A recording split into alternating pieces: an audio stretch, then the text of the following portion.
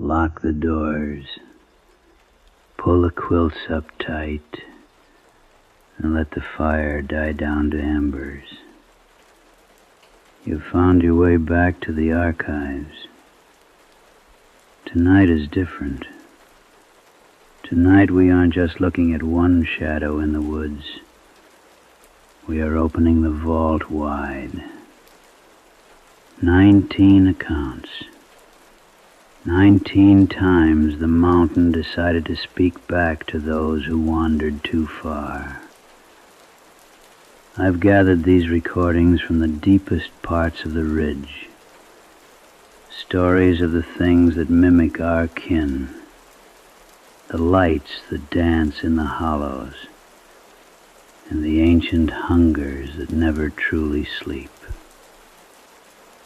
You're safe here, behind the glass of the screen. Just let the static wash over you. Don't mind the scratching at the porch. It's just the wind. Or perhaps it's just the first story waiting to be told. 19 echoes from the Appalachians. 19 reasons to keep the lights off. Close your eyes now. Let's begin.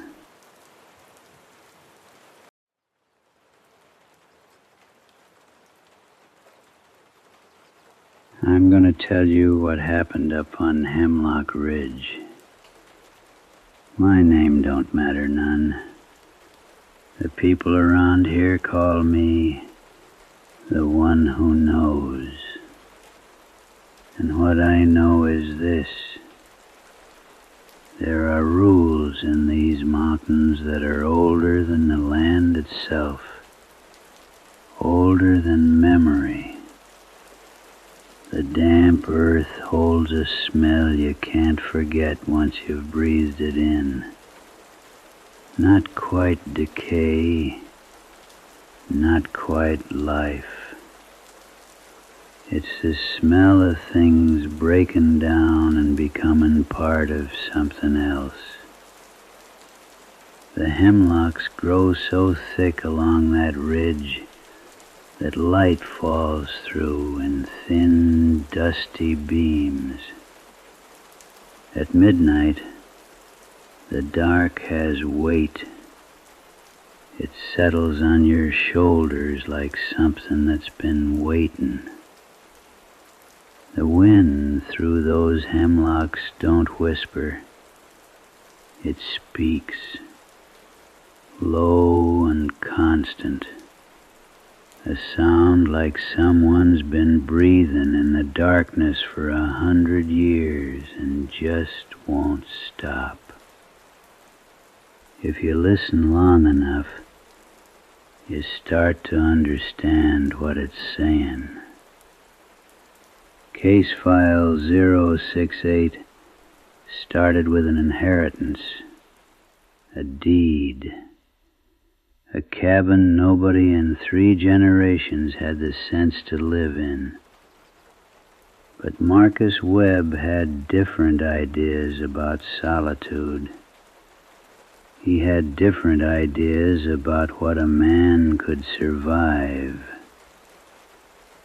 The old ridge road runs north from town, climbing through laurel thickets so narrow your shoulders nearly brush both sides.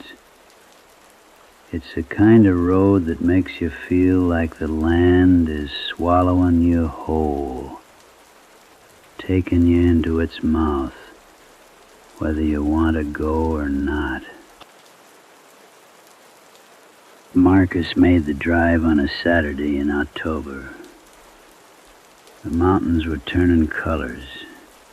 Not the bright colors people drive up here to see, but the colors of things dying. Rust and blood and the pale yellow of old bone.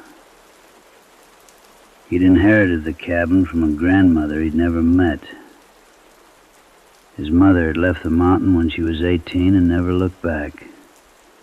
She'd warned him not to go, said some places remember things longer than people do, and they don't forgive easy. Marcus laughed it off. He was from the city. He thought old stories were quaint. The driveway was barely a driveway, more like a scar through the woods where something heavy had been dragged. His tires kicked up loose stone that sounded like the cabin itself grinding its teeth. The air got colder as he climbed, and the trees got thicker.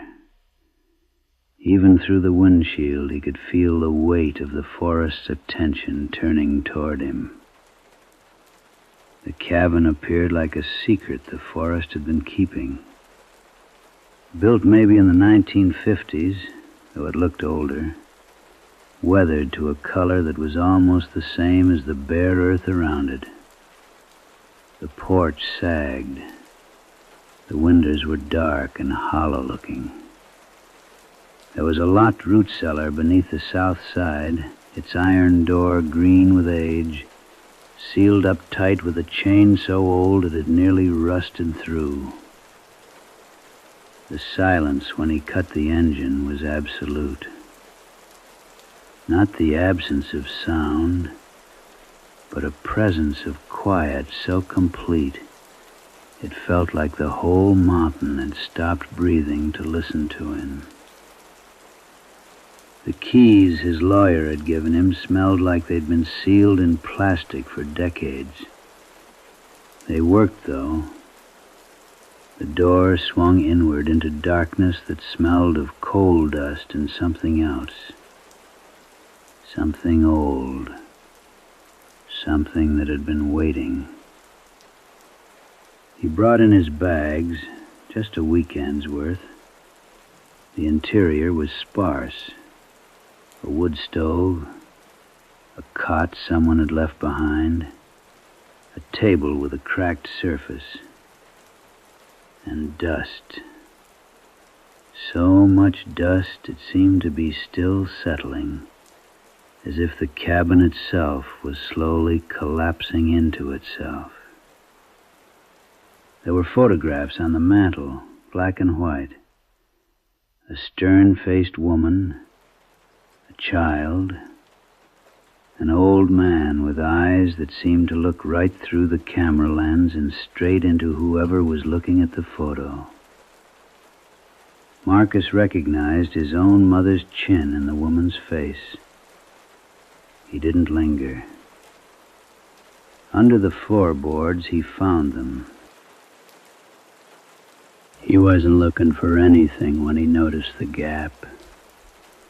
The boards had warped with age and moisture, and one of them was proud of the others by maybe a quarter inch. He worked at it with a butter knife from the kitchen. The wood was soft and yielding. It came up easy.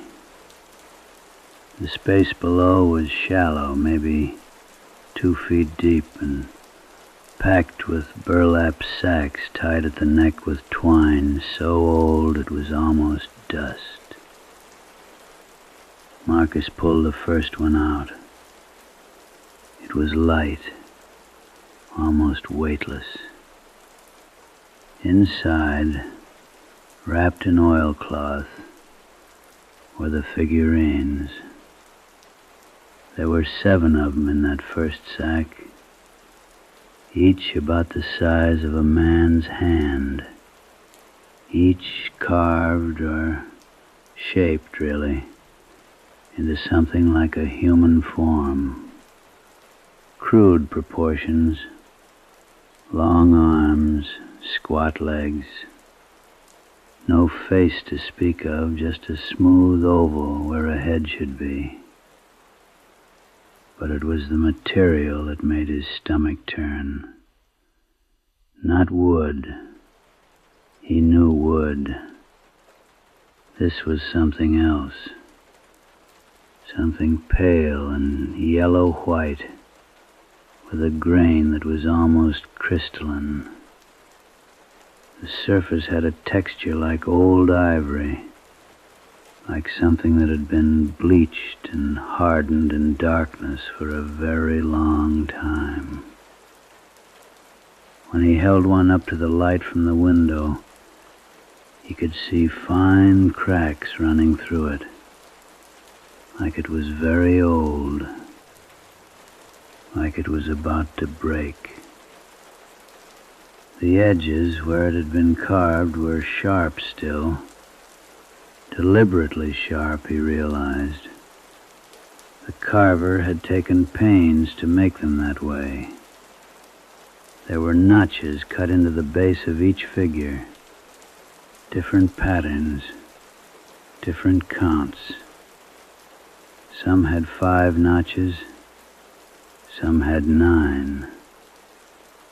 One had a line scratched so many times the base was nearly severed. Marcus found something else in the burlap, a journal. The pages were brown at the edges.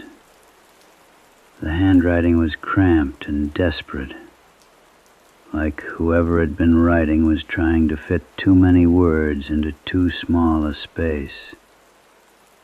He opened it at random. A date from 1987. A name. Eleanor Webb.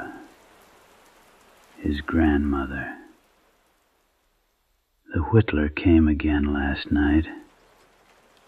I heard the knife on the stone, sharpening, sharpening.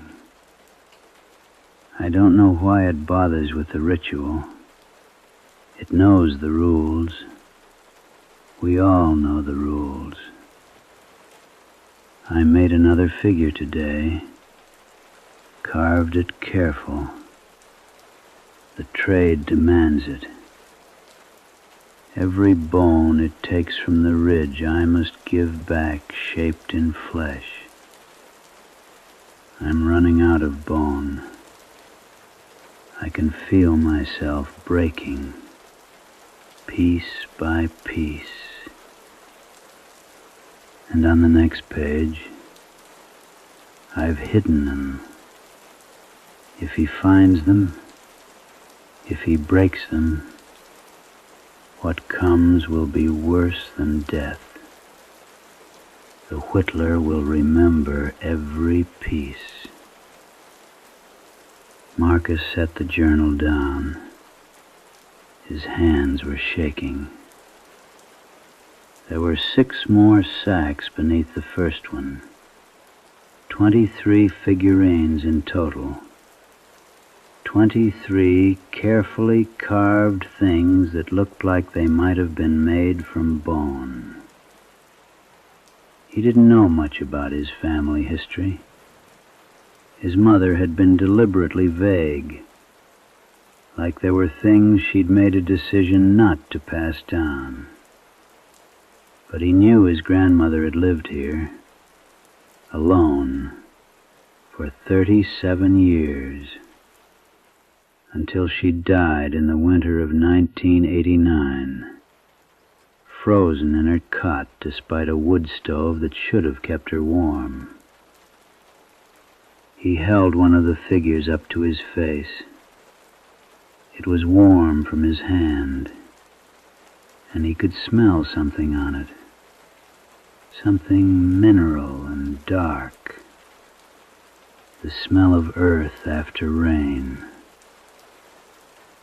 That night he heard something, a sound like fingernails on glass, just once, just soft enough that he couldn't be sure he'd heard it. The next morning he called his mother. "You're at the cabin," she said. It wasn't a question. What was wrong with grandmother Eleanor? There was a long silence. Then she told him about her father, Marcus's grandfather, who had lived on Hemlock Ridge for 40 years before the mountain took him. It started with the hunting, she said quietly. The woods provided, and he provided for the mountain in return. That was the old agreement.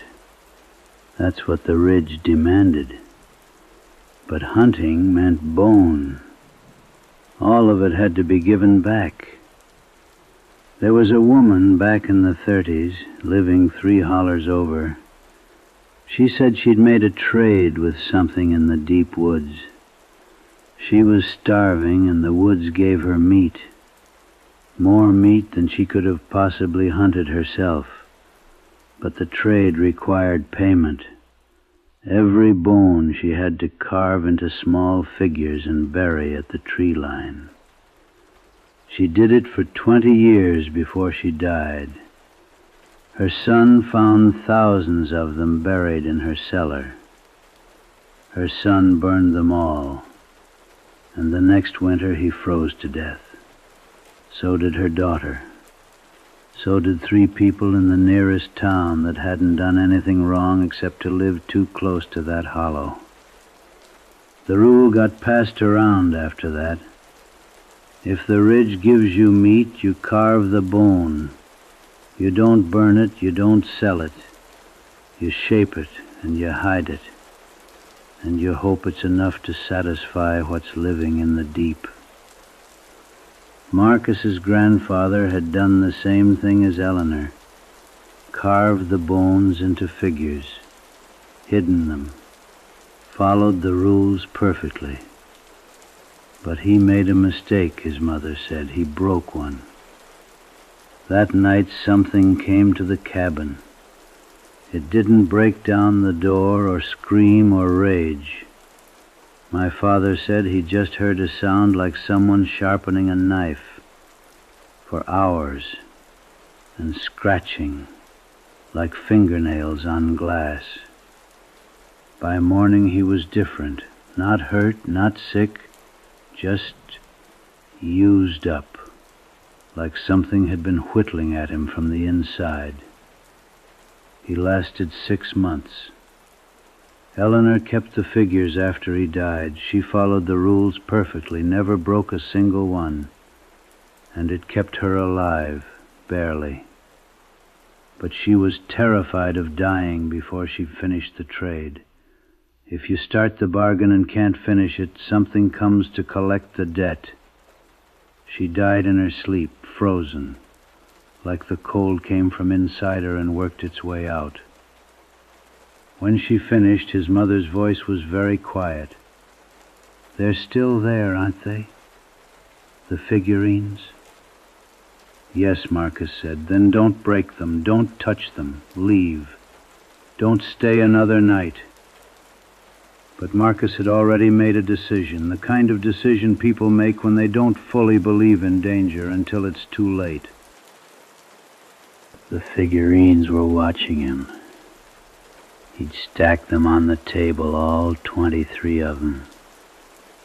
Even without eyes, he could feel them watching. He was reading Eleanor's journal by lamplight. The entries got more frantic as the years went on. She wrote about the sound of the knife, the scratching on the glass. 3 figures left, the last entry read. 3 figures and the debt should be paid. After that, nothing will come. The ridge will forget me. Unless someone breaks them. The journal ended there. Marcus had brought a hammer. He chose one of the figures, one with only 5 notches, the smallest of them all. He set it on the table, raised the hammer, and brought it down. The crack was very soft, barely a sound, but the figure shattered into translucent pieces, and from somewhere in the walls, or maybe from the forest itself, came a single sound like someone had begun sharpening a knife on stone. Marcus stood very stopped. The sound stopped. Then it started again, not in one place, but moving, along the walls, down the chimney, across the ceiling in a slow circular pattern. The knife on stone. The knife on stone. He turned off the lamp. In the darkness he heard the scratching start. Fingernails on the window glass, methodical and patient, not trying to break through, not demanding entry, just announcing, the way you announce yourself before you come home. The scratching moved around the cabin, every window, every seam, and with each scratch Marcus understood. This wasn't anger, this wasn't hunger, this was disappointment. This was a bargain being broken. The knife-sharpening sound grew quieter, moving back into the forest, but the scratching continued for hours, until dawn, until the first light turned the windows gray. When it stopped, the silence was even heavier than before.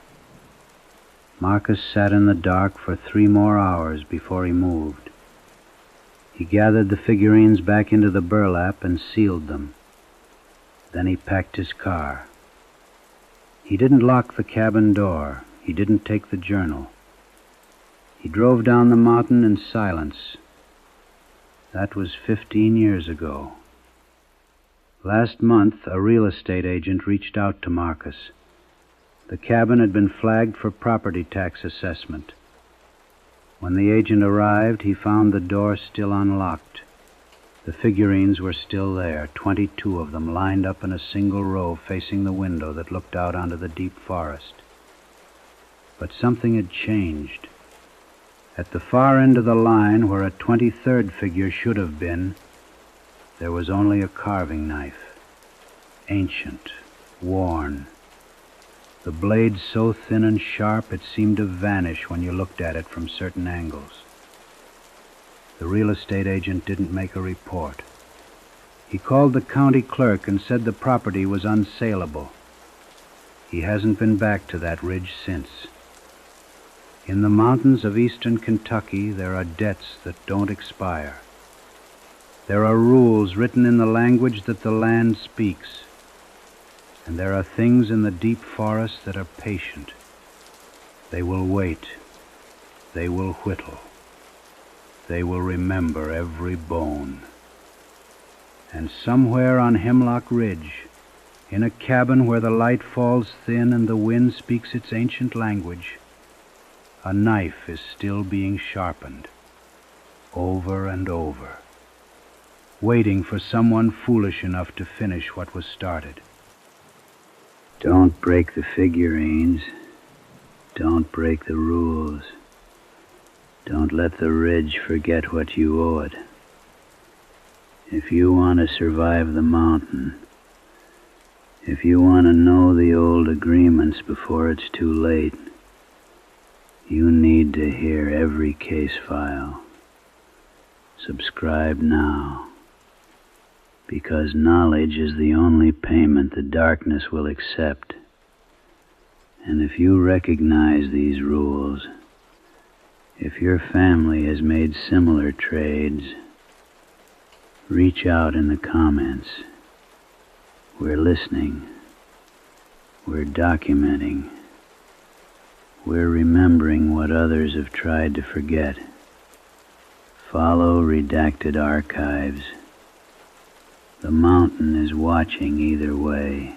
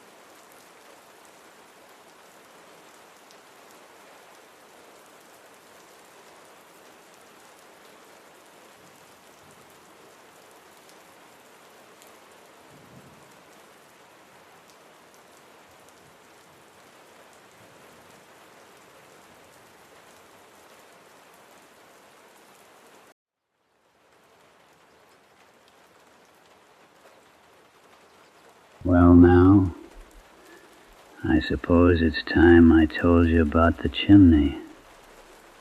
The one that shouldn't be there. The one that was there long before I was born. And will be there long after I'm gone, I reckon. Some things don't belong to any particular person or any particular time. They just belong to the mountain itself. And the mountain keeps what it wants to keep. My name doesn't matter much anymore. Haven't used it in a way that means anything for about 30 years now. But I'll tell you what does matter. That you listen careful-like to what I'm about to say. Not because it'll keep you safe. That ship sailed a long time ago for most folks who've heard this story. But because the knowing, well, the knowing is important. The redacted archives made sure of that. They collected this case back in 1952, when they still thought they could catalog these things, understand them, file them away neat and tidy like some county record in a courthouse basement. They came to me with their leather notebooks and their serious faces, wanting to document everything I could remember. They couldn't make sense of it. And neither can I, not really. Not anymore. I grew up in a holler about 40 miles east of where the ridge road bends north toward the old logging territory.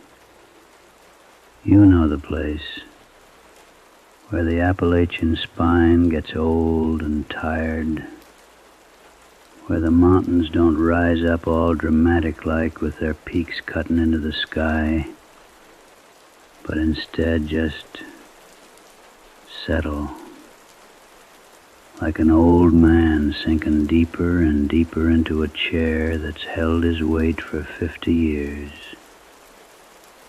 The kind of sinking that happens slow, inevitable, pulling you down into the earth a little bit at a time. The soil there is red.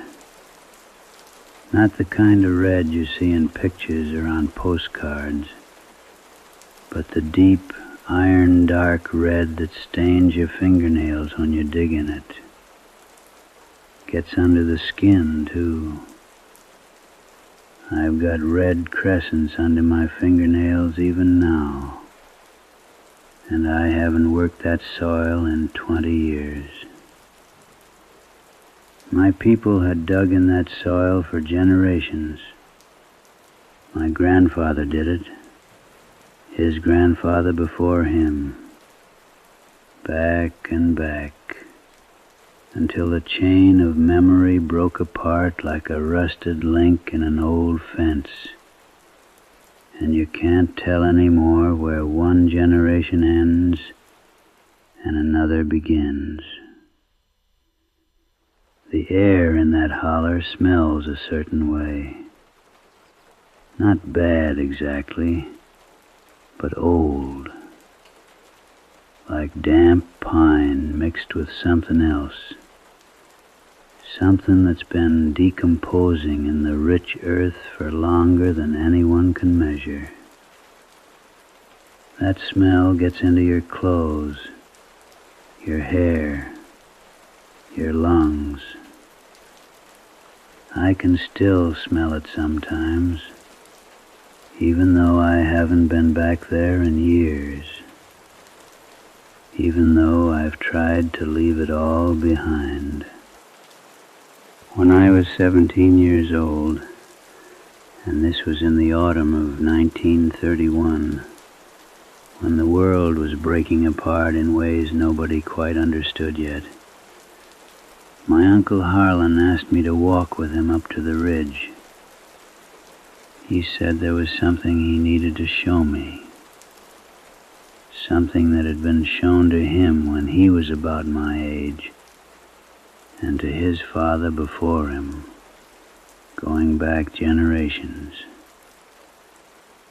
Said it was time I knew the truth about certain things on the mountain, about certain rules, about the things that live in the spaces between what you can see and what you can feel. Now, I didn't think much of it then.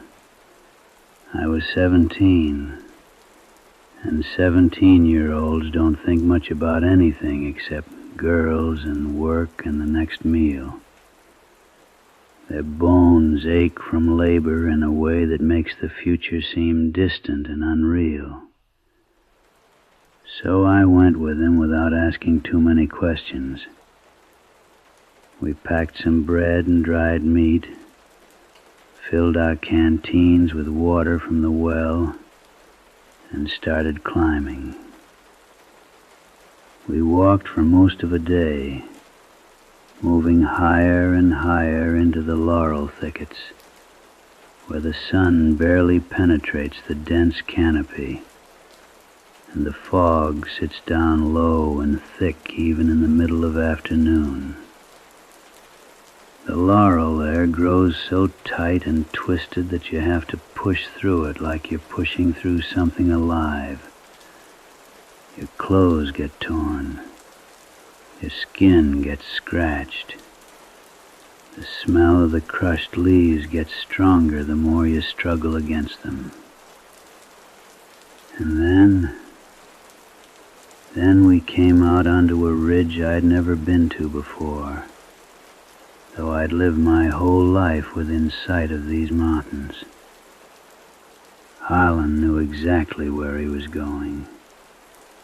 He walked with purpose, like a man returning to a place he'd been many times in his dreams. There was a chimney there. Just a chimney, standing alone on that ridge like some monument to a house that had been erased from the earth by time or fire or some other catastrophe that left no other trace behind. It was built from stone, dark gray stone that looked older than the mountain itself, older than the bedrock beneath the mountain. The stone was smooth in places where countless hands had touched it. Maybe 6 feet tall, give or take. The mortar was still intact. No crumbling, no degradation, no weather damage that you would expect from something that's been standing exposed to the elements for God knows how long. And there wasn't a single brick or wooden beam or stone foundation anywhere near it. Nothing but dirt and scattered rocks and the twisted roots of mountain laurel growing right up against the base, as if the mountain itself was trying to pull it down into the earth. The ground around it was bare and hard-packed, like something had worn away all the vegetation through constant, invisible use. I remember asking Harlan, I said, "Where's the house?" My voice sounded young and uncertain, even to my own ears. And he didn't answer me right away. He just stood there, looking at that chimney, the way a man might look at the grave of someone he loved. A long, quiet look that holds more sadness than any words could carry. The kind of look that says you're witnessing something that shouldn't exist, but does, and there's nothing you can do about it. Then he said, "The house was never here, boy. That's the whole point. That's the whole terrible point of it. He explained it to me then, slowly, the way you might explain something dangerous to a child. How the chimney had been there for longer than anyone could remember. How the oldest stories, the ones that had come down from the Cherokee people who lived in these mountains before my people came, and then filtered through generations of Scots-Irish settlers and coal miners and subsistence farmers, spoke of the stack as a landmark, a boundary, a warning to anyone with sense enough to heed it. There was a rule, Harlan told me, and he said it was important that I never, ever forgot this rule. Because one day, if I was unlucky or curious enough, I might find myself in a situation where remembering could mean the difference between going home and not going home, between staying alive and becoming something else entirely. The rule was this: never let the hearth go cold once you've stepped inside the shadow of the stack. I asked him what he meant by that. What did it mean to step inside the shadow? How could you step inside a shadow when shadow was nothing but the absence of light? And how did you keep a hearth warm when there wasn't any hearth there? No house, no fireplace, nothing but this solitary stone chimney standing alone on a ridge. He looked at me for a long time, and his eyes were sad in a way that made me understand that he'd asked these same questions once and never received satisfactory answers. Then he turned away from that chimney and started walking back down the mountain without another word. After we'd walked for a few minutes, he said,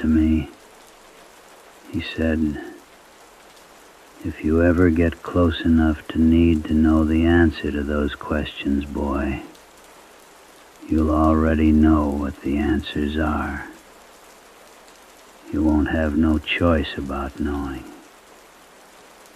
It'll come to you like remembering something you never learned."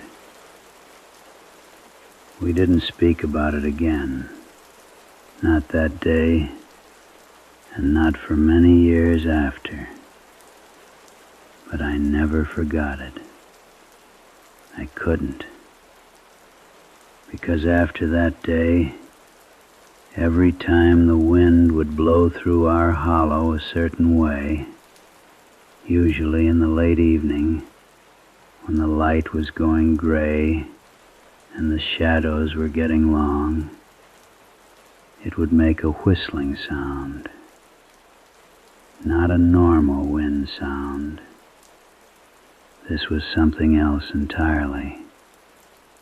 Musical almost. Like something was moving through the air that shouldn't be moving. Like the air itself was vibrating at a frequency that hurt to hear, even though you could barely hear it at all.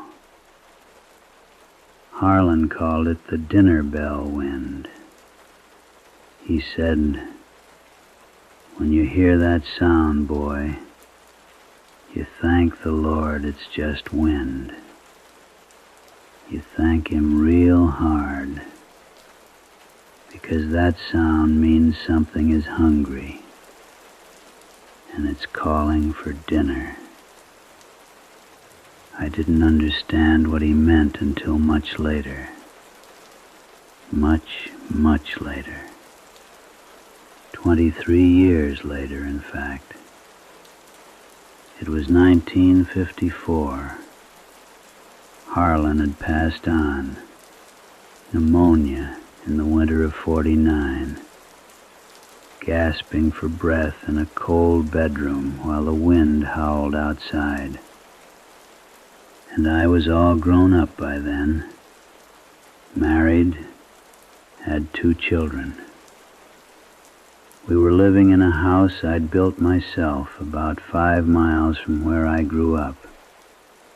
Good land, good well water that never ran dry, even in the worst droughts. A place where my children could have a better life than I'd had. Or so I thought. But I was still a curious man. And curiosity is a dangerous thing in these mountains. It's in the blood, passed down like a disease. It makes you ask questions that shouldn't be asked. It makes you dig into places that should be left alone. I started asking around, asking old people in the general store, asking the elders who sat on their porches in the evenings, asking anyone who might know something about that chimney. And the stories I collected, Lord, the stories I collected.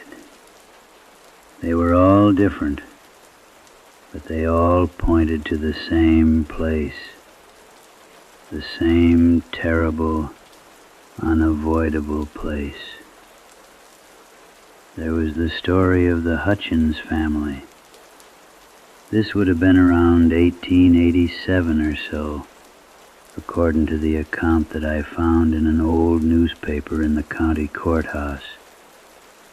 A whole family, mother, father, 3 children ranging in age from 6 to 14, disappeared one autumn, just vanished.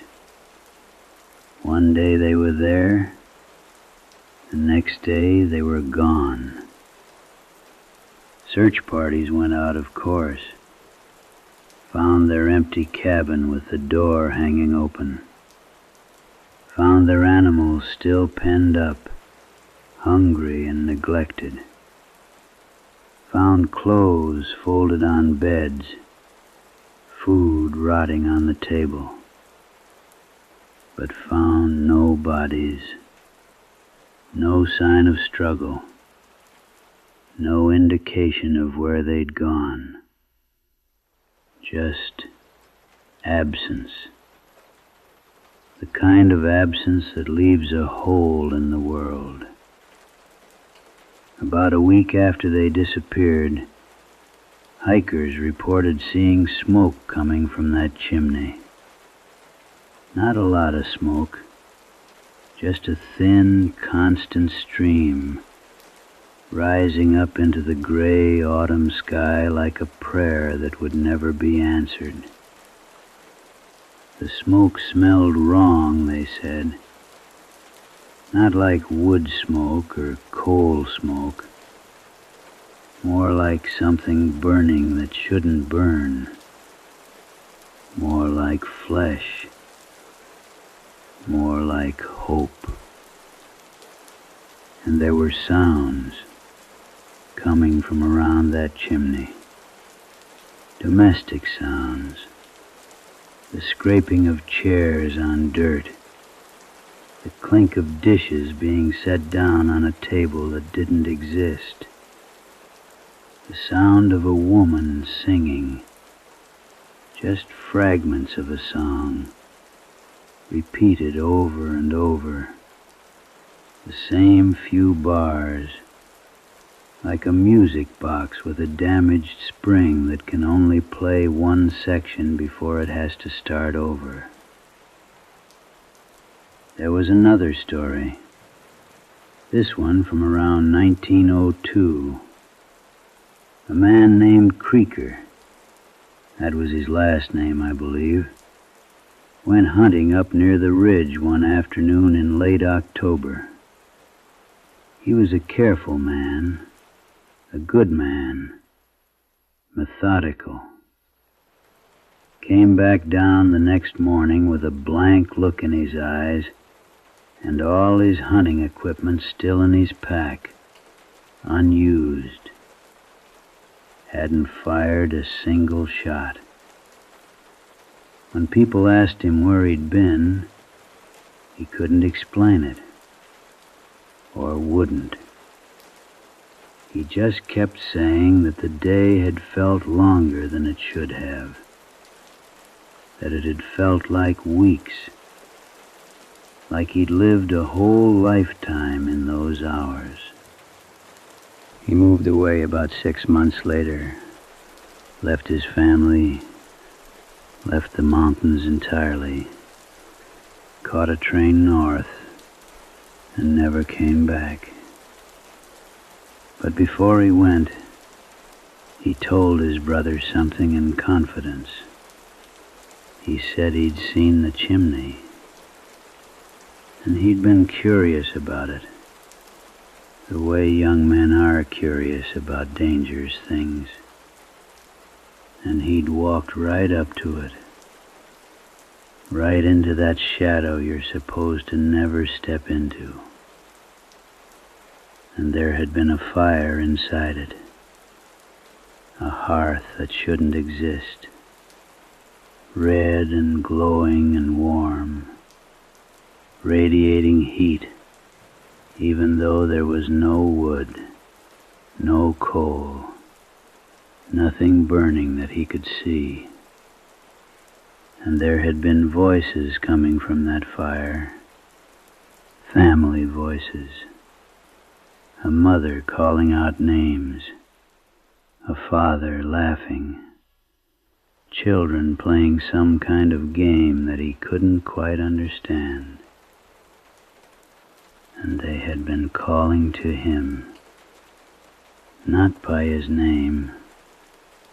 He said they didn't know his name, had never met him, but they were calling him anyway, calling him like he belonged there, like he'd just stepped out of the room for a moment, and they were wondering where he'd gone, like his chair at the table was empty, and they needed him to sit down, because dinner was ready, because dinner had always been ready, and it would always be ready, as long as the hearth didn't go cold. The dinner bell wind, that's what brings them to you. Harlan said that, and the old people confirmed it. That's what called you to the chimney, because the unbuilt family, that's what the archives called them in their official documentation, they need people. They need the sounds of a home, the presence of family, the warmth of a living hearth. But there's no house. There's no room with a table and chairs. There's no dinner being made in some kitchen that exists only in shadow. There's just that chimney, standing alone on that ridge, and the hungry sound of voices that aren't quite human anymore. The scraping of furniture on an earth floor that doesn't exist. The smell of bread that's never actually baking.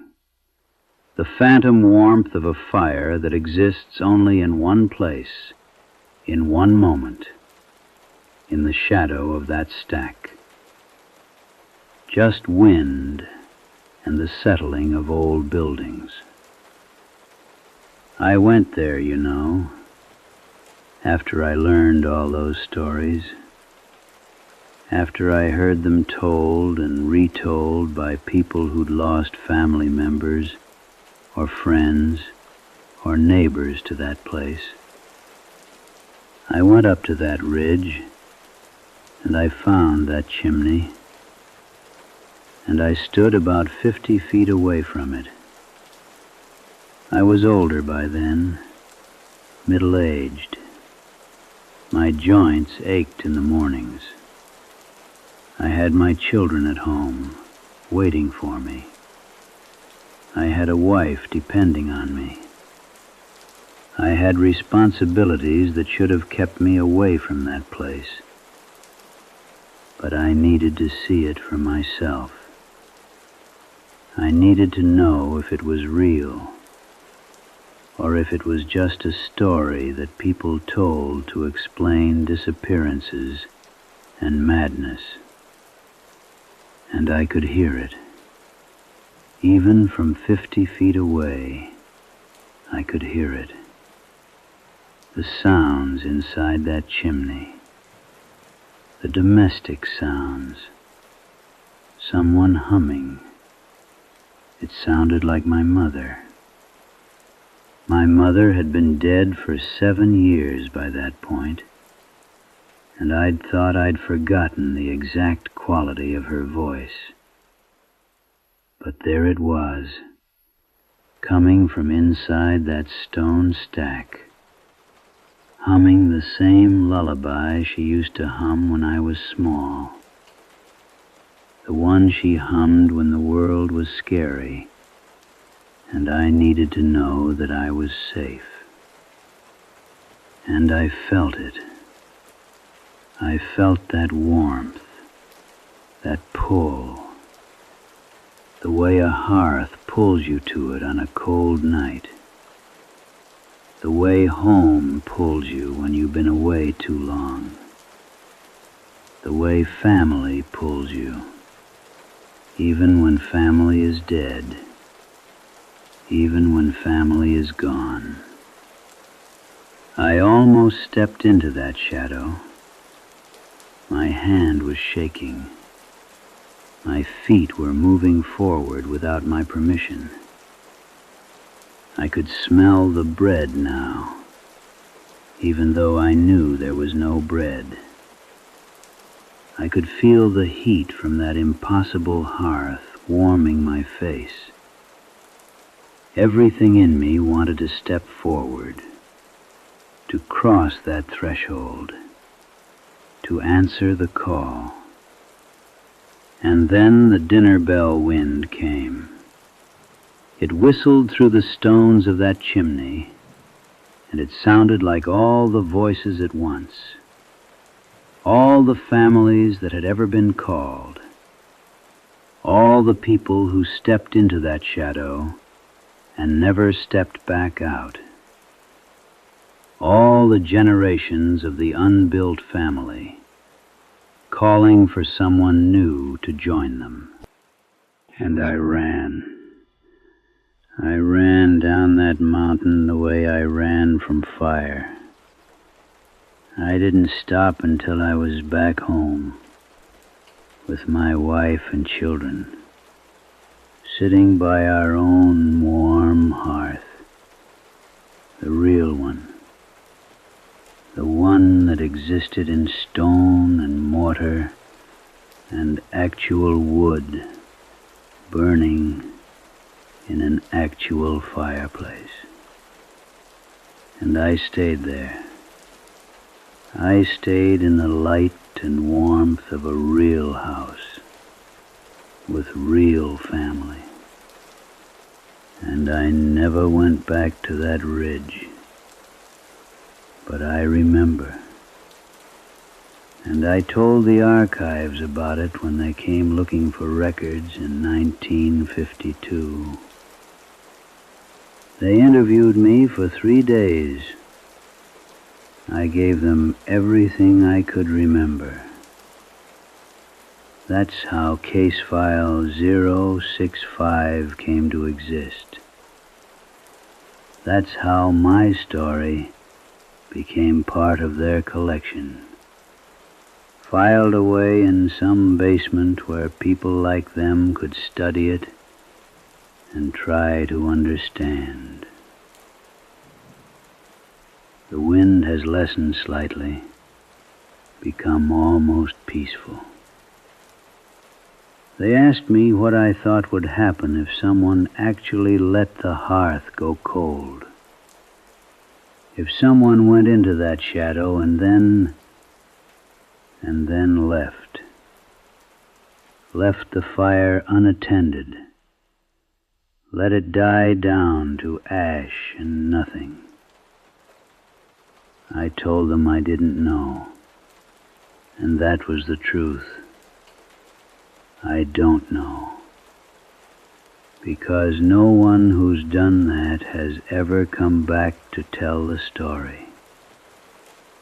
No one who's seen what happens when you break the rule. But sometimes, when the wind blows a certain way, I can still hear it.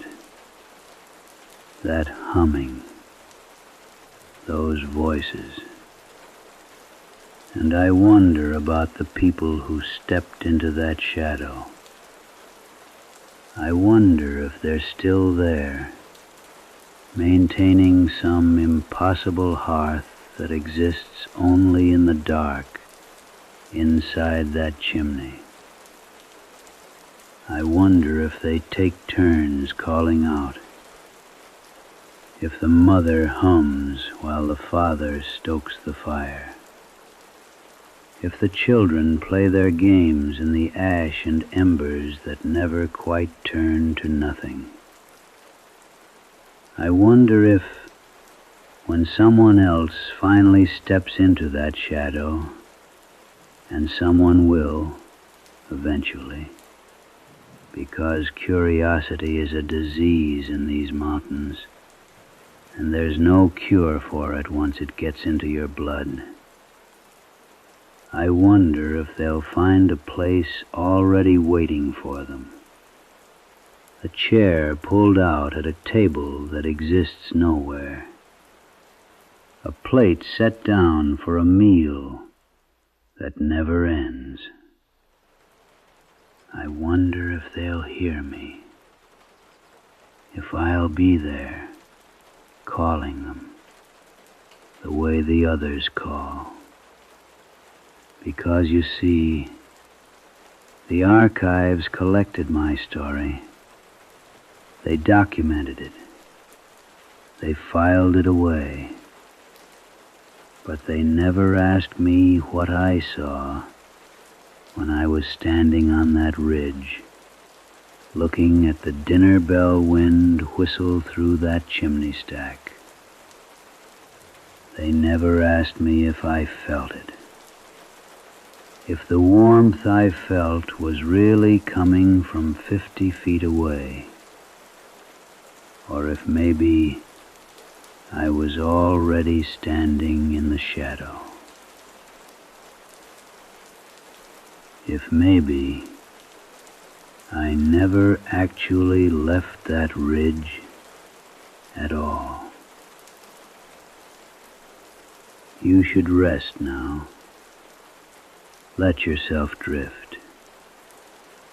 The mountains are quiet at this hour. The wind is gentle and far away. There's nothing here that will hurt you tonight. Not tonight. Not yet.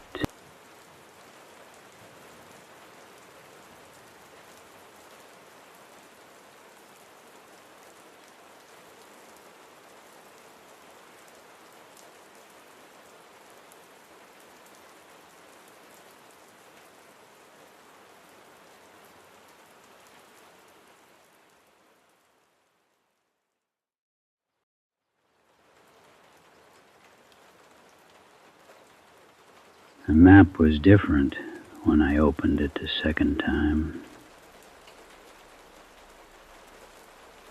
I held it with both hands, and my fingers were shaking so bad I could barely keep it steady. The section I'd circled in pencil, that whole eastern ridge, the one that didn't exist on any official survey map from the county clerk. It was still there. But now there were words written in the margin. Words in a handwriting I didn't recognize. They don't want them to wake up. They never wanted them to wake up. And beneath the map Folded into the creases there was a photograph, black and white, real old. It showed a village, my grandfather's village, Clinch Hollow, and every single building had been torn down to its foundation and covered with sheets of lead. All of it covered. And in the distance, barely visible in the grain of that old photograph, you could see the earth itself was moving, just slightly, like something beneath the soil was trying to shift its weight. That's when I realized I should have listened to the warnings. That's when I knew they'd be coming for me, too. My name is Samuel Garrett, or it was Samuel Garrett. That might not be my name anymore. But I want to tell you this story before it's too late, before the cement sets completely, before the fences go up higher, before the men in the suits finish their work. I was a surveyor. Did that work for near about 52 years. Started when I was just a boy of 18.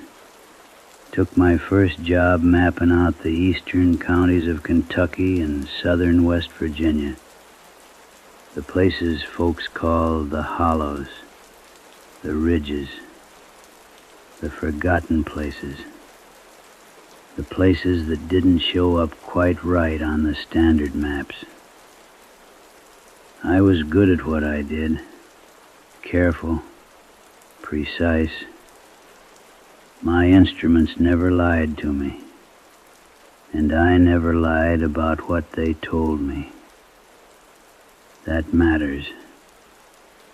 That matters because in the end, the maps told the truth, even when everybody else was telling lies. I retired in 1999.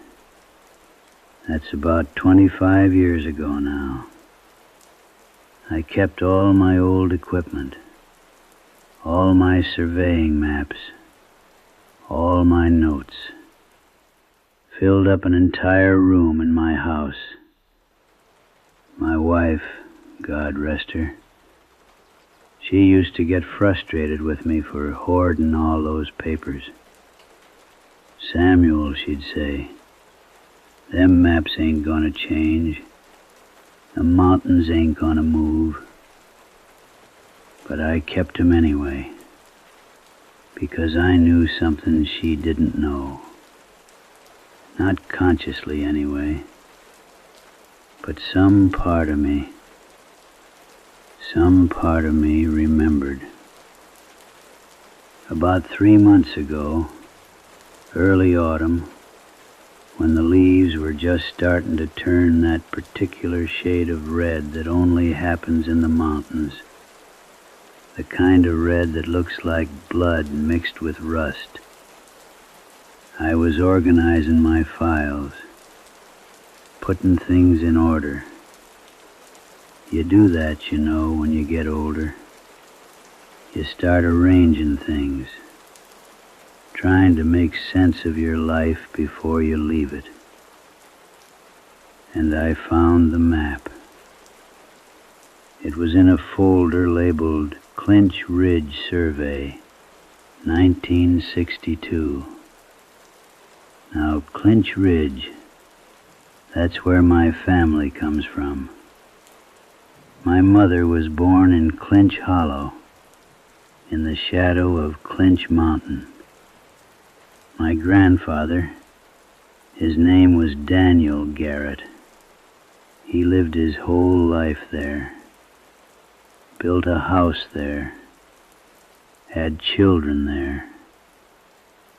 And I remembered. I remembered going to visit when I was young, maybe 7 or 8 years old. But the memory was strange. It had a quality to it like a photograph left in the sun too long. The edges were all bleached out. The details were gone. The map showed that village, drew it exact as I remembered it. Houses laid out along a single road that curved through the hollow. A church, a small white building with a steeple, a general store, a schoolhouse, maybe 80, 90 souls living there at the time the map was made. But there was a notation on the map, in red pen, not my handwriting. I would have remembered making a notation like that. The notation said, "Void, property of U.S. Department of Energy. Survey prohibited. Clearance required." And the date it was stamped was 1951. Now you have to understand something. I kept meticulous records. Every survey I did, I had documentation. But I had no memory of surveying Quinch Ridge in 1951. I was only 17 years old in 1951. I didn't start my career officially until I was 18. And yet, there was my name on this map. Not printed, written by hand.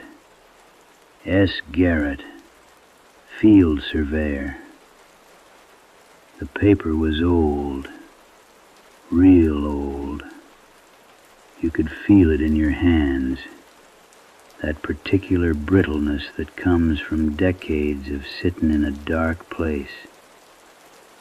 And there were water stains on it, like it had been buried in something damp.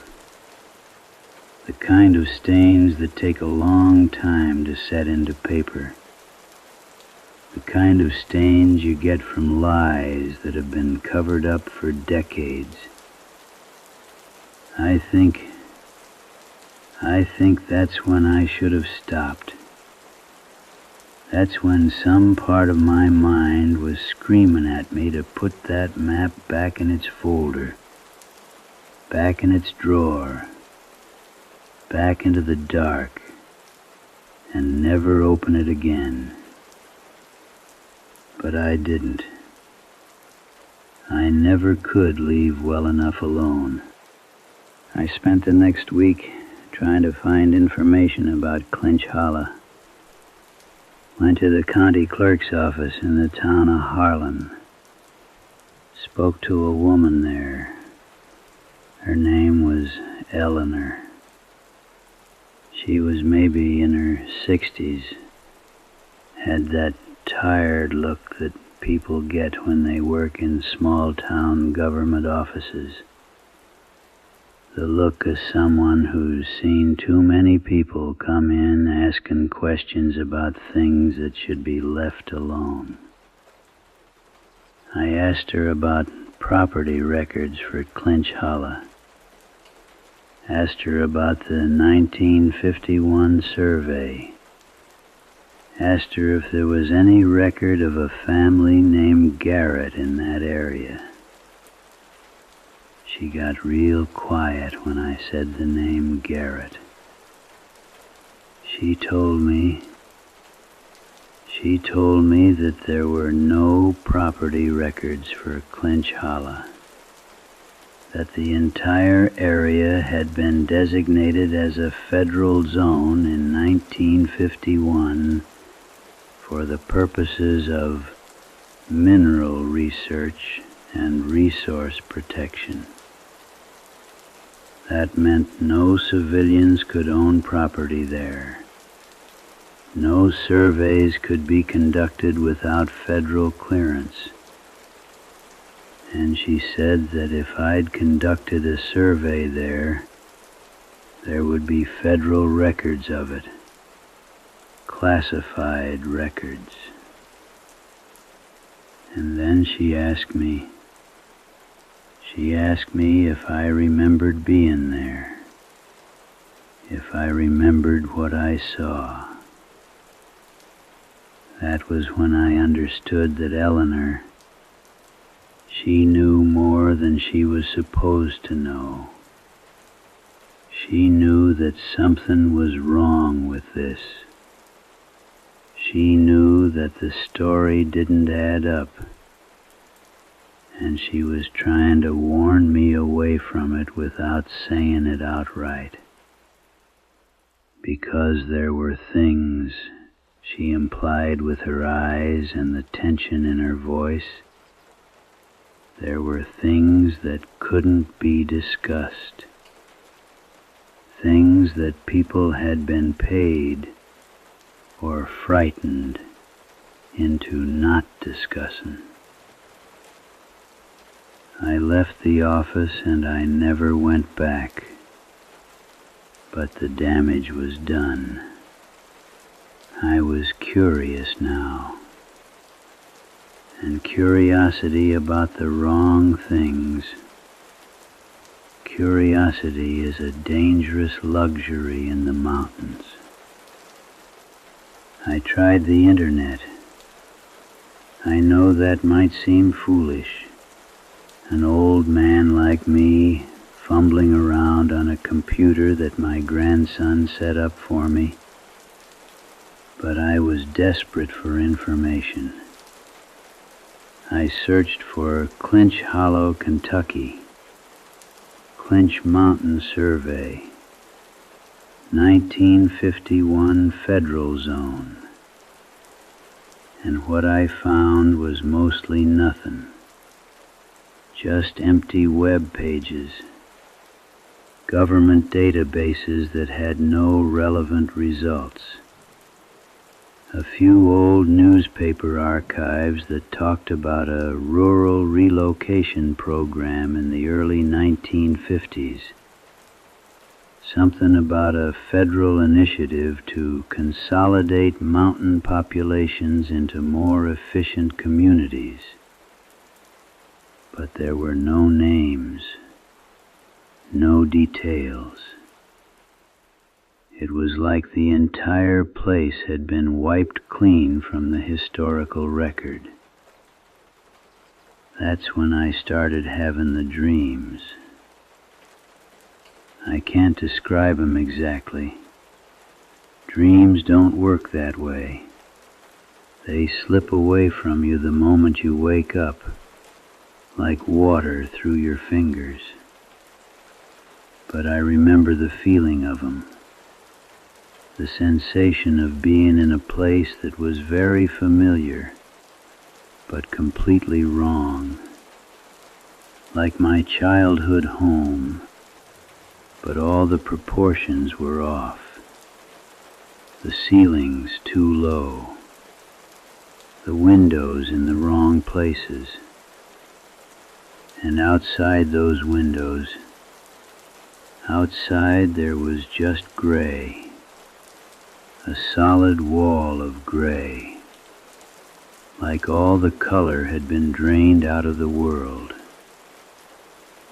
And underneath the gray, beneath the ground, I could feel something moving, something large, something that was trying to push up through the soil. I woke up from those dreams with my heart racing and my skin covered in a cold sweat. My wife, my late wife, Margaret, she would ask me what was wrong, and I couldn't tell her. How could I explain that I was dreaming of a place I couldn't quite remember? a place that had been erased from the world. So I made a decision. I decided I would go there, to Clinch Hollow, or what was left of it.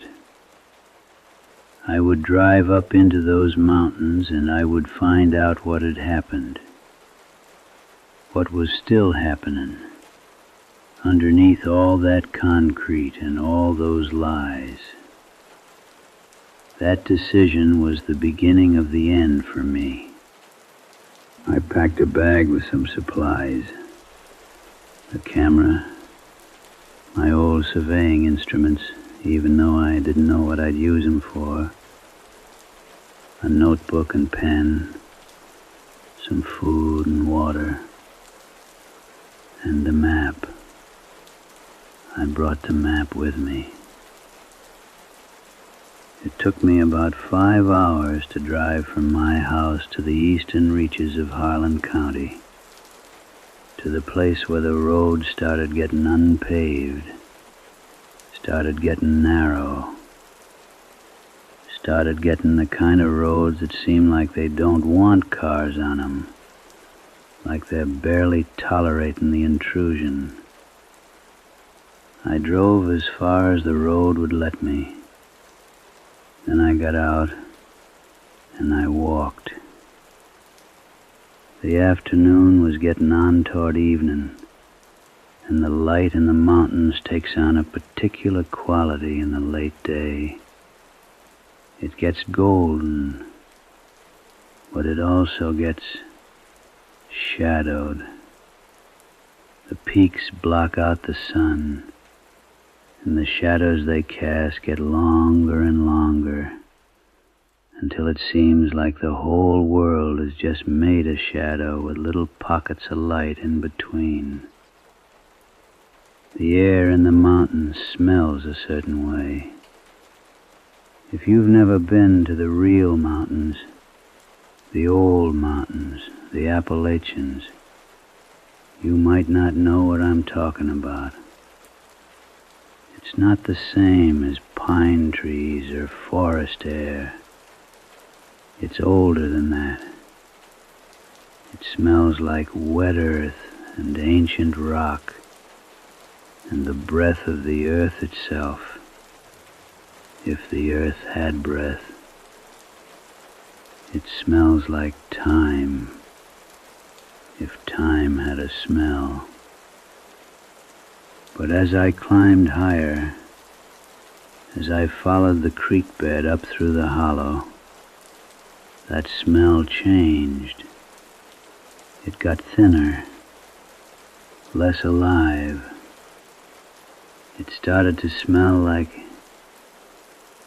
concrete, like dust from broken rock, like something that had been burned away. And then I saw the fence. It came into view all at once, even though logically I must have been seeing it gradually as I got closer. But in my memory, it's like it just appeared, like it rose up out of the earth. It was high, must have been 12 feet tall, maybe higher. Chain link, the kind you'd see around an industrial facility or a prison yard. And it was brand new, shiny, well maintained, completely out of place in this wilderness where nothing else was new or shiny or well maintained.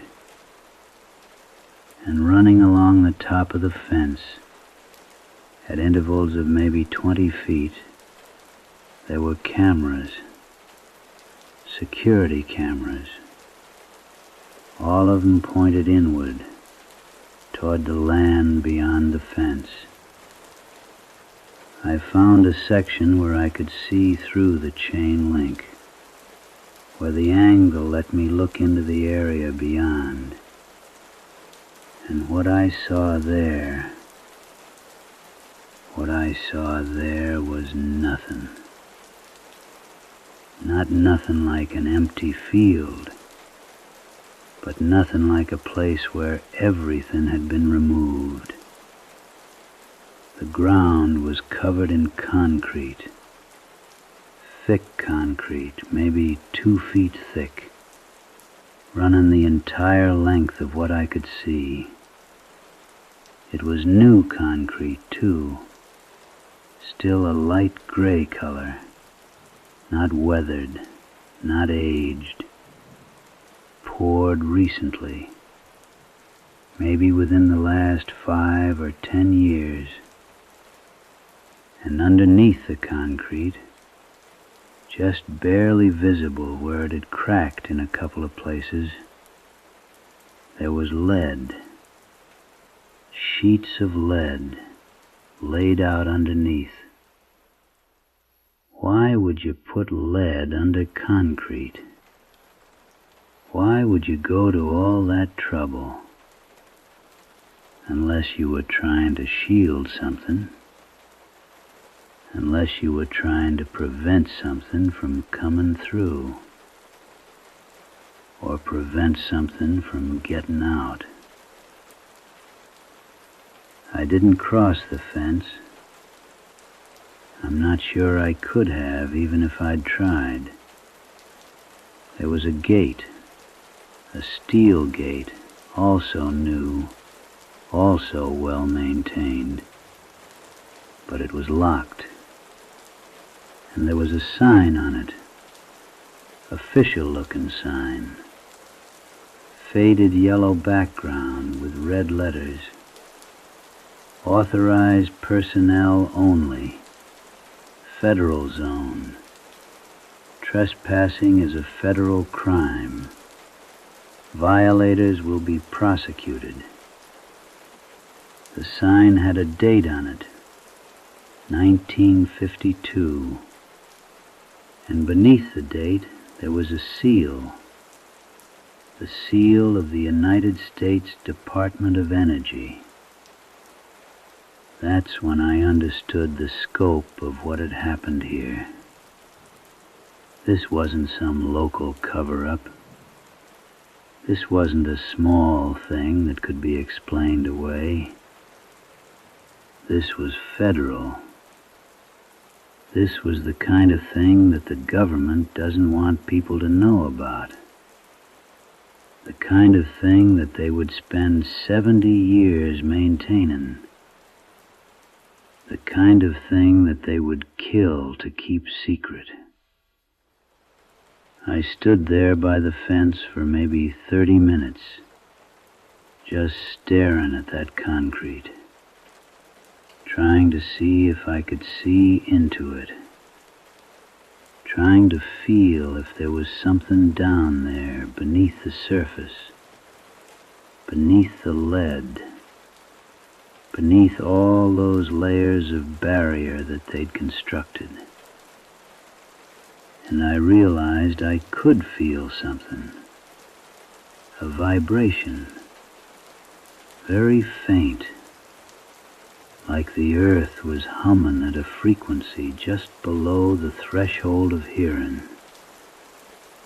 I could feel it through my feet, through the soles of my boots, up through my legs and into my bones. It was the rhythm of something breathing. I drove back down the mountain in the dark, used my headlights to navigate the twisting roads. And all the way back, all those 5 hours, I kept thinking about that rhythm I'd felt, that breathing beneath the ground. It had seemed so familiar, like I'd felt it before,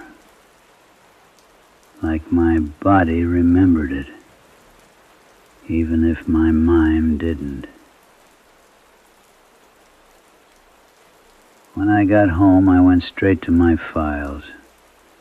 I pulled out every map, every note, every document I'd ever collected from those eastern counties. And I started looking for anything that mentioned Clinch Hollow. Anything that referenced federal activity. Anything that didn't add up. It took me most of the night, but I found something.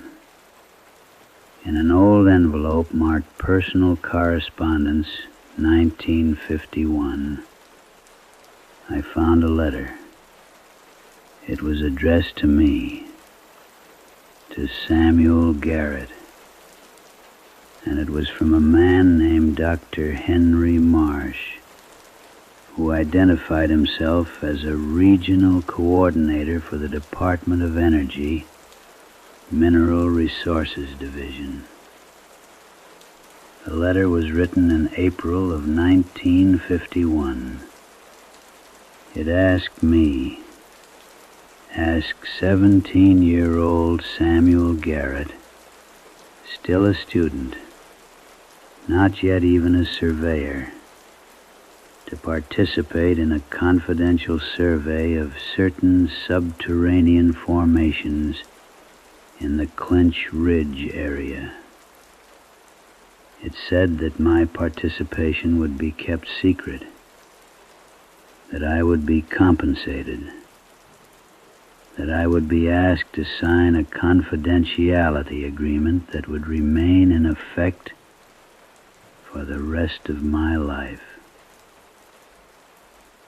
And it said that what I would see in those formations was of critical importance to national security, that there were geological anomalies beneath the mountain that needed to be documented, that the federal government was taking steps to contain and study these anomalies.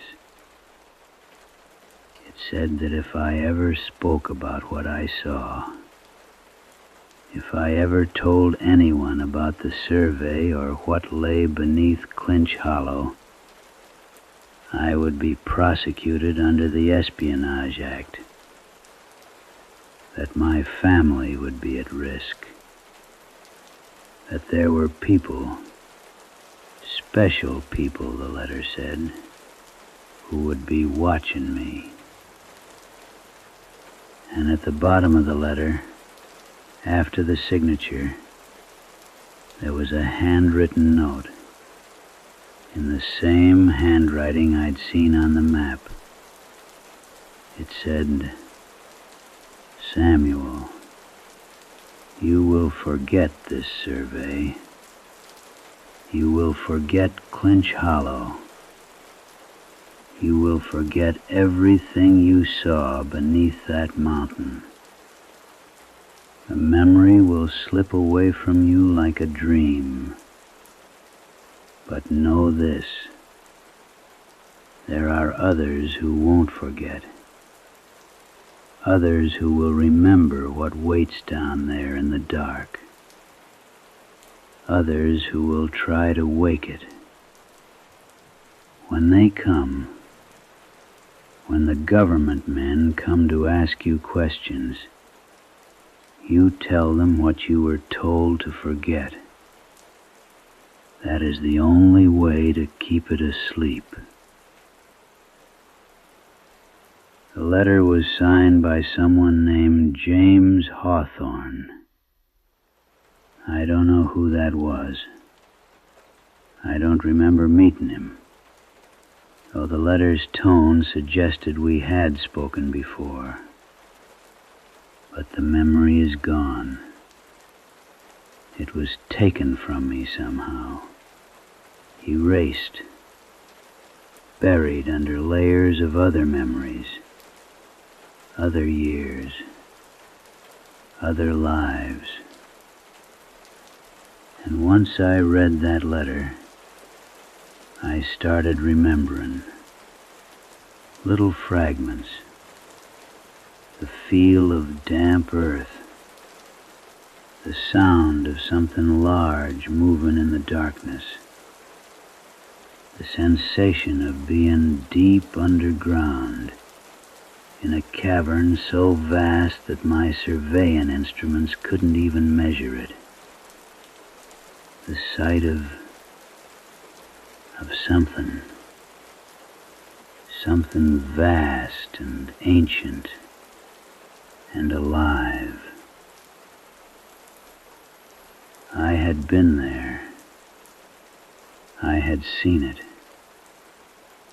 And they had taken that memory from me.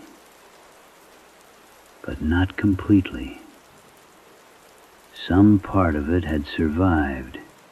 About a week after I found the letter, I got a visit.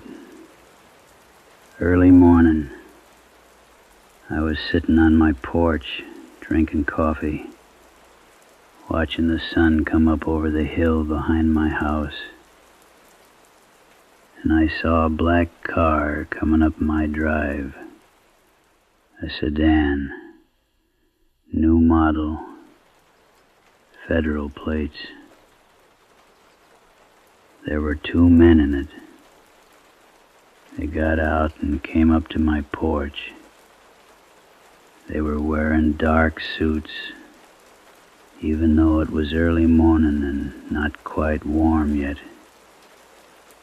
They looked exactly like what you would imagine federal agents to look like. No distinguishing features, no personality, just pure function.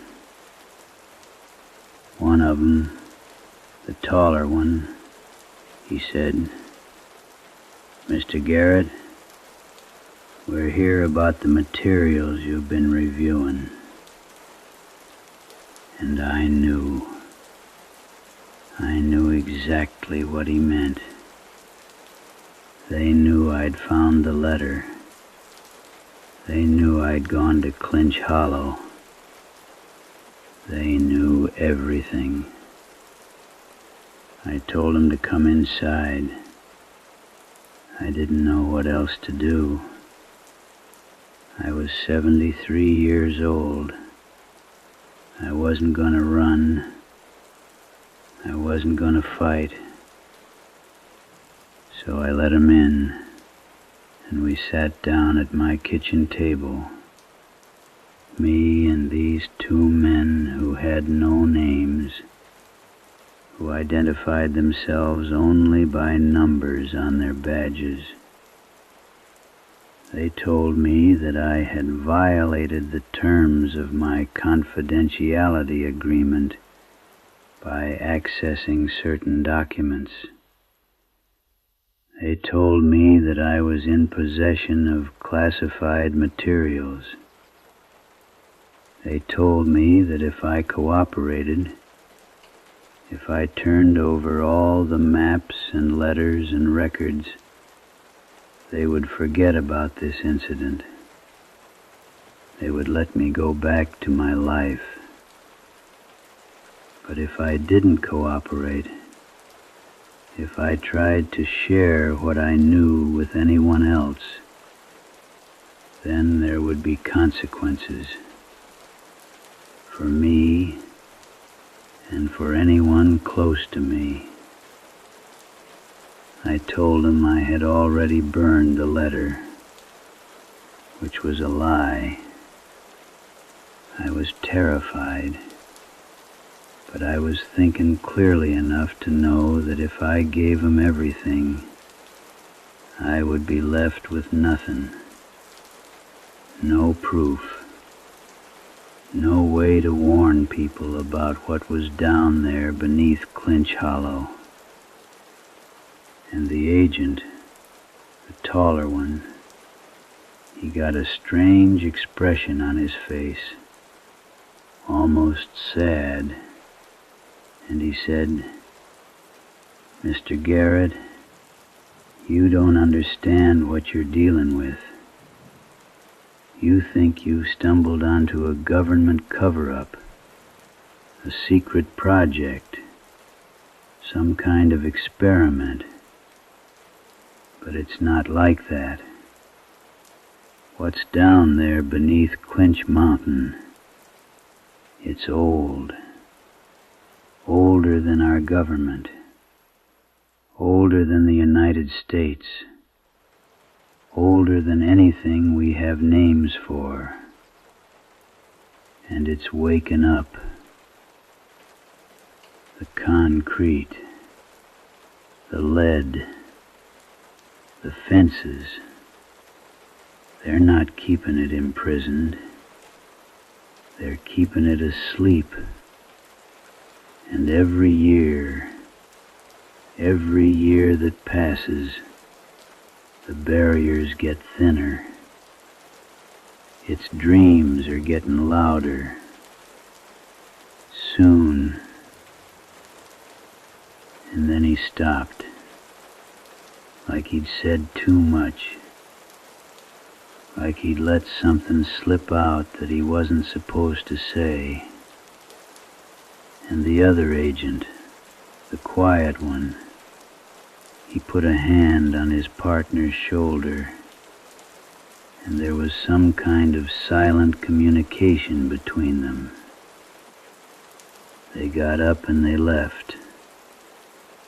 They took with them every map I couldn't hide, every official document. But they left the letters, the personal correspondence. I think that was on purpose. I think the taller agent wanted me to know, wanted me to understand. Then they drove away, and I was left alone with the knowledge. I was 2 weeks ago. Since then I haven't left my house much. I don't go into town. I don't answer my phone. I just sit here, and I listen. I can hear it now, more clearly than I could before. That vibration beneath the ground, that breathing. It's getting faster, like whatever is down there, deep beneath the concrete and the lead. It's waking up more with each passing day. And I've realized something. The agent who came to my house, the one who told me about the old thing beneath the mountain, I think he was warning me. I think he was telling me that the barriers are failing, that the concrete is cracking, that the government knows it, and they're preparing for something, but there's nothing they can really do to stop it. The earth will crack eventually. The fences will rust and fall. The lead will corrode. Nature is patient, and it's far older than we are. And what sleeps beneath the mountains, it's patient too. It's been waiting for 70 years. It can wait a little longer. The distant Sioux drift off to sleep. Listen to that sound. That deep vibration beneath everything. That's not the house settling. That's not the wind. That's the breath of the old earth, pulsing slow and steady beneath your bones. It's been there all along. It will be there after you wake. And if you listen carefully enough, if you quiet your mind enough, you might remember something you've forgotten, a place you've been, a thing you've seen, a truth that was taken from you. Sleep now. Close your eyes. Let the old rhythms beneath the mountain lull you down into dreams. And maybe, in your dreams, you'll remember what it means to live in a land that's alive, that's wanting something from us, that's been waiting very, very patient for us to finally let go.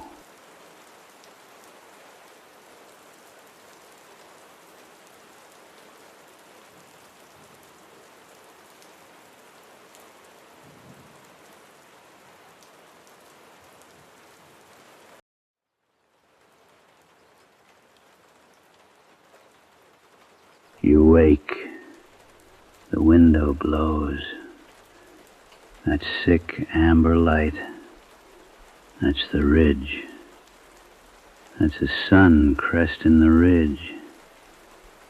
Your eyelids, Lord of mercy, they're sticky, warm, crystalline. You try to open them and you feel the grit of something inside. Something hard and smooth and terrible. Your fingernails dig at your own face, scraping, scraping. The last thing you see before the world goes white and faceted is your reflection in the mirror. Two eyes like tumbled glass. Two perfect, horrible gems. Now, let's go back. Let me tell you how it started. My name is Samuel Kutke, and I reckon I'm the last person you'll hear speak on this matter. You're listening to me now 'cause everyone else in Hangin' Valley is listening to the dark instead. But I got time left, a little time, and I aim to spend it warning folks. There was a man named Thomas Wickham came to Breathitt County in the autumn of 2004. He was from Ohio, Flatlands, and he'd come into some property through a distant relative's will. A cabin built in 1887 by a man who took his own life at the bottom of a ravine. Thomas didn't know that. He saw the deed, saw the bargain price in a newspaper's classifieds, and figured he'd found something authentic, rustic, real. He was handy. He was young.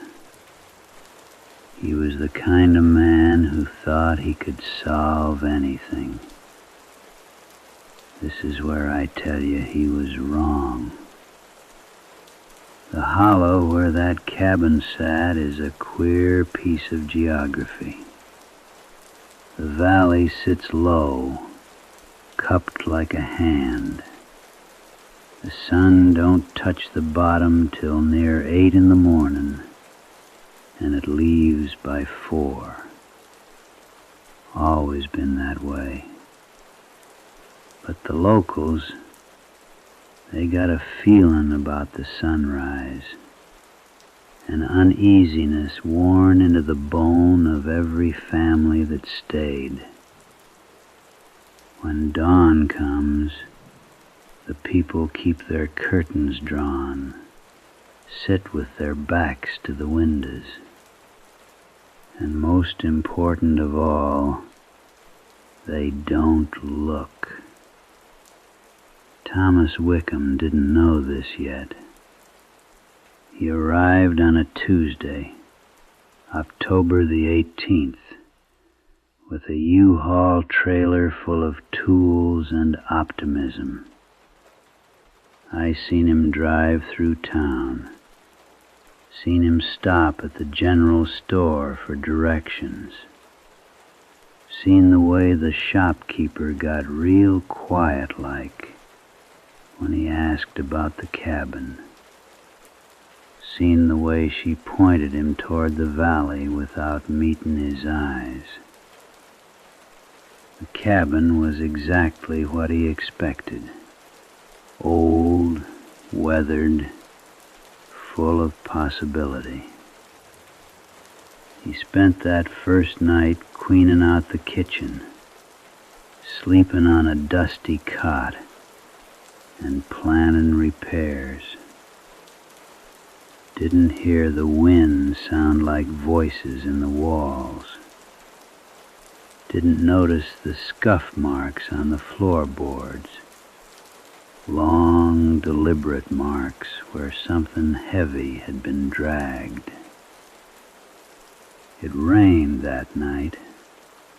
A thin, cold rain that carries the smell of rot and mushrooms. Thomas opened a window, and rain come in sideways. But he didn't mind. He was tired. He slept. And the next morning, everything changed. When dawn broke, Thomas didn't draw the curtains. He didn't know to. He woke early with coffee on his mind and wandered into the kitchen. The window faced east, toward the ridge. And as he stood there, waiting for the coffee to brew, he noticed something. There was a shimmer on the trees. Across the property line, where the woods climbed the ridge, the hemlocks were glowing. Not with light, with something else. A ripple in the air. The shimmer moved slow and deliberate, descending as the sun rose invisible beyond the ridge. Thomas set down his cup and stepped closer. That's when the knock came. It was old Eunice Holbrook, 70 years in the valley, family there for generations before. She didn't wait for him to answer. She just came in, took his arm with a grip like a claw, and pulled him from the window. "You come away from that," she said. Thomas tried to laugh it off, but Eunice wouldn't have it. She sat him down at the table, and her voice came out low and rough. "You're new here. Nobody's told you." "Told me what?" Thomas asked. Eunice's eyes went to the window, then quick back. "There's something in the ridge," she whispered. "Something old. When the sun comes up, when that light moves down into the valley, it wakes hungry." Thomas figured her for crazy, but something in her voice, that desperate grip, made him listen. "You seen that shimmer?" Eunice leaned forward. "That's it moving. The glass eye harvester. It feeds on vision. Harvests the eyes themselves. Turns them to glass." Thomas should have asked more. Should have recognized the terror in her face. But instead he thanked her politely, walked her to the door, and when she left, shaking her head like he was damned, he tried to forget. But he couldn't help noticing she'd never once looked toward the sunrise. 3 days Thomas spent in that cabin, and he was careful, real careful. He kept the curtains drawn. He didn't go outside during the morning hours, the dangerous time, as Eunice had called it. He worked on repairs in the afternoon and evening when the sun had already crossed over the ridge and was heading down toward the western slopes.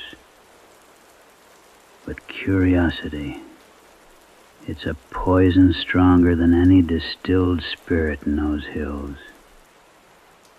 On the fourth day, Thomas decided he needed to see, needed to prove to himself that there was nothing to be afraid of. So he took a walk into the woods on his property, intentional-like, waiting till the shimmering had begun, and he positioned himself behind a thick stand of hemlocks where he could peer out and see the light without being directly exposed. That's when he found the birds. There was maybe a dozen of them, cardinals mostly, bright red plumage dark with damp and frost. They were arranged in a semicircle, facing the ridge where the light was descending. And they weren't moving, weren't pecking at the ground or fluttering their wings or doing any of the normal things birds do. They were just staring. Thomas stepped closer, and his boots crunched on the frosted undergrowth. The sound was loud as a gunshot in the quiet hollow.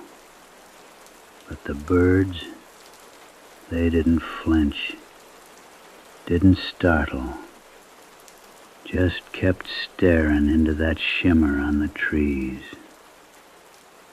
When Thomas got close enough to touch the nearest one, he saw why. Its eyes, Lord, its eyes. They was solid, completely solid. Each eye was a perfect sphere of crystal clear quartz, smooth and refractive, catching the light and splitting it into tiny rainbows. The lids were sealed round them, fused shut by something that looked almost like ice, but couldn't be, 'cause underneath that seal you could see how the skin had crystallized, how the eyelashes had turned to glass filaments, delicate as spider silk. Thomas staggered backward, his mind trying to make sense of it. Some kind of disease, maybe? Some infection that calcified the eyes? He reached out again, careful now, real careful, and touched the bird's chest.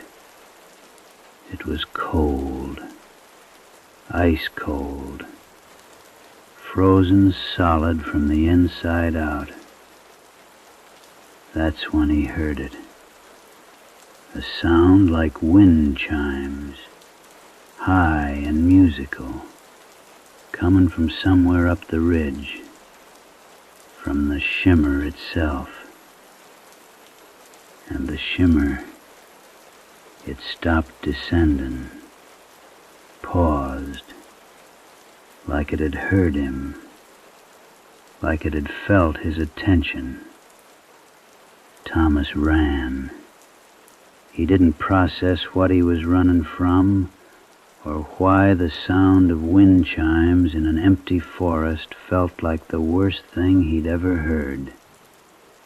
He just ran back toward the cabin, his breath coming in ragged gasps, and he slammed the door shut and locked every lock. That evening he called Eunice, demanded she come back, and when she arrived, reluctant, afraid, but coming anyway, he showed her the dead birds without touching them, just pointing through the window. Eunice looked at the crystallized eyes and made a sound like a prayer. "You've called its attention now," she said. "It knows you're here. It knows you're curious. And tomorrow, when the dawn comes, you need to be ready." "Ready for what?" Thomas asked. But Eunice just shook her head and wouldn't say no more. And now, friend, we come to the worst part. The part where you're going to wish you'd never heard this story. But that's the way of warnings, ain't it? They only work if they're terrible enough to stick in your mind. Thomas Wickham didn't sleep that night. He sat in his living room with all the curtains drawn and the lights on, and he tried to rationalize, tried to think of medical explanations, geological anomalies, anything but the truth that was pressing down on him like a weight. But sometime around 3 in the morning, exhaustion won out. His head drooped, his eyes closed, and he drifted off in that chair, unaware that the sun was approaching. He woke to amber light, not the gentle glow of normal dawn. No, this was something else. This was the kind of light that comes from fire, from fever, from some place that ain't quite natural. It poured through a gap in the curtains he'd left. Just an inch, barely a crack, but it was enough. Thomas's eyes snapped open, and in that moment of waking, his gaze fell directly on the window, directly on the shimmer. It was descending the ridge faster than it should, real fast. And this time, Thomas could see something inside it. A shape, a form, not quite solid, not quite vapor. Something that moved like wings and tentacles and hungry mouths all at once. Something with a hunger that had been ancient when the mountains were new. Thomas tried to look away, tried to shut his eyes, but his lids, they wouldn't move. He stood up, his body moving against his will, and he walked toward the window. Each step felt like walking through water, through cold, through the resistance of the earth itself. His hands came up. His fingers opened the curtains all the way. And the light, Lord, the light, it poured over him like an avalanche. This is where it gets real bad. Thomas felt something happening in his eyes, a change, a hardening, like frost was spreading from the corners of his vision, creeping inward, turning the soft tissue into something that glittered and sparkled. He tried to scream, but his throat, it was froze too. Everything was freezing from the inside out, crystallizing, turning into glass. He looked in the mirror, crazy with panic, needing to know what was happening. And he saw his eyes changing, saw the color drain out, saw him become clear and hard and perfect as cut diamond. The shimmer, it was feeding, and it was taking its time. The transformation didn't kill him right away. That was the mercy of it, or maybe the curse. His body, it remained flesh and blood, but his eyes, those two organs that had let him see the world, that had looked at sunrise and sunset and the faces of people he loved, they became glass, became stone, became something that would never see nothing again. When the sun had fully crossed the ridge and the shimmer began its ascent, carrying its gift back up the mountainside, Thomas Wickham fell to his knees and he wept. Real tears, actual liquid tears, because he could still feel his eyes, could still sense light and dark, but he couldn't see. The glass was opaque, you understand, cloudy, turned inward somehow, reflecting only the darkness that was his own inner world. Eunice found him 3 days later. The cabin was quiet. The door was locked from the inside. Thomas was sitting in a chair in the center of the room, his head tilted back, his hands in his lap. Real peaceful, if you didn't know what was wrong with his eyes. So now you know, friend. Now you heard the story of Thomas Wickham and the glass-eye harvester. And maybe you're thinking this is just a tale, just something to chill your bones before sleep. But I'm telling you true. There's hollow places in these mountains where the sun brings hunger instead of warmth.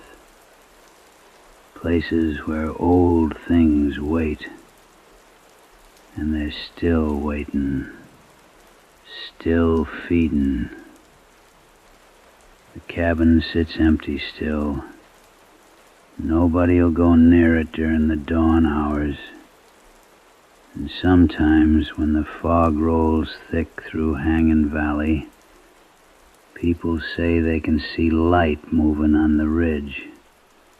That shimmer, descending like always, looking for the next person curious enough to witness it. So if you ever find yourself in Appalachia, in some hollow where the sun don't shine full, and someone warned you about the shimmer, you listen.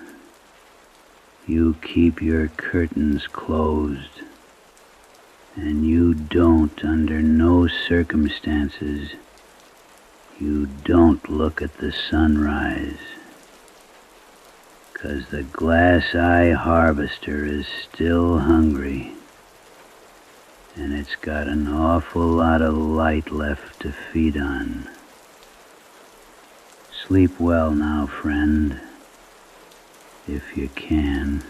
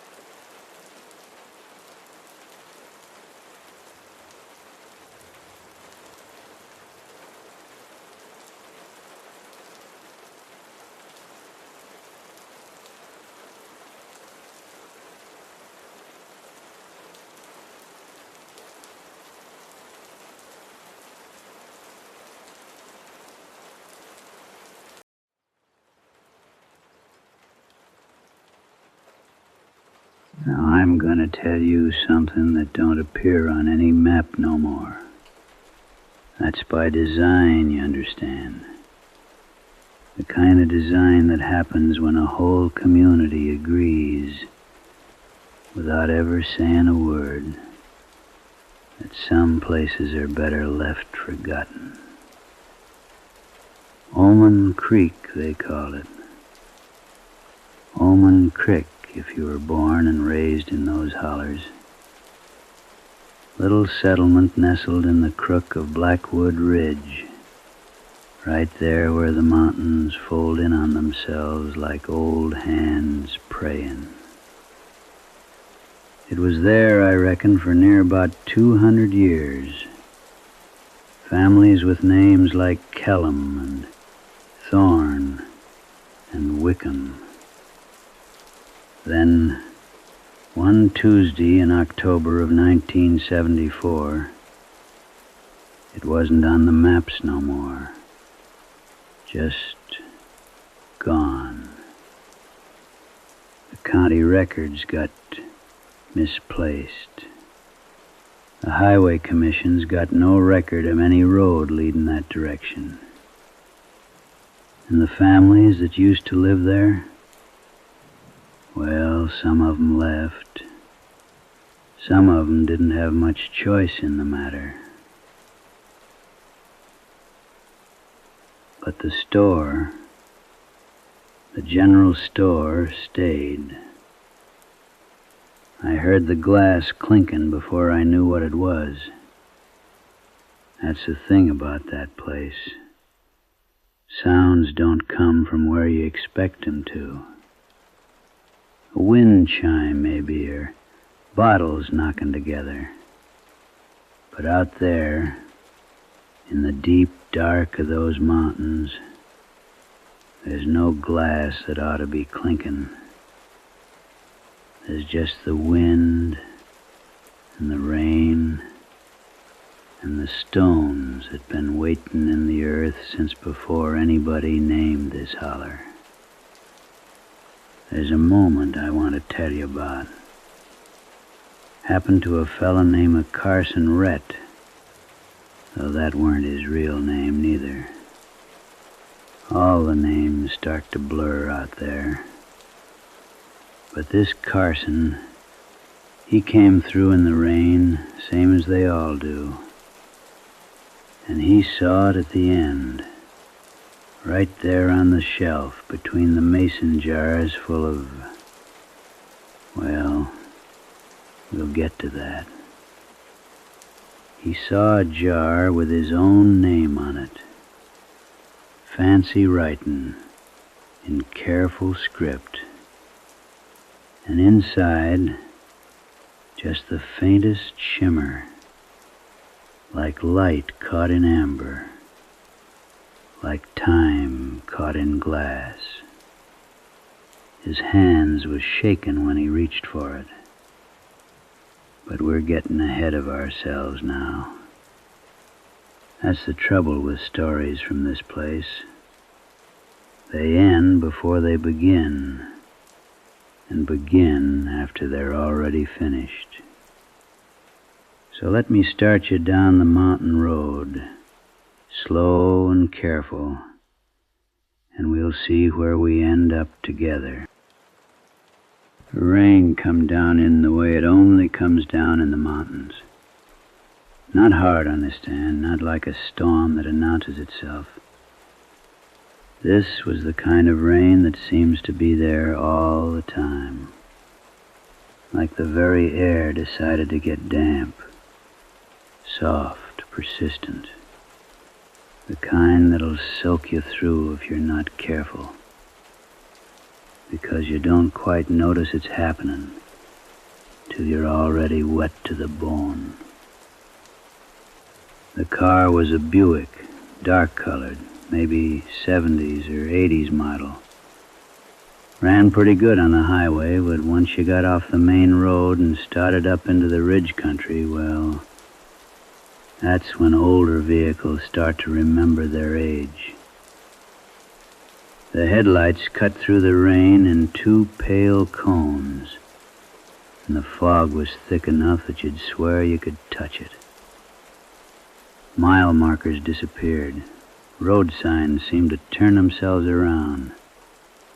The highway got narrower, and the trees pressed in closer, their branches reaching across the asphalt like they was trying to embrace the car, to pull it into the forest proper. The sound of the engine was steady for a long time. Rain, engine, the squeaky rhythm of the windshield wipers, back and forth, back and forth. Hypnotic in its way, the kind of sound that makes your eyelids heavy, makes you feel like the road and the rain and the darkness outside are all part of some slow, deliberate breathing. Then came the sound that shouldn't have come. Not sudden, nothing sudden about it. The engine just gave up, coughed twice, real gentle-like, and decided it was done. The car coasted to the shoulder, what there was of a shoulder, and rolled to a stop. When you turn off the engine out there in the mountains, you find out how quiet really is. The rain, it sounds louder without that mechanical hum underneath. It sounds almost like whispering. The darkness without the headlights, it seems to have weight. It seems to press against the windows. The radio, when it came on, was stuck between stations. Just static and a fragment of something that might have been voice, might have been music. Hard to tell what's what when everything's caught between one thing and another. The temperature was dropping. You could feel it in the car. Not bad yet, but going that direction. And there was something else. A smell on the wind, even inside the car with the windows rolled up. Like old water. Like things that grow in places that don't see much sun. Like copper and stone.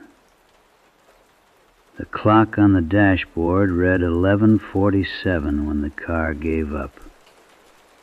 Somehow that exact time stuck with whoever was sitting in that driver's seat. 11:47. Not quite midnight. Not quite the next day. Caught between. The road behind was just fog and nothing. The road ahead, same thing. But there had to be something ahead. There's always something ahead. That's what we tell ourselves. That's what keeps us walking toward the dark. The headlights of the car, still on, lit up the fog in a small circle. Just a few feet of visibility. The trees looked different in that light. Older somehow. More deliberate. The bark looked like skin, all wrinkled and marked with age. The branches looked like bone. And that's when the walker saw the light. Not from the car, a different light. Warm, like lamplight, coming from somewhere up the road. Maybe a quarter mile past the fog. The kind of light that looks like a home. The kind of light that looks like help. The rain was steady. The temperature was dropping. And the road was empty in both directions. so the walker started moving toward that light. Sometimes that's the only choice you get. The building appeared slow. That's the way of things in fog. You don't see a structure all at once. You see the outline first, black against the mist. Then, as you get closer, details start to come into focus. A porch, steps, a railing, a sign. The sign was old wood with faded lettering. General store. Nothing fancy. Nothing that would catch your attention if you was passing by on a highway. Kind of place you might have seen 100 times and never really noticed. The smell hit first. That's always how it is with old places. The smell comes before your eyes adjust. The smell comes before you understand what you're walking into. Cedar. Old, aged cedar. The kind that's been sitting in darkness for decades. The wood of the floorboards and the shelves and the walls. All of it bleeding out that particular scent. Sweet, but not pleasant. Sweet the way old things smell sweet, like they're slowly turning into something else. Kerosene. Someone kept a lamp burning somewhere in the back. Or maybe it was old kerosene in old containers. Residue of decades of lighting that didn't require electricity out here. And underneath it all, something else. Something like copper. Something like water that's been sitting too long. Something like the breath of caves. The air felt thick. Not quite cold, but not warm neither. The temperature that places get when they've been closed off from the sun for a long time. The temperature of basements, of tombs. The light came from oil lamps hung from the ceiling on chains. They cast shadows that seemed to move even though the flames were steady. The shadows fell across shelves that stretched from floor to ceiling. The walls of the store weren't painted wood. They was the shelves themselves, all the way around, like the forest had turned itself inside out, and this small wooden box was what remained. The counter was at the far end, and behind it was the proprietor. He was old. The kind of old where you can't quite figure how old. Could have been 70, could have been 170. His skin was the color of old leather, and it had the same quality. Thin, creased, like it had been folded 1,000 times and never quite smoothed out again. He was arranging jars on a shelf. Careful, deliberate movements. His left eye was natural enough, brown, faded with age. But the right eye was glass. You could tell it by the way it didn't quite move with his head. When he looked at you, it took a moment for that glass eye to follow. It was darker than his real eye, almost black, and it didn't reflect the light quite right. It caught the lamplight and held it, like it was keeping something in. He didn't look up when the walker came in, just kept arranging those jaws. His fingers was long, thin, with nails that grew in a yellow spiral at the tips. His hands moved like they was playing a song, each jaw finding its place with precision. "Road trouble?" His voice come out like he was speaking from the back of a cave. Deep, but not loud. The kind of voice that makes you lean in close to hear it properly. "Car quit on me, up the road a ways." The walker's voice sounded wrong in that place. Too loud, too bright. Like bringing electric light into a place that had learned to live with candles. The proprietor nodded, still didn't look up. "Happens. The ridge don't like having machines up here. Too much metal, too much noise. It gets into the mechanical parts, makes them forget what they're supposed to do. I need to use a phone, call a tow truck. Ain't got one." "A phone? Ain't got a tow truck neither, or the road that a tow truck would come down." Now he did look up. That glass eye swung toward the walker like a compass needle finding north, and the real eye followed a moment later.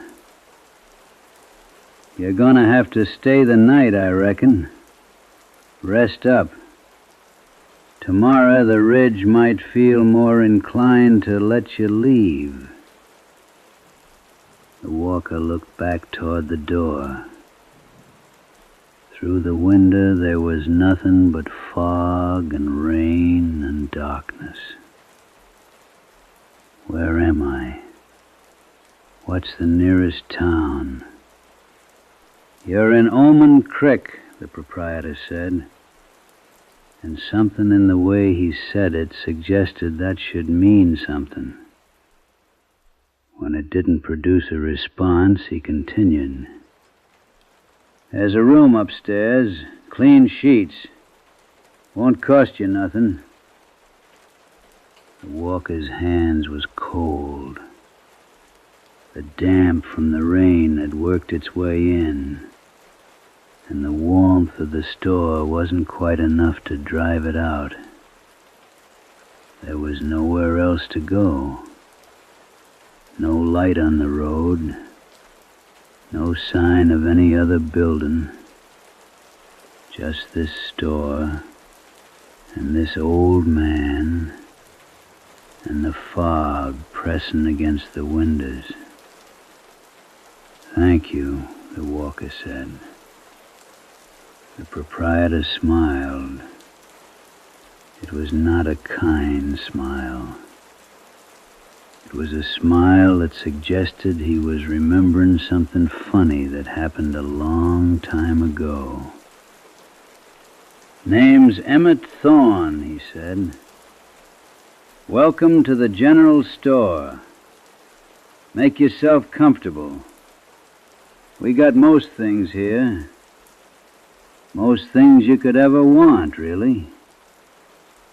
He gestured toward the shelves. Hundreds of them, maybe thousands, stretching back into the darkness, stretching up to the ceiling, all of them filled with jars. "Let me show you what we carry," Emmett said. The shelves were wood, dark with age and something else. Something that might have been dust, or might have been accumulated time. The The jars on 'em were glass, mason jars mostly, but some that looked older. Hand-blown glass with imperfections and waves in the transparency. They caught the lamplight in different ways, depending on their age and the thickness of the glass. And they were full of things, but not the things you'd expect to find in a general store. The proprietor moved slowly along the shelves, running his hand along the jars like he was saying hello to old friends. He began to speak, and his voice had taken on a different quality. It was still deep, but now it had rhythm to it. The rhythm of someone who's told a story so many times that the words have worn smooth grooves into his mind. "This here shelf," he said, indicating a section about waist high, running the length of the eastern wall, "is where we keep the morning sounds, the sounds of wakes. You hear that?" He picked up one jar. Inside there was nothing visible. No liquid, no object, no substance at all. Just clear glass and air. But when he held it up to his ear, his face changed. His expression softened. A tear might have run down his cheek. Hard to tell in the lamplight. "That's from 1952. Tuesday morning. A woman standing on her porch in a holler just south of here, calling her children to breakfast. You could hear the love in her voice, the certainty, the way she knew, just knew, that they would come, that the world was as it should be." He set the jar down with reverence, picked up another. "This one's from 1968. A rooster crowing. Not just the sound, understand, but the feeling that accompanied it. That moment when the world transitions from night to day. That hope. That reset." The walker moved deeper into the store, drawn by the proprietor's voice, the rhythm of his speech. The shelves seemed to go back further than should have been possible, given the size of the building from the outside. The darkness got deeper as they moved, though the lamps kept pace somehow, appearing where they were needed, casting their orange glow across jars and jars and jars. "This shelf here," the proprietor continued, his voice taking on a mournful quality, "is the hardest one. This is where we keep the last sounds, the final breaths. You understand the difference between a normal breath and a final one? There's a quality to it, a resignation, a letting go. The jars on this shelf were darker glass, amber and deep brown. When the light hit them, they looked like they contained liquid, but it was only shadow. 1931. A man named Wickham died in his sleep, so there wasn't pain, just last breath. The body recognizing that it was done. The mind letting go. It's in there. That exact moment. Preserved. He moved on and the walker followed. There were jars containing sounds of tears. Different kinds, he explained. The sharp, gasping tears of surprise. The slow, heavy tears of grief. The grateful tears of relief. He pointed out a section dedicated entirely to laughter. First laughs of infants. That sound ain't got no complicated emotion attached to it. Just pure wonder. Laughs at jokes. Laughs at the absurdity of being alive. Laughs right before something terrible happened. This is the part that fascinates most people, the proprietor said, stopping before a section that contained jars filled with what looked like fog or smoke caught in glass. These are the doubts, the moments right before a decision is made, when a person is standing at a crossroads and hasn't yet committed to a path. You can feel the possibility in these jars, the futures that didn't happen. The walker was getting tired. The warmth of the store, the rhythm of the proprietor's voice, the hypnotic quality of all these jars stretching on and on. 'Twas wearing down the resistance. The mind was getting foggy, the way it does when you're about to fall asleep. We got some real valuable ones, the proprietor continued. This here is the moment right before a woman said, "I do." And this is the moment right before a man decided not to walk off that bridge. This is the sound of forgiveness being offered. This is the sound of forgiveness being accepted. He turned to face the walker, and both his eyes, the real one and the glass one, seemed to glow in the lamplight. What brings people out here to the crick mostly is that they're lost. They're between things. Between homes, between identities, between the life they thought they was gonna have and the life they actually got. The ridge, it attracts them.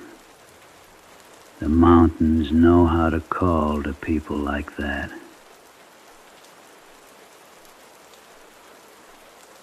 When someone gets lost out here, they end up at the store, just like you. They come in from the rain and the cold and the dark, and I offer 'em shelter.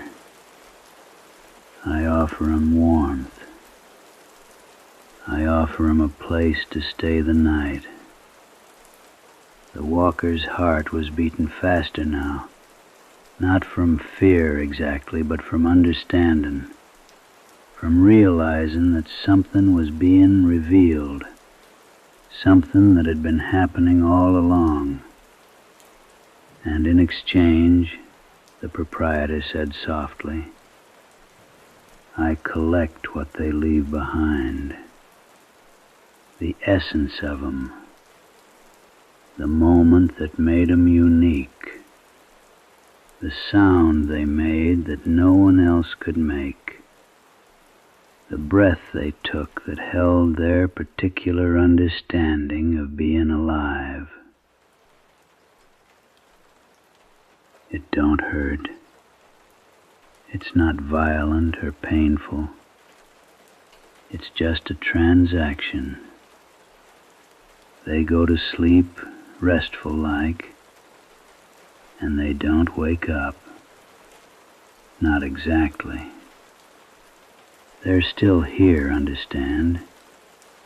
In the jars, in the store, part of the collection. The walker tried to move toward the door, but the proprietor was there, not blocking the way, just standing in it. His glass eye gleamed, and the walker understood that it wasn't empty. It was full of something, full of all the things he'd collected, all the breaths and sounds and moments and doubts and laughs and sighs. Don't be afraid, Emmett said. Most people, by the end, they're grateful. Grateful to stop moving. Grateful to stop struggling. Grateful to become something permanent. Something that won't fade away. The rain stopped sometime in the night. Or maybe it never stopped at all. Maybe it's still falling out there on Omen Creek. Nobody's around to hear it anymore. The store stands where it's always stood. The fog never quite clears from the ridge. And Emmett Thorne, he continues his work, rang jars, adding to his collection, because the mountains still call to people who are lost. The road is always wet. Cars always break down in the same stretch of fog. And there's always someone who needs shelter from the dark. There's a new jar on the eastern shelf now, the one with the morning sounds. It's marked with careful, fancy script. Carson Rhett, October 17th, 1989.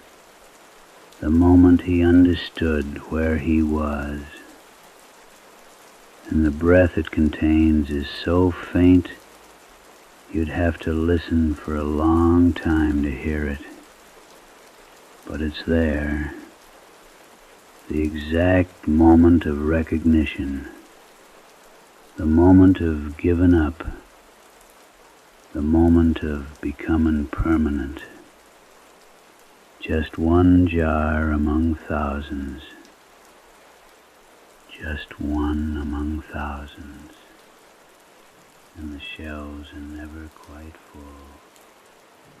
There's always room for one more.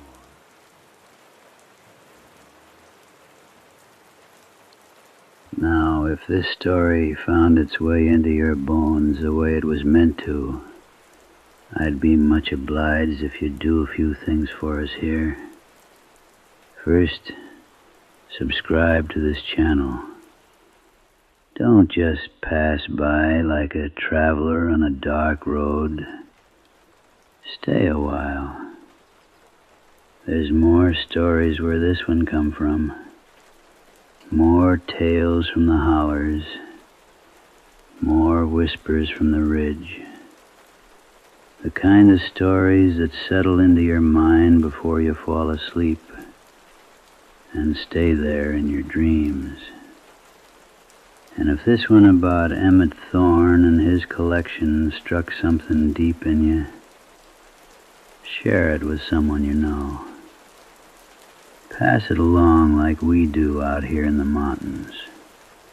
Word of mouth, one person to the next. Let 'em hear about Omen Creek.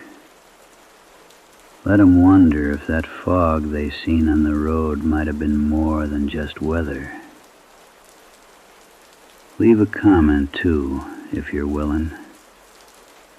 Tell us what you felt when you heard about those jars. Tell us if you ever seen a place that felt like it didn't quite belong to this world.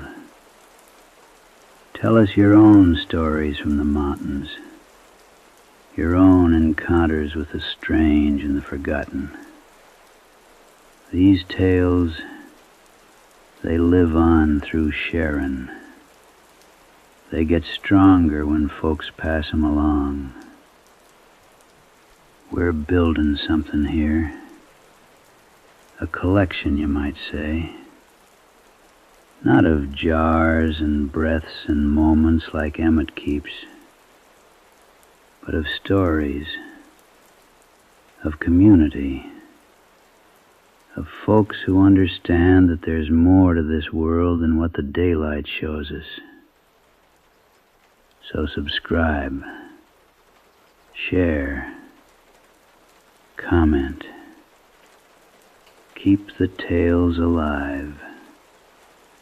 And maybe, just maybe, you'll sleep a little better knowing you're not alone out there in the dark.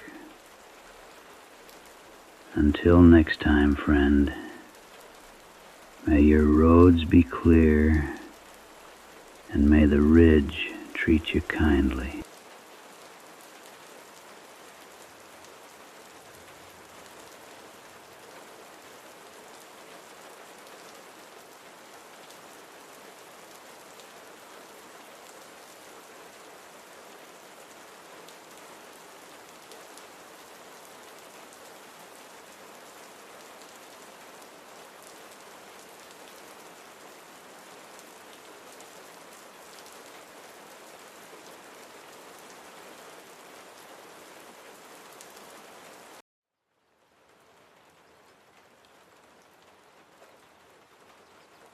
I'm holding a pocket watch in my trembling hands. It is rusted, the color of old blood. But this watch is still beating, still keeping time. Thump, thump, thump, like something alive far beneath the surface. The fog comes down from the Blue Ridge Mountains every autumn and never truly leaves. It settles into the hollows like a living thing, thick enough to swallow a person whole. In that fog, there existed a cabin. I stood on its threshold. I saw things I have spent the rest of my life trying to forget. And yet I cannot sleep without remembering every detail. The cabin was built into a ridge. The eastern wall was the mountain's own flesh, a bare rock face of slate and deep copper, veined with minerals oxidized to green-gray patina. The fog rolls thicker when I think of that place. The temperature seems to drop, as though the mist has followed me all these years. Time is not abstract. Time is a thing with weight and temperature. Time is something that can fail. I discovered this when I became an apprentice to the clockmaker. The cabin appeared in October, when the leaves were the color of copper pennies.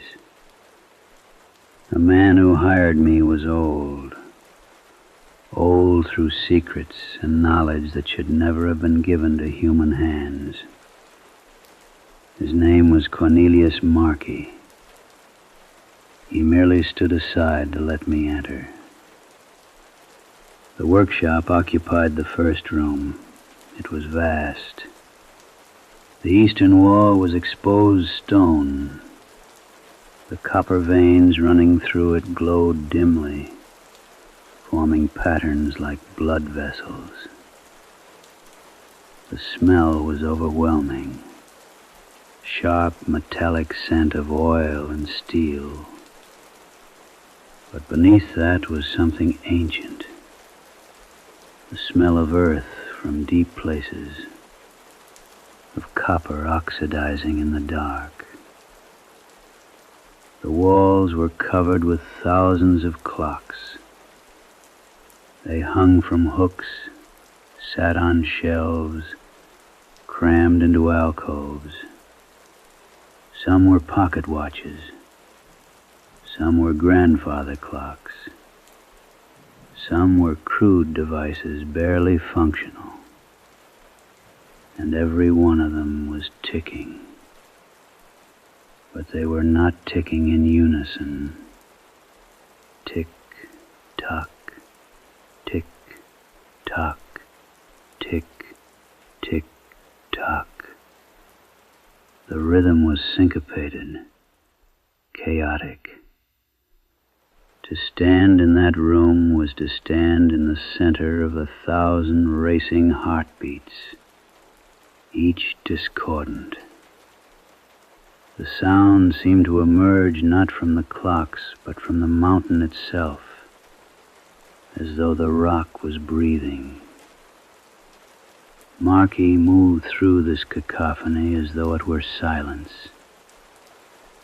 He approached a tall case clock, its hands moving with stuttering rhythm. "It's slowing," he said. His voice was thin and dry. "The spring isn't releasing properly anymore." I did not hear it. The room was a storm of ticking. But I nodded.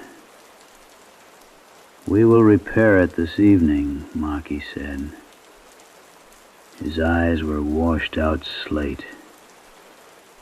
"Come, I will show you to your room. At sunset, we begin the work." The workshop fell away as we moved deeper. The sound of clocks diminished. Even from interior rooms you could hear them. The ticking. Always the ticking. At sunset, Marky called me back. The oil lamps had been lit. The thousands of clocks were shadows within shadows. Marky held a stethoscope, unlike any medical instrument. The earpieces were pure copper. The diaphragm was a circle of burnished copper, engraved with shifting symbols. "This is not for listening to hearts," Marky said. "It is the mountain's heart we listen to. Come, place your hand against the wall." I approached the eastern wall. The rock was cool beneath my palm, trembling, vibrating at a frequency just beyond perception. Marky placed the stethoscope in his ears and positioned the diaphragm against the rock over one of the largest copper veins. "Listen," he whispered. I took the stethoscope. I placed the earpieces in my ears. What I heard was music. Not melody, not harmony, but rhythm. A deep, resonant pulsing from infinitely far away and deep below. The sound of the mountains breathing. The sound of something vast and patient and alive. "The mountain has a heartbeat," Marky said. "All living things do. This mountain is more alive than most. And when its heartbeat falls out of sync, bad things happen. What kind of things? I asked. The heavy things, Marky said. That is what the old families call them.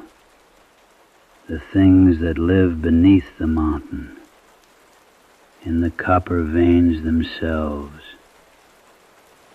As long as the mountain's heart beats strong and true, those things remain sleeping. But if the rhythm fails, he trailed off, and in the stethoscope I heard something, a skipping beat, a moment of hesitation. That's why we keep the clocks, he continued. Each clock in this room is attuned to something. A person, a place, an animal. But one clock, the oldest and largest, that clock is attuned to the mountain itself.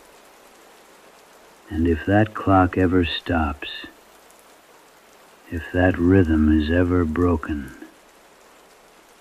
again that skipping beat. I served as Marky's apprentice for what felt like months. Time moved strangely in that cabin. The world beyond seemed to fade away. My work was precise and endless. Marky taught me to hear the subtle variations in each clock's ticking. He taught me to adjust the escapement mechanism, the delicate wheel that governed energy from the spring. He taught me to use a copper tuning fork to attune each clock to a particular frequency. Every living thing vibrates at a specific frequency, he would say, his voice low and hypnotic. When a clock is properly attuned, it resonates with that frequency. It echoes the pulse of the thing it represents. I did not ask what he meant. I was young, trapped in the mountain's rhythm. One night, or what I believed to be night, I could not sleep. I rose from my bed and walked through the cabin's corridors, following a path I did not remember learning. I came to a door I had never seen before. It was made of wood so old that it had turned black. It was unmarked except for a keyhole shaped like a teardrop. But it was not locked. This was the archive room. The walls were covered with clocks, not the crude experimental clocks of the workshop. These were beautiful things, crafted with meticulous care. They were enclosed in cases of mahogany and rosewood, each bearing a nameplate. I moved deeper into the room. The light from my lamp caught the engravings on the nameplates. John Hartwell, Martha Pritchard, Samuel Moss, Thomas the Miller, Rebecca Ann Cole. Names, all names, each paired with a clock that ticked with its own particular rhythm. I had walked perhaps 100 paces when I saw a nameplate that made my breath catch. My own name, engraved beneath a clock fashioned from dark wood and brass. I reached out to touch it, my hands shaking. The case was warm beneath my palm. When I placed my ear against the wood, I could hear my own heartbeat echoing back at me. The clock was ticking in perfect synchronization with my pulse. It was attuned the day you arrived, a voice said behind me. I spun around. Marky stood in the lamplight, his shadow stretching impossibly long. He held a copper tuning fork, humming with a faint note. The moment you accepted my offer, your frequency was locked, he said. Your clock will keep your time as long as you draw breath. And when you leave this place, if you ever leave, it will begin to slow, will become arrhythmic, until your heart matches the pattern no longer. I understood then that I was not truly an apprentice. I was a prisoner. Something brought here to fulfill a purpose I did not yet comprehend. Come, Marky said. There is something else you must see. He led me deeper, past hundreds of ticking clocks. We came to the far end, where the largest clock I have ever seen stood in a place of honor. It was 12 feet tall, a massive construction of copper and iron and wood so dark it seemed to absorb light. Its face was engraved with astronomical symbols. Its hands moved with ponderous, deliberate slowness. And it was slowing down. Each second, the interval between ticks stretched longer. Tick, tock, tick. The rhythm was breaking apart, fragmenting into longer pauses. This is the heart, Marky said, the master clock. It is attuned to the mountain itself. For 300 years it has kept the rhythm true, but it was built by a man who is long dead. We maintain it. We keep it running, because if it ever stops, he did not finish. He did not need to. What happens? I whispered. The mountain wakes, Marky said. The heavy things beneath it open their eyes, and the fog descends, and it does not lift again, not for a very, very long time. I stared at the massive clock face, and I realized that the intervals between ticks were definitely longer now, definitely slower. The ancient spring was losing its strength. The mountain's heart was failing. I do not know how long I worked that night. Time had become separate from day and night. Marky taught me the rituals, the way to approach the heart clock with reverence, moving slowly, carefully, speaking in whispers, the way to attune myself to the frequency of the spring, matching my breathing to its pulse, the way to apply the special oil, an oil that smelled of copper and earth, to the mechanism's joints. And slowly we wound the spring. It was not mechanical winding. Instead, it was sympathetic manipulation. Marky would place his hands on the clock's casing, and I would place my hands over his. and we would breathe together. And with each breath, the spring seemed to tighten. "Why does the spring weaken?" I asked. "Because the mountain is old," Marky said, "and the things beneath it are restless. They press upward. They push against the rhythm. As long as the heart keeps time, they remain confined. But the effort exhausts the mechanism." As we worked, I noticed changes. The ticking of the clocks had grown louder. Each clock ticked with increasing urgency, and the copper veins in the walls began to glow, a greenish luminescence that pulsed in time with the mountain's heartbeat. Except that heartbeat was becoming irregular. Tick, tick, tick, tock, tick, tick, tock, tock.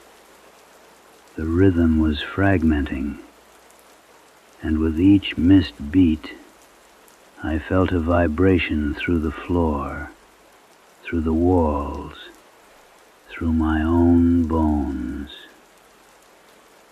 On the final night, Marky took me to the eastern wall of the workshop. The copper veins were glowing brightly. "Place your hand on the wall," he said. I did. The stone was warm, almost hot.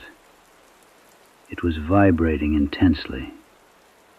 It was no longer the regular pulse of a living mountain. It was the trembling of something in great pain.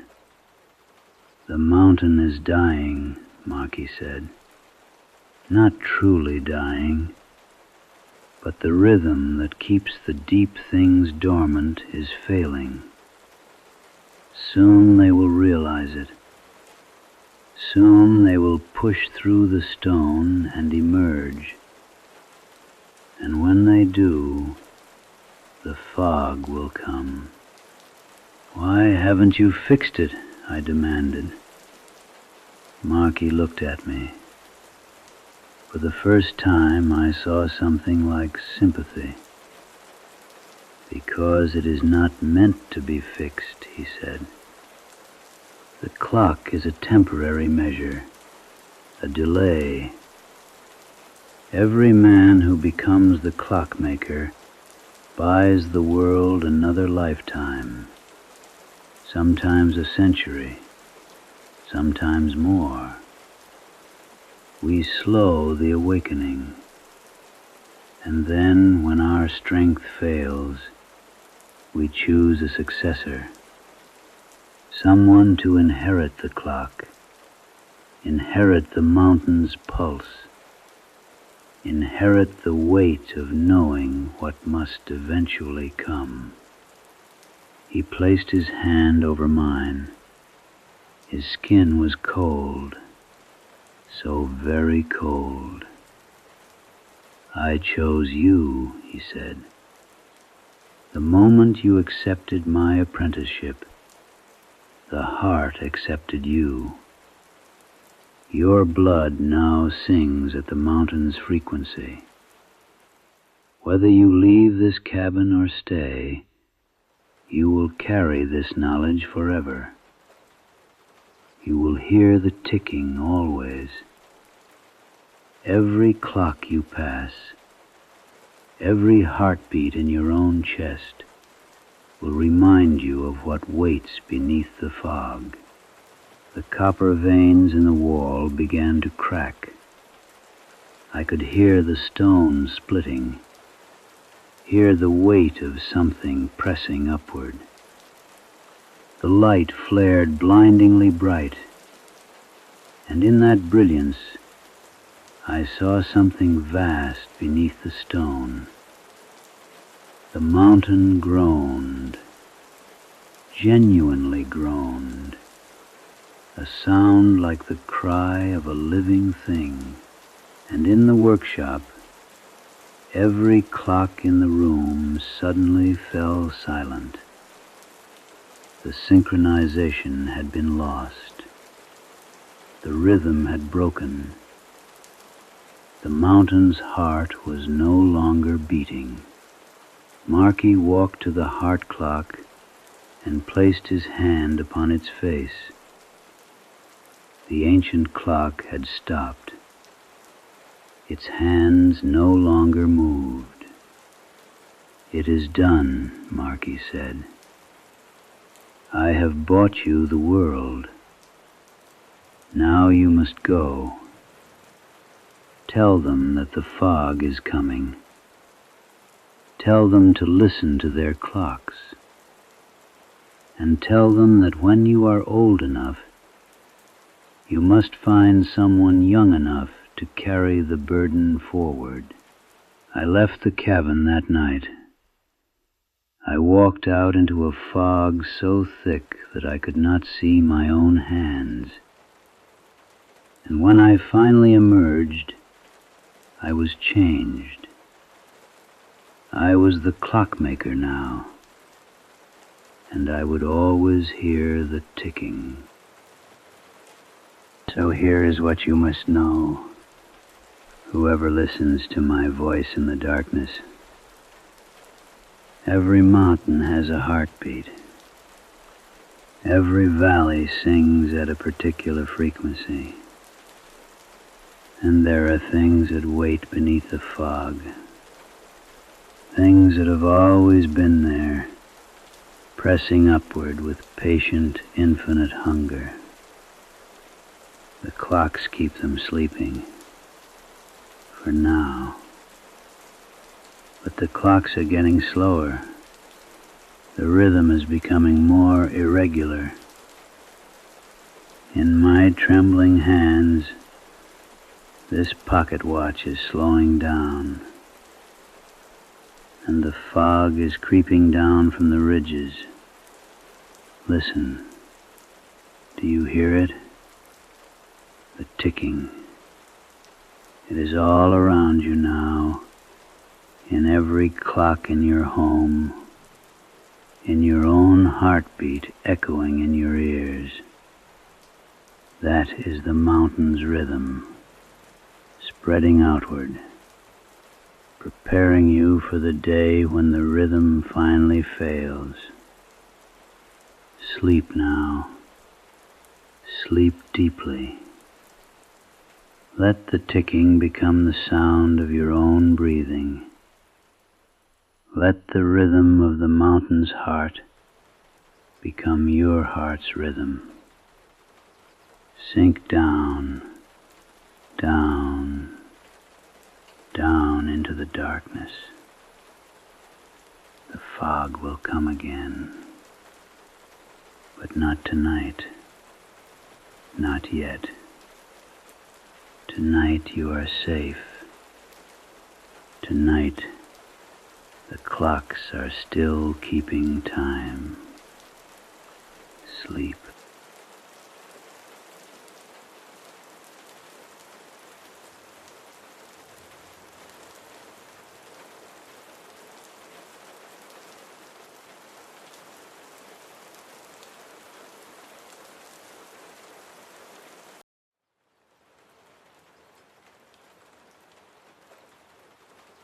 Case file 072, redacted, archives. The following was recovered in the year 2026. A man named Elias lived alone in a cabin at the edge of Dead Man's Gap. He learned that some maps show us more than we ever wanted to see, more than we could have imagined. The year was 2026. The mountains were ancient, and Elias held a device that could see through darkness, a device that could reach out with invisible light and touch the stone. And when stone reaches back, when stone responds, the world shifts. Reality becomes uncertain. Listen closely. The darkness in these mountains had been waiting a long time, waiting patiently, and finally it had the tools it needed. Elias was a LiDAR technician, 34 years old, light detection and ranging, a laser that shoots pulses, thousands per second, at the world. When those pulses return, they paint a picture, a three-dimensional map, truth. Carbonscape Initiative had hired him, a carbon credit mapping project. They purchased the Series 9 drone, white, pristine, cold plastic and aluminum, $47,000 of precision. On a Tuesday in October, Elias drove to his cabin at the edge of Dead Man's Gap. The cabin smelled like wood smoke and rot. He set the drone on his table and looked through the dusty window. The Appalachian mountains stretched away, ridge after ridge, growing darker with distance. The forests were dying. October into November.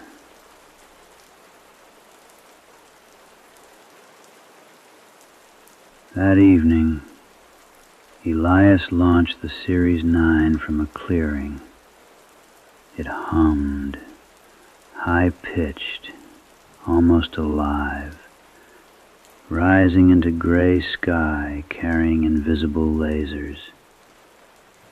30,000 pulses per second, touching mountain, bouncing back, creating truth. The drone flew in patterns, reading the mountain like text. From 2,000 feet, those invisible beams painted rock, forest, ravines. When it returned, hours later, battery depleted, Elias caught it in his hands. It was warm, almost feverish, like it had been touching something alive. That night, he sat with cheap whiskey and listened to wind. Outside, the mountains were completely still. No animals, no insects, just ancient silence, waiting. The data arrived at 3 a.m. Elias hadn't slept. Something about launching lasers into that mountain, about sending invisible light to touch ancient stone, had left him uneasy. A pressure in his chest, a sensation that something was pressing back. He sat before his laptop. The window showed only absolute black, the kind of black that exists only in mountains, far from any light. The server fans hummed steady, hypnotic, as the point cloud software processed the data, converting laser pulses into coordinates, into shapes, into vision made visible. The image appeared slowly on the screen. A three-dimensional map of Dead Man's Gap rendered in white points. Millions of them. Each one a place where the laser had returned. Every rock, every tree, every invisible detail made visible through mathematics and light and geometry. Elias leaned closer to the screen. The laptop's glow painted his face blue and white, the colors of something deep underwater. But as he rotated the image, examining it from every possible angle, he began to see them. At first he thought they were errors, glitches in the processing. But as he looked closer, examined them methodically, they became too consistent, too intentional, too much like shapes he recognized. Standing on the cliff face, 27 of them were structures, forms. The point cloud rendered them not as solid objects, but as voids in the rock, negative spaces, as if something had stood against the mountain, and the mountain had absorbed the impression, had wrapped itself around them. And they were tall, 8 feet, perhaps 9 feet, with proportions that were almost human. Almost, but not quite. The heads, if they were heads, seemed tilted slightly downward, as if sleeping or listening to the earth beneath them. Elias did not make any notes. He did not attempt to document what he was seeing.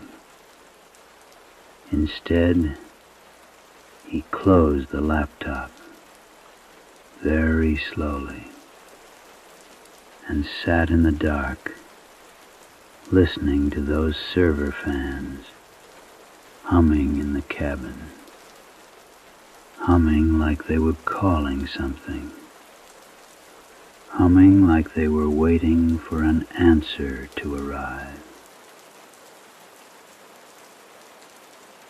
It was the 4th night when Elias heard the proximity alert, a low electronic chirping, beep, beep, beep.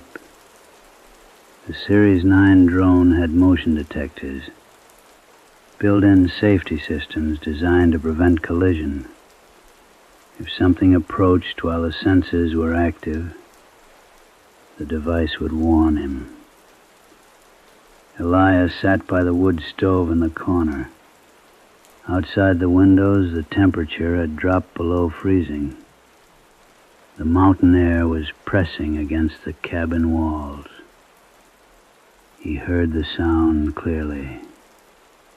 Beep, beep, beep. The drone sat on the table, approximately 30 feet away. But in the small cabin, that distance echoed, seemed both far and impossibly close. Elias stood very slowly. The cold air clung to him like something physical. His breath made small clouds.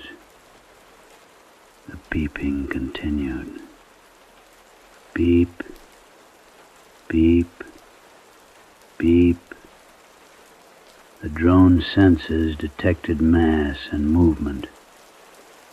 It should not have been sensing anything inside a locked cabin. Elias walked toward it. His footsteps were loud, each one a betrayal of his location. He reached the table. The beeping increased. faster now. Beep, beep, beep, beep. The proximity threshold was being crossed. Something was coming closer. He didn't turn around immediately. Instead, he reached out and touched the drone. Cold plastic, still warm from the cabin's electricity. His hand trembled slightly. Then, very slowly, he turned. The cabin was empty. The door was still locked from the inside. The windows were closed and dark. The shadows in the corners were empty of anything visible. But the cold air, the cold that had nothing to do with the season, was pressing against the back of his neck, like something was standing there, very close, breathing on him, watching him with attention that had weight. Beep, beep, beep. The scanner was detecting a mass behind him, approximately 6 feet away. It showed no thermal signature, no movement, just presence, a void in the space, a shape the drone could sense, but which made no sense for a locked cabin with locked doors and closed windows. Elias picked up the drone. He walked slowly to the corner where he stored fuel and batteries.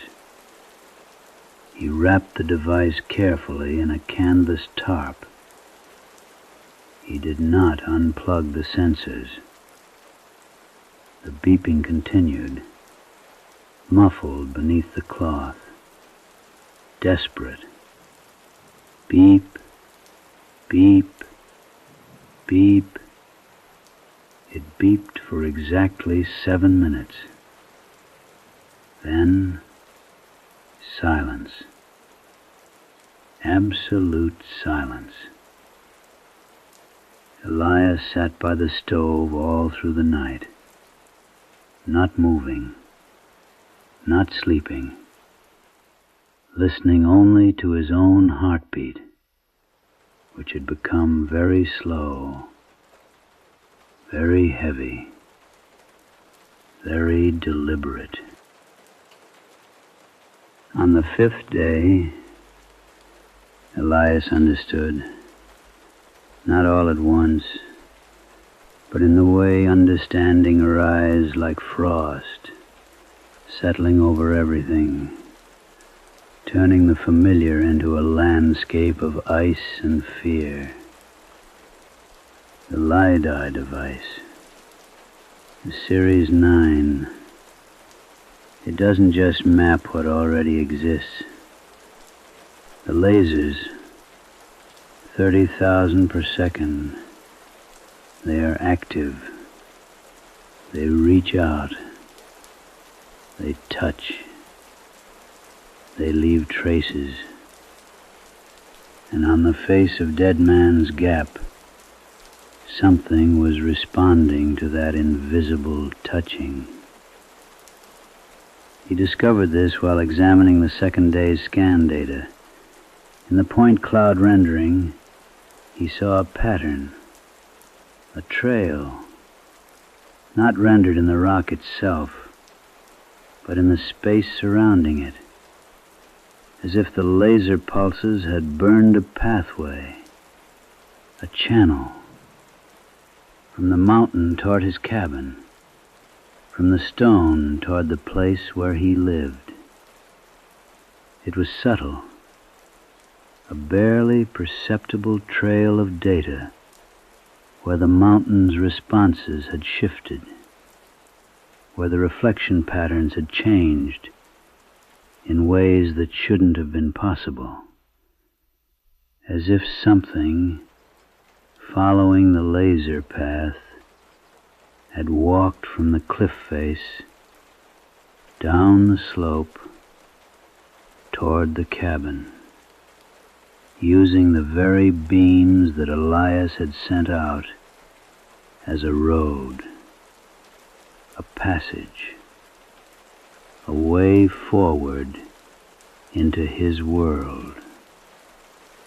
That's when the static began in Elias's vision, not in his eyes, but in his mind.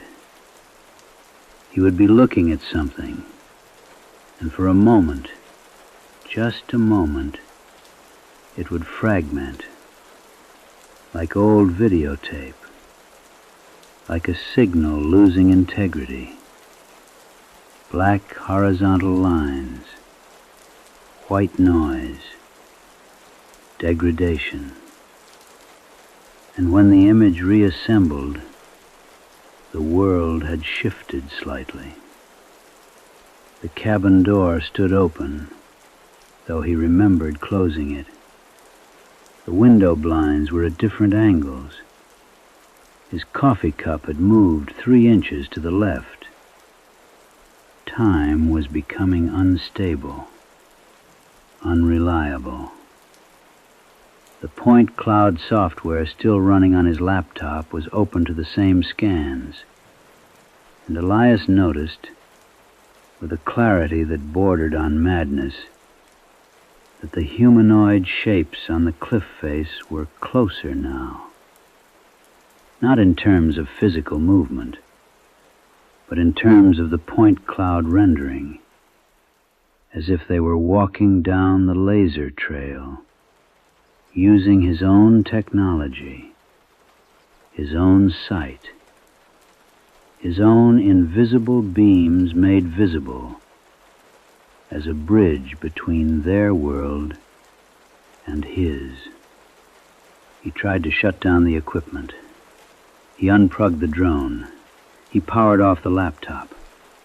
But the cabin's electrical system, which had been reliable for 3 years, began to malfunction. Lights flickering on and off. The space heater turning itself on and off. The sound of his own breath echoing back at him, as if it were being played through the cabin's electrical wiring. The static growing thicker, growing more insistent, making it harder to see what was real. On the 7th day, the world of 2026 technology broke. Cloud server connection failed. Internet ceased. The power to the cabin stuttered, then stabilized in a flicker. When systems rebooted, something was different. The laptop filled with unrecognized data, files with no names. Audio clips from decades of accumulated cloud server data began to play, not through speakers, but through everything. The drone's motors hummed, playing audio through vibrations. The cabin's wires sang with voices. The lights flickered in patterns that formed words. An old radio tuning through stations. Fragments of voices. Elias heard his own name, called through the drone speakers. Not his voice, but a voice exactly like his, saying his name over and over. The audio was corrupted, overlapped with other voices. A woman calling for Thomas, a child crying, a train whistle that hadn't run through these mountains in 50 years. The laptop showed point cloud data, but not from Dead Man's Gap. Older, pre-digital, as if the mountain, sensed through invisible lasers, had remembered and was transmitting memories. Elias saw many shapes, humanoid figures standing on slopes, gathered around caves, standing still, waiting for centuries, for millennia. The modern and ancient were merging. The laser path, once established, could not be unmapped. The shapes on the cliff face were walking it. They were here, in the cabin, in electromagnetic fields, in spaces between electrons, using technology the mountain had been waiting for, a way to reach across the threshold. Elias tried to cover the drone. He tried to smash the laptop, but his hands moved slowly, as if through water. With each moment, he understood. The mountain was mapping him now.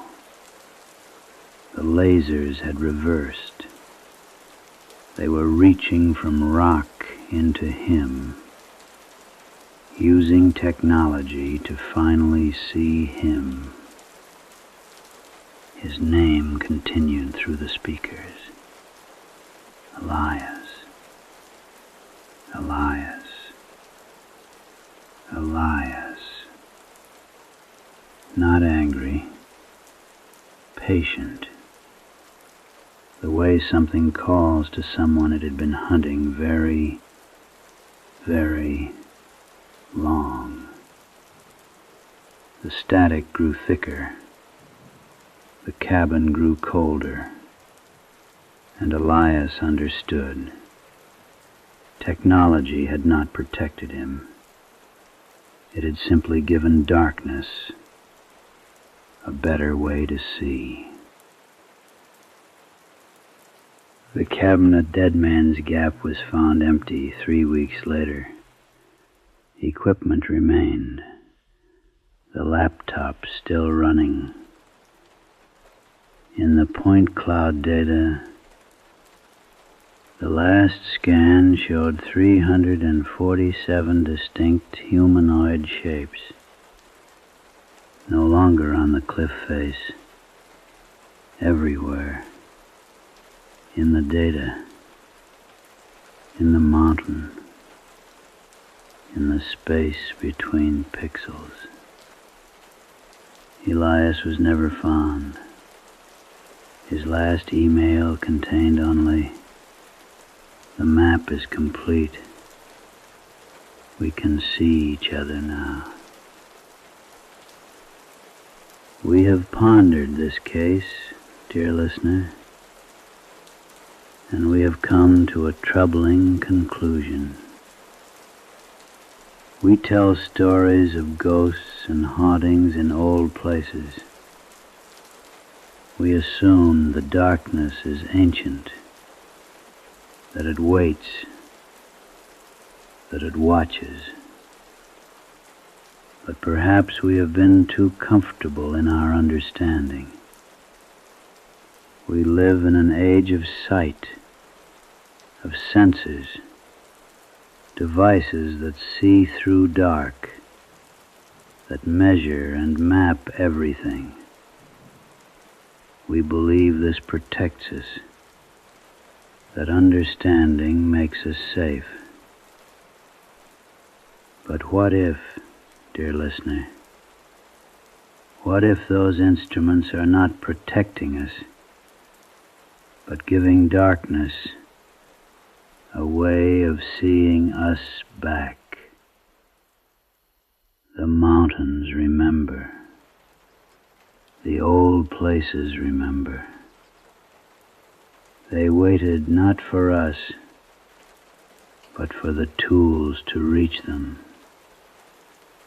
And now we have given them those tools, willingly, mapping everything, seeing everything, giving the invisible a way to become visible, a way home. The archive is closed for now.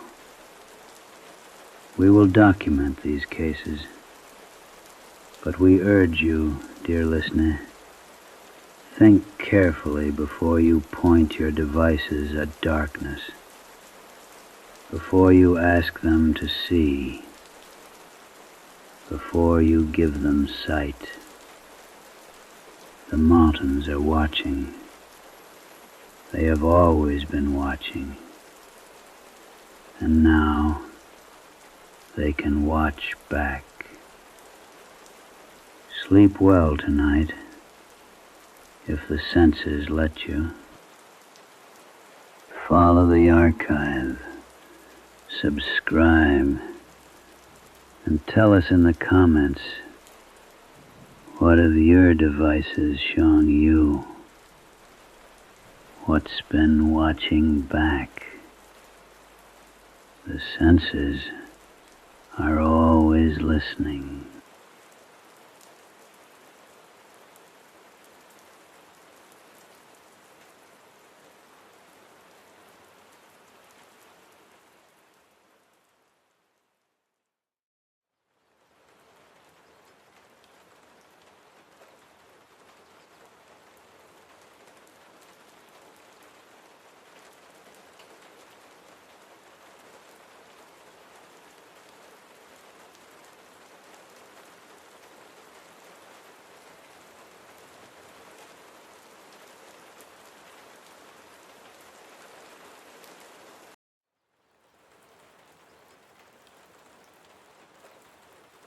Can you hear it? That sound in the dark. Clack, thump, clack, thump. The man in the cabin, his name is Samuel. He's awake now. Or maybe he never was asleep. Hard to tell when darkness has been pressing in for so long. The loom sits in the corner. He can't see it, but he knows it's there. The way you know about the mountain looming outside, even when you can't see nothing but fog. And then he sees it. His name, Samuel, woven right into the fibers, letter by letter, not in thread, in something much darker, in something that looks like old blood mixed with hollow mud. The clacking stops. The silence after is worse than the sound ever was. He opens his mouth to scream, but no sound comes out, because he knows that screaming is what the loom is waiting for. Archive case file 062. Title: The Midnight Weaver. Status: Unexplained. Designation: Hazardous. Location: Laurel Thicket, Appalachia. Remote holler where the sun barely touches the ridgeline. Date recovered, redacted. What follows is the account of Samuel Ware, recorded before he stopped writing altogether. The drive up the holler takes longer every time you make it. The road gets worse. The trees get thicker. Your heart gets heavier. Samuel left Laurel Thicket 30 years ago when he was 17. Packed a single bag and caught a ride down the mountain. Told his grandmother he'd be back for Christmas. He never came back. He came back in late October, when the leaves had turned to the color of old paper and ash, when the air smelled of rot and dampness, and the particular loneliness of mountains in fall. His grandmother, Elspeth Ware, had passed 2 months prior. The lawyer's letter took 5 weeks to find him. By the time he read it in a gas station parking lot in Cincinnati, she'd been in the ground nearly as long. But there was the cabin, his now. And there was the matter of her things.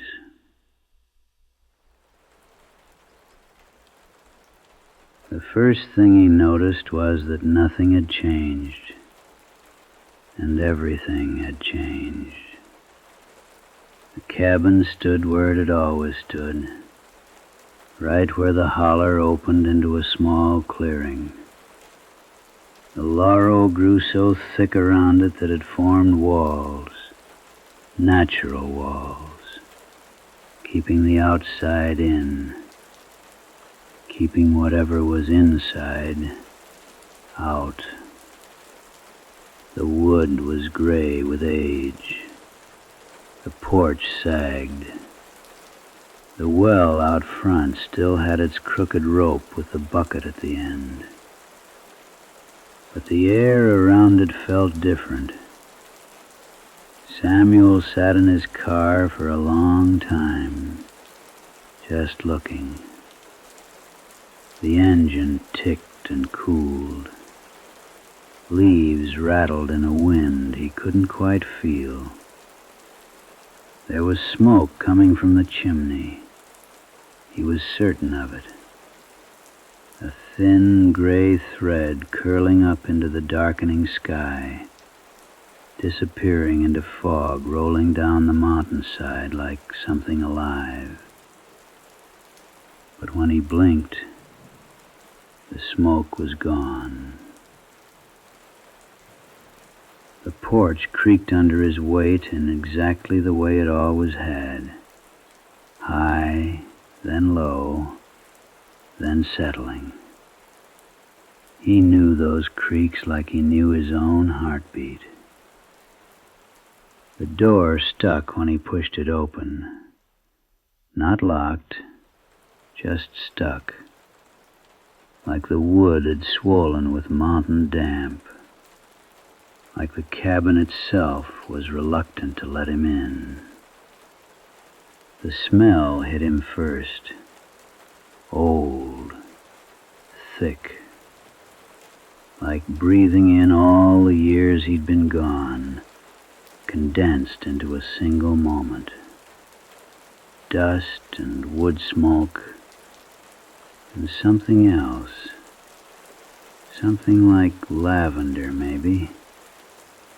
Or something that had once been lavender, a long time ago. And on the far wall, in the corner where the light barely reached, he could see the shape of it. The loom. He'd known it would be here. His grandmother had been a weaver. That's what the Ware family was known for throughout the holler. Blankets that were said to last generations. Blankets that people asked for by name. But he hadn't seen the loom since he was a boy. His grandmother had been very particular about the loom. That was the first rule. Never touch it without permission. Never move it. Never disturb the threads when there was work in progress. She had taught him this when he was small, 7 or 8 years old. He'd wandered over to it one afternoon, curious about the patterns forming on the frame. His small fingers had reached out to touch one of the threads. She had found him there, hand still outstretched, frozen. "Don't," she had said quietly. "Never touch the working threads.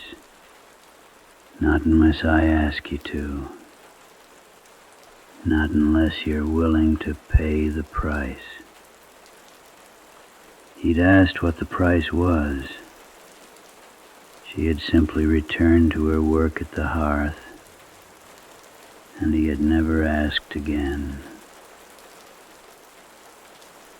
There had been other rules woven into his childhood like threads into cloth.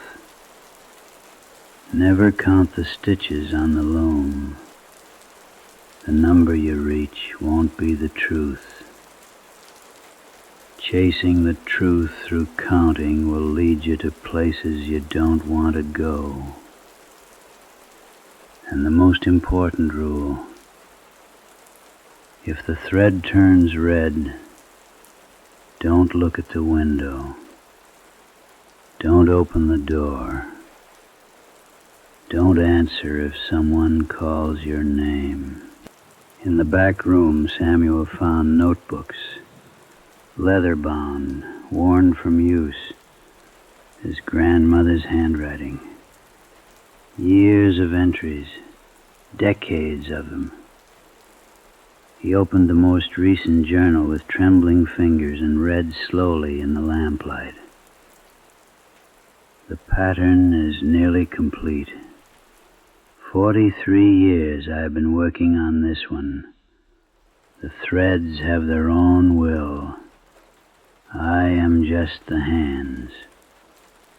When Samuel comes, and he will come, he will understand. Or he won't. The pattern will complete itself either way." Samuel set the journal down. That night he slept rolled in one of his grandmother's quilts on the floor. The quilt was warm and familiar, though he hadn't felt its weight since childhood. Sometime in the middle of the night he woke to a sound. The loom. The sound of the loom. Clack, thump. Clack, thump. Steady, methodical, like the heartbeat of something very large and very patient, like the mountains themselves breathing in and out over and over for thousands of years. Samuel lay still, eyes open in the darkness, listening. It went on for what felt like an hour, but was probably much less. Then it stopped, abruptly, as if his becoming aware of it had broken the spell. He did not fall back asleep. The morning came gray and foggy, the kind of morning where it was hard to tell if the sun had risen at all. Samuel forced himself to return to the back room around midday. The loom was quiet now, but the pattern had progressed. It was taking shape in a way that made his stomach clench. It was not abstract, not purely geometric. It was figures, many of them, interlocking, forming a kind of procession, and their faces were turning toward each other in ways that suggested communication. And in the center of the loom, at the focal point of the design, There was a name beginning to emerge in the threads. Samuel. He backed out of the room slowly and closed the door. As night fell the second time, the loon called to him again, not in sound, but in a way that pulled at his attention, the way a loose tooth pulls your tongue toward it, again and again, even though touching it causes discomfort. The pattern had progressed significantly. The figure in the center was more defined now. The face was beginning to take shape, and in the corners of the pattern, other forms were becoming visible, shapes that might have been people. They seemed to be reaching toward the center, toward the figure marked with Samuel's name. Samuel's hand moved toward the loom almost without his conscious will. He reached out to touch the thread with his name on it, and he felt it, warm, moving, almost alive. And in that moment, everything changed. The world inverted. The cabin disappeared. The fog became the only thing that existed, and he was floating in it, seeing images that weren't quite images. They were impressions, memories that belonged to people he had never been. He saw his grandmother as a young woman, being taught the rules by an old woman who might have been her grandmother. He saw hands, his grandmother's hands of countless were-women stretching back through time, working threads through a loom, creating patterns, weaving names, completing designs.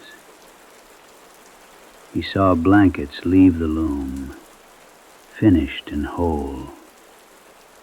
And he saw what happened when someone took that blanket into their home, how the pattern became part of their story, how the threads knotted the ends of lives, sometimes gently, sometimes violently, but always with purposeful inevitability. He saw himself coming up the mountain, pulled by gravity he didn't understand, and he saw what came next.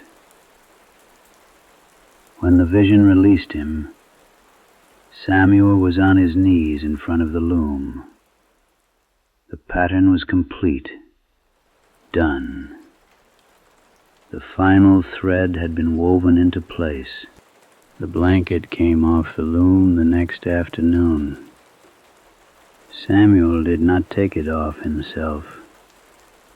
The threads simply released, as if they had been waiting for permission, and the finished work fell free into his hands. It was heavy, much heavier than a blanket should be. He spread it out on the kitchen table. The pattern was exquisite, intricate beyond what seemed possible. The design seemed to shift as you looked at it, telling different stories depending on the angle of your vision.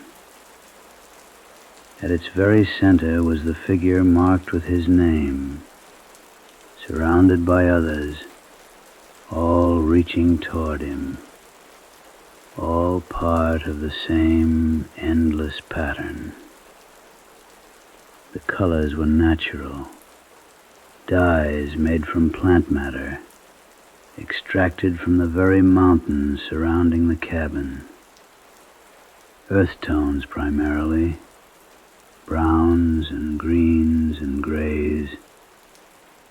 but woven throughout with threads of a color that could have been blood. Samuel carried the blanket to the back room and set it carefully on a shelf where it would be safe, protected, not destroyed, never destroyed, but set aside. On the fourth night, he heard the sound of the loom again. Clack, thump, clack, thump. But the loom was empty. The frame was bare. The threads were gone, woven into the blanket now. Yet still he heard it. He sat very still in the darkness, listening to the rhythm, and realized with growing dread that the sound wasn't coming from the back room anymore. It was coming from inside his own chest. His heartbeat had taken on the rhythm of the loom, over and over, steady and relentless. When the fog came that night, it came different than before. It pressed against the windows so hard that the glass seemed to bow inward. It was so thick that he couldn't see past his own reflection. And in that reflection, he could see something else. Something moving in the fog behind him. Multiple figures. Shapes that might have been people. They were standing at the edges of the clearing, at the boundary between the known world and the wild land beyond. They were waiting. Samuel did not turn around. His grandmother had taught him well. The rules had reasons. The reasons were older than words. He moved to the hearth and built the fire higher. Around midnight, he heard his name called. It came from outside, from somewhere in the fog. A voice that sounded almost like his mother's, almost like his grandmother's. Samuel, Samuel, come out, Samuel. The voice was not unpleasant. It was almost musical. There was a kind of love in it. But he had understood enough. He understood what it meant when your name was called from the fog. He did not go out. He sat by the fire and waited, listening to the voice call his name over and over, each time from a slightly different direction, as if the thing in the fog was moving in a circle around the cabin, drawing closer with each repetition. Toward dawn, the voice finally ceased. The fog began to thin just slightly. Samuel has been in the cabin for 6 days now, maybe longer. Time feels strange here. Time moves different in the hollers. He has stopped trying to leave. The car won't start. The roads wind back toward the cabin instead of away from it. The fog doesn't lift.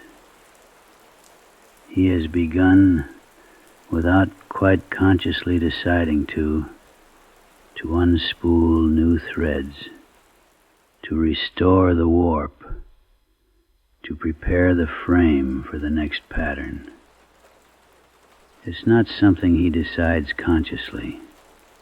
His hands just move, and the threads fall into place, and the loom begins to take shape again, waiting for the work to resume.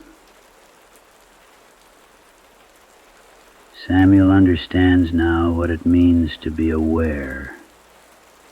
what it means to carry this gift, this burden, this terrible, beautiful inheritance. When someone comes up the mountain, and they will come, he can feel it in the pattern of the loom, weaving into the future.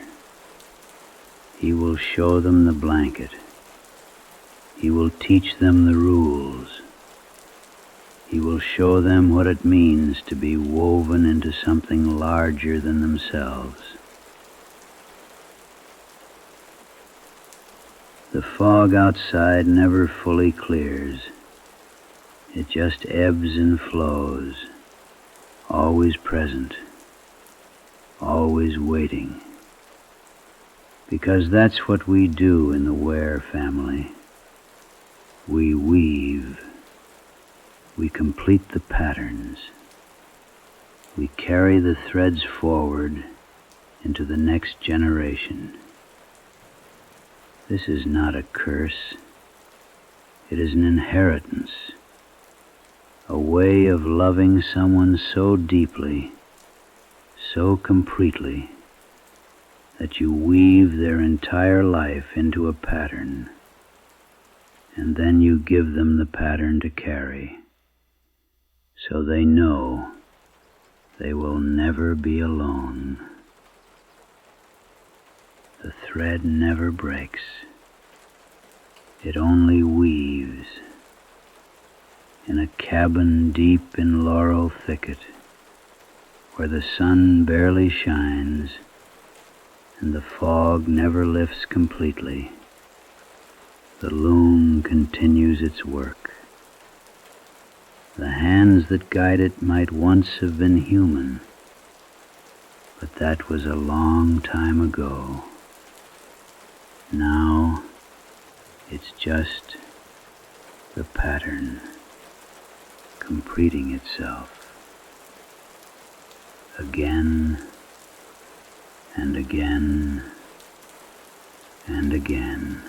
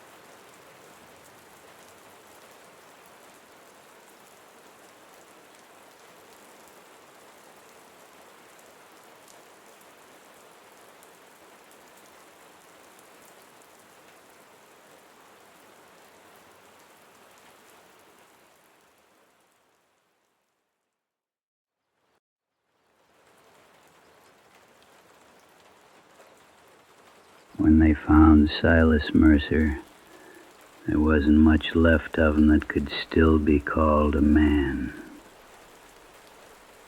Now I'm going to tell you something, and I need you to listen real careful like. This isn't one of those stories where the ending comes neat and tidy. This is one of those stories where the ending, well, the ending just sort of continues, even now, even after. They found him in the cabin on Clinch Mountain. Cabin's still there, if you got the stomach for it. And what I'm about to tell you, it's all here, in the files, in the recovered audio logs that Silas himself left behind. You see, the Salt Lick Lady, that's what we call her in the redacted archives. She don't got a real name. least not one that any man's tongue could wrap around and still keep working proper. But she is real. Real as the minerals in your bones. Real as the salt in your blood. By the time they got to Silas, his skin had turned papery, like old parchment left too long in the sun. His lips were cracked deep, the kind of deep where you could see white bone underneath. But the worst part was his fingernails. They were worn down flat, ground down, like he'd been scratching at something for weeks and weeks and weeks. Now, let me back up. Let me tell you how it started, because that's where we gotta go. We gotta go back to the beginning of Case File 063. This is the recorded testimony. Case File 063. Location, Clinch Mountain, Virginia. Elevation, 4,144 feet. Population, declining. The incident occurred over the course of 4 weeks and 18 days, though by the end, Silas Mercer wasn't entirely sure anymore. Time gets different when you're losing pieces of yourself. Status unexplained. The entity involved, we call her the Soft Lick Lady, has never been formally documented in the archives until now.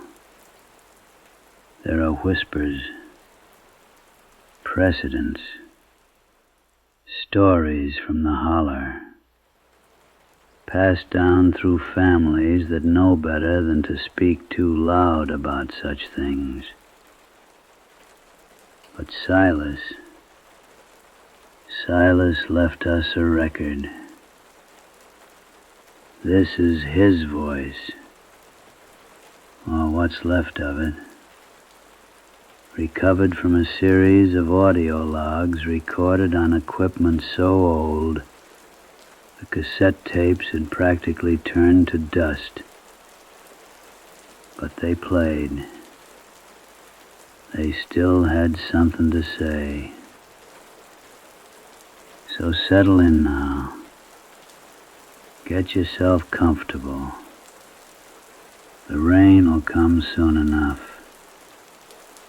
But first, you're gonna need to understand what happened on that mountain.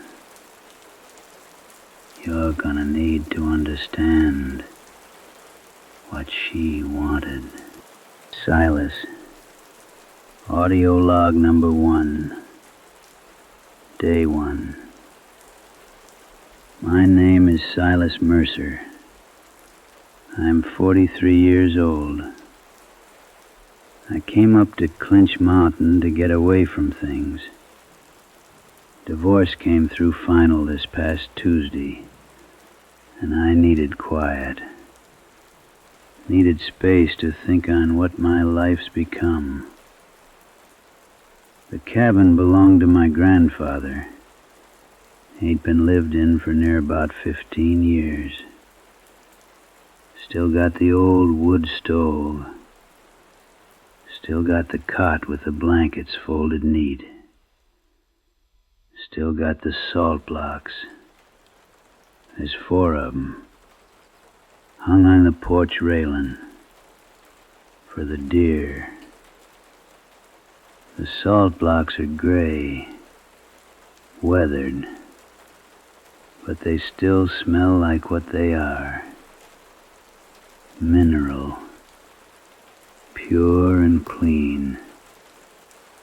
I can smell 'em from inside the cabin.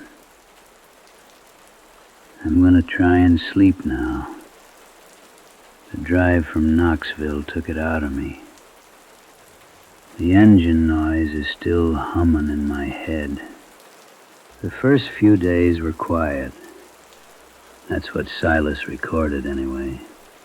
Quiet and normal. He saw deer coming through the property at dawn. He saw a fox watching from the tree line. He made coffee on the old stove and sat on the porch watching the valley below, thinking about his life and how it all fell apart.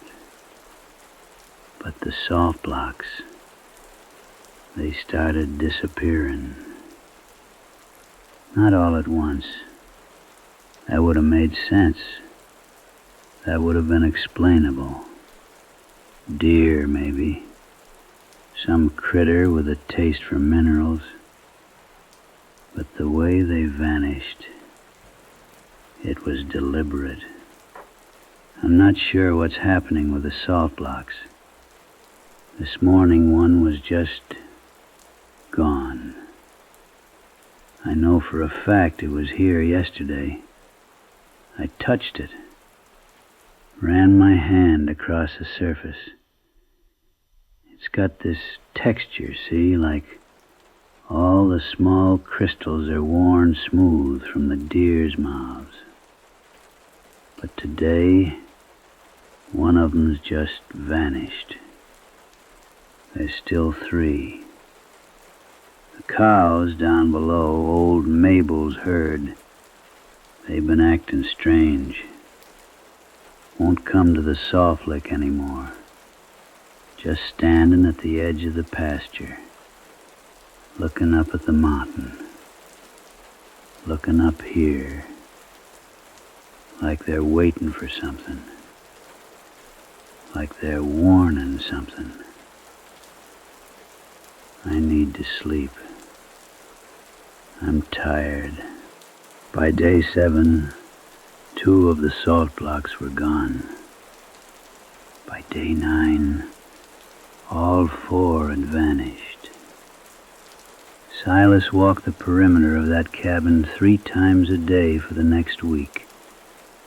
He was looking for tracks, for evidence, for anything that might explain what was taking the salt.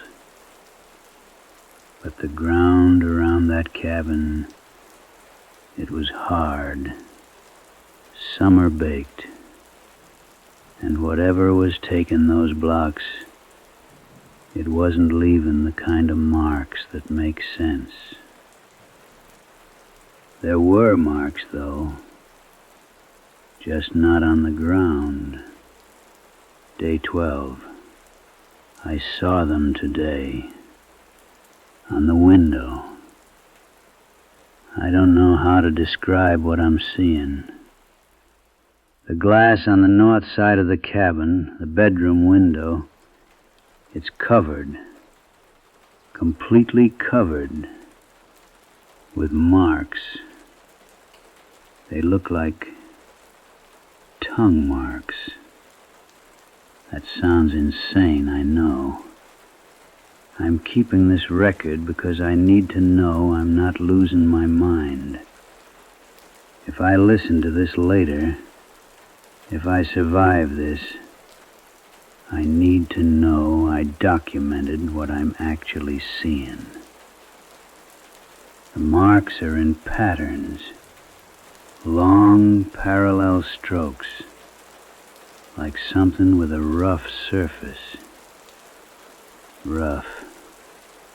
Real rough, like sandpaper, like the belly of a fish that's been swimming the river for 100 years. And there's something else. The glass where the marks are, it's cloudy, etched, like acid's been eaten away at the surface. I can see the glass is getting thinner. The smell is copper. Underneath everything, there's this smell like old pennies, like blood that's been left in the sun too long. I'm getting thirsty, real thirsty, even though I've been drinking water all day long. Now here's what the files don't explain right away. Maybe that's on purpose. Maybe it's because what was happening to Silas, it wasn't something that could be explained in a way that made sense. You see, when the salt blocks started disappearing, Silas started changing. At first it was just the thirst, a dry mouth that didn't go away no matter how much water he drank. But then his joints started aching. His muscles started cramping up. The kind of cramps you get when your body can't hold on to the minerals it needs to function proper. And the skin began to itch something fierce. I don't understand what's happening to me. My lips are cracked. Deep fissures running across the inside of my mouth. When I eat, there's a taste, a bitter taste that I can't get rid of, like I'm tasting ashes, like I'm tasting the mineral content of everything that goes into my body, and my body's rejecting it all. And she's still here. I know she's here. Last night, I heard her on the roof. The sound of something heavy. Something that moved like it had weight, but also like it was dragging itself across the wooden shingles. And there was this sound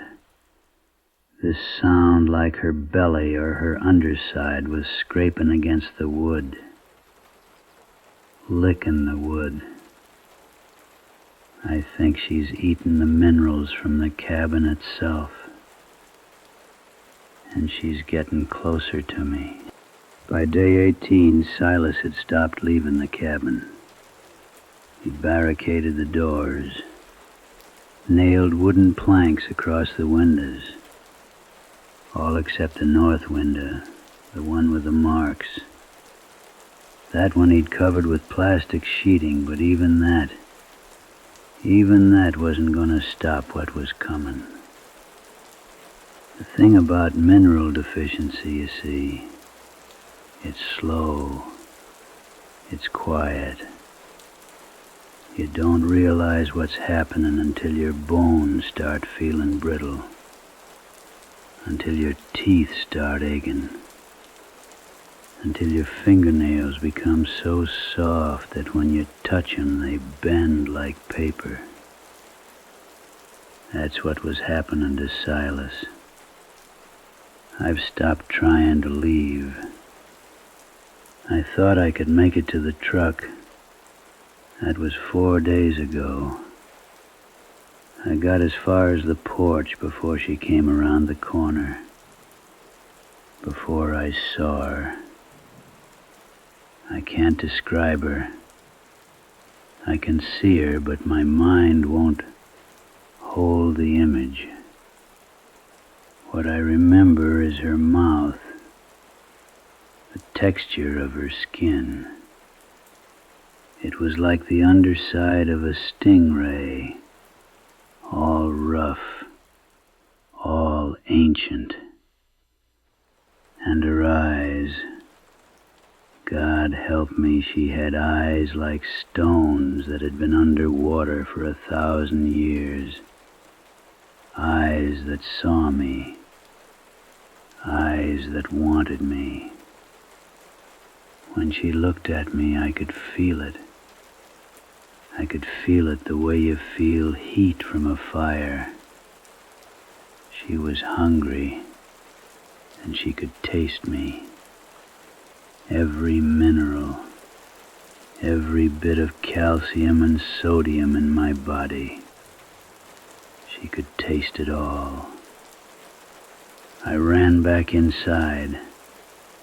She didn't follow, she just waited. The scratches on my arms, they're from me. I've been scratching at my own skin, trying to do something, anything. My skin's like paper now, like old parchment. And when I scratch it, there's almost no blood, just this clear fluid, like my body's been drained of everything except water. I'm so thirsty. The logs get harder to listen to after that point. Silas's voice, it changed. It became quieter, weaker. The pauses between his words got longer and longer. But he kept recording. Even as everything was being taken from him, he kept trying to document what was happening. I think maybe he was hoping someone would find these tapes. Day 27. She's inside now. I don't know how she got in. I don't know when. But I can hear her in the other room, in the kitchen. She's licking the walls. I can hear the sound of her tongue scraping against the wood, eating the mineral deposits, the salt that's been in this cabin for 150 years. The minerals from the hands of every person who ever lived here. She's gonna come for me soon. I can feel her attention on me, like pressure, like somebody's hands are on my chest, squeezing and squeezing. My fingernails are gone. They just fell off. I was holding a recorder and I looked down and they were just gone. My fingers are raw underneath. The last log, the very last one. You gotta turn the volume up to hear it. And even then, you're not sure if what you're hearing is Silas's voice or the sound of the wind outside the cabin.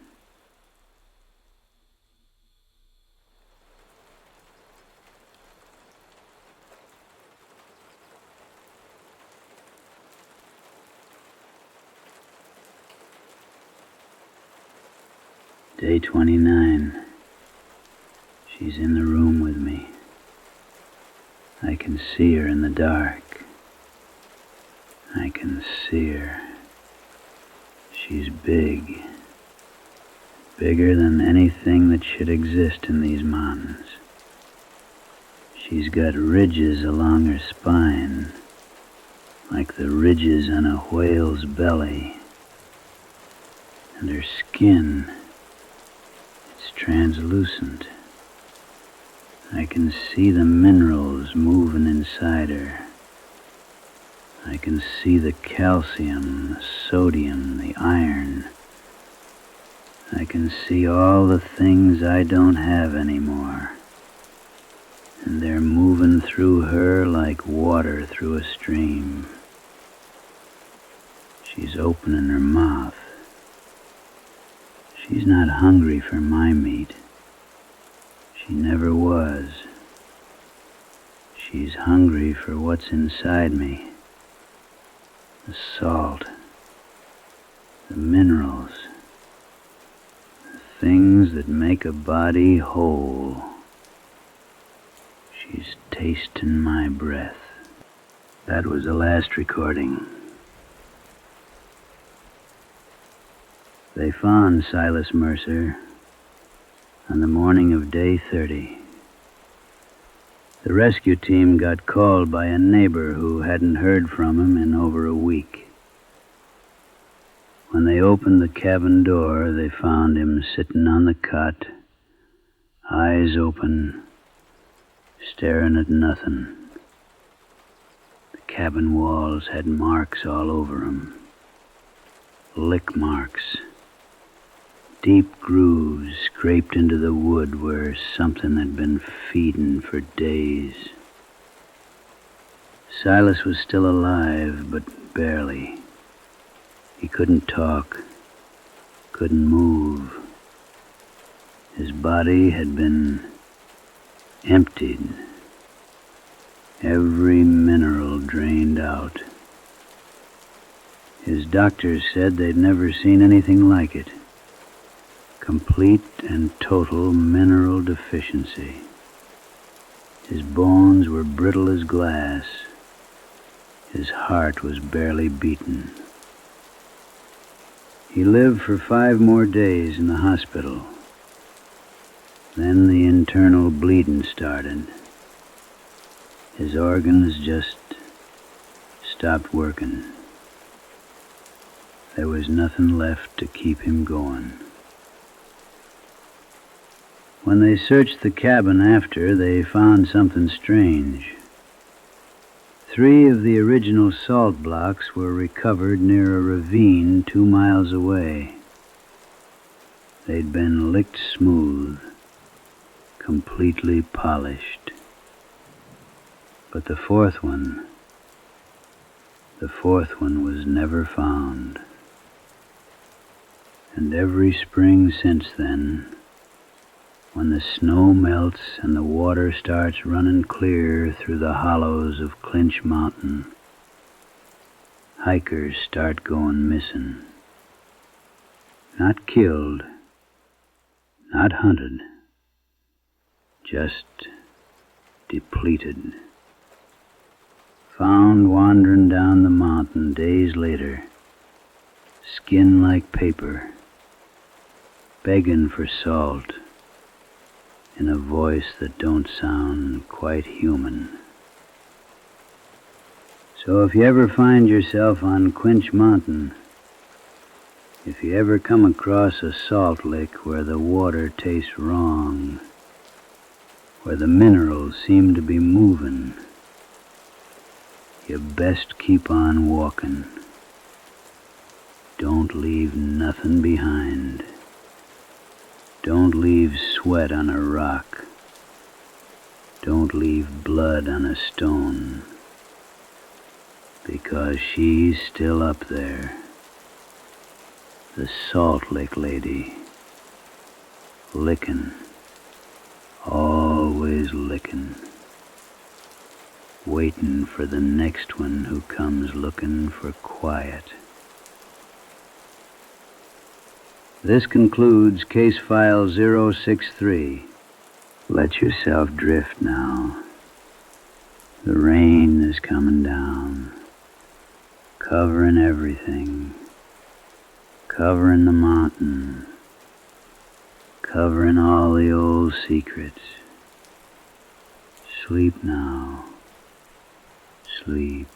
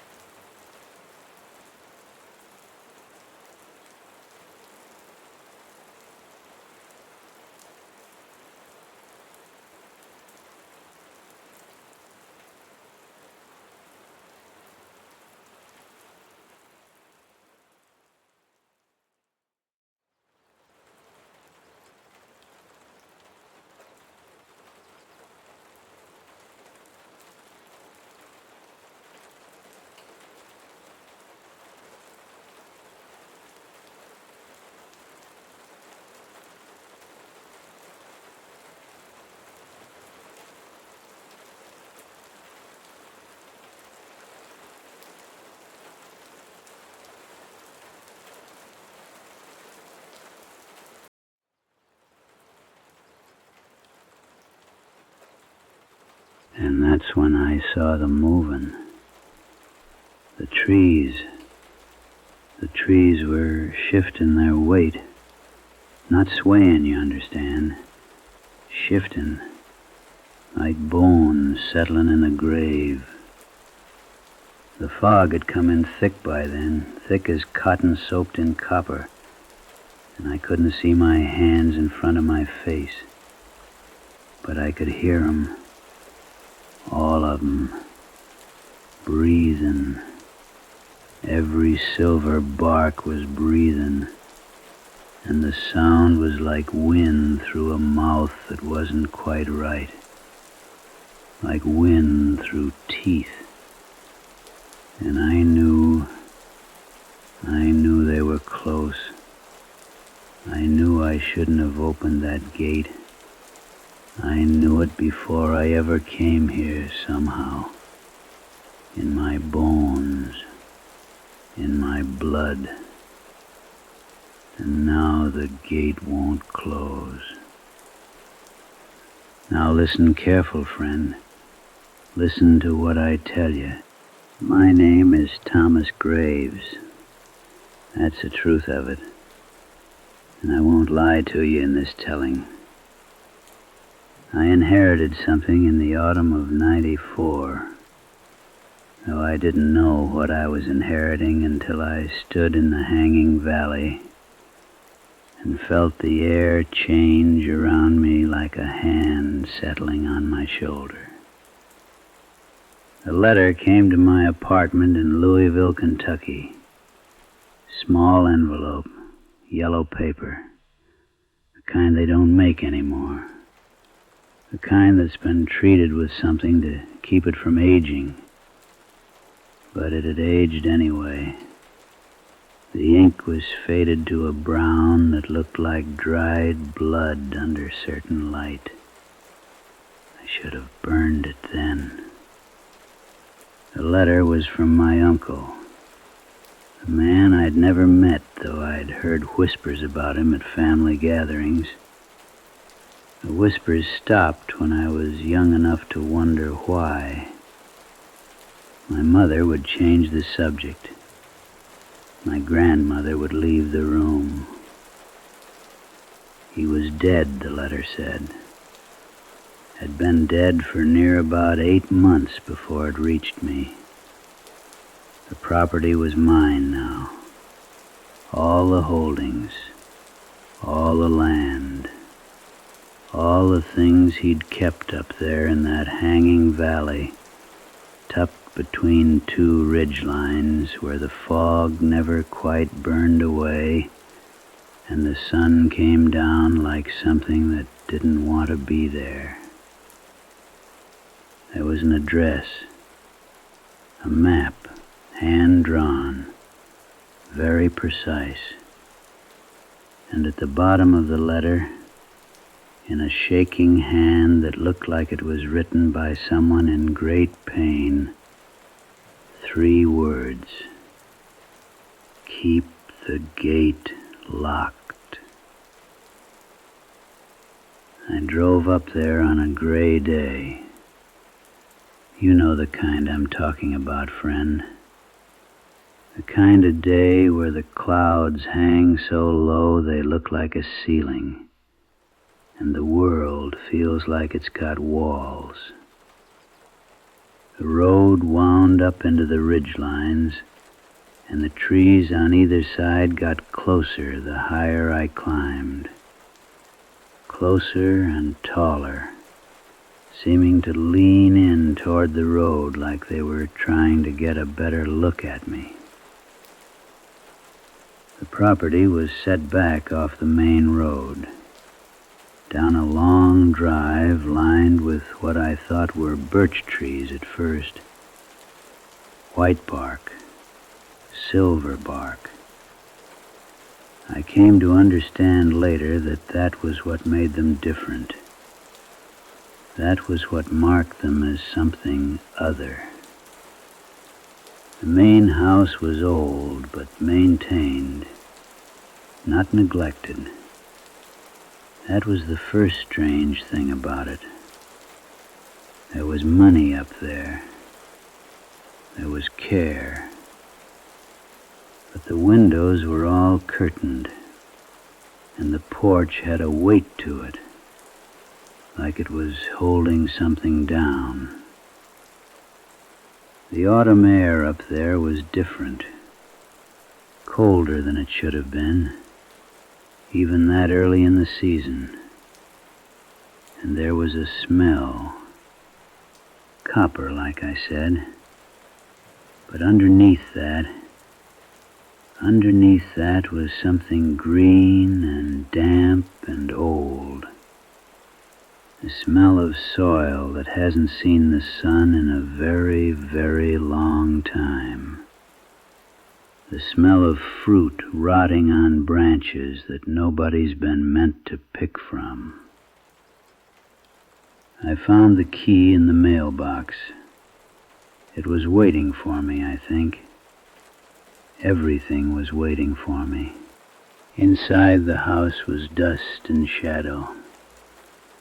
But not abandoned shadow, the kind of shadow that comes from closed curtains, not from emptiness. The furniture was arranged precise, no water rings on the tables, no fallen picture frames. Someone had been keeping this place, or something had. I found the study on the second day. I'd spent the first night in the main bedroom, and I'd heard sounds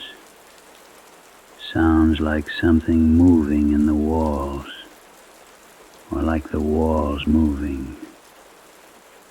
I didn't sleep. I lay there in the dark, listening to the wind outside. And I tried to reason with myself.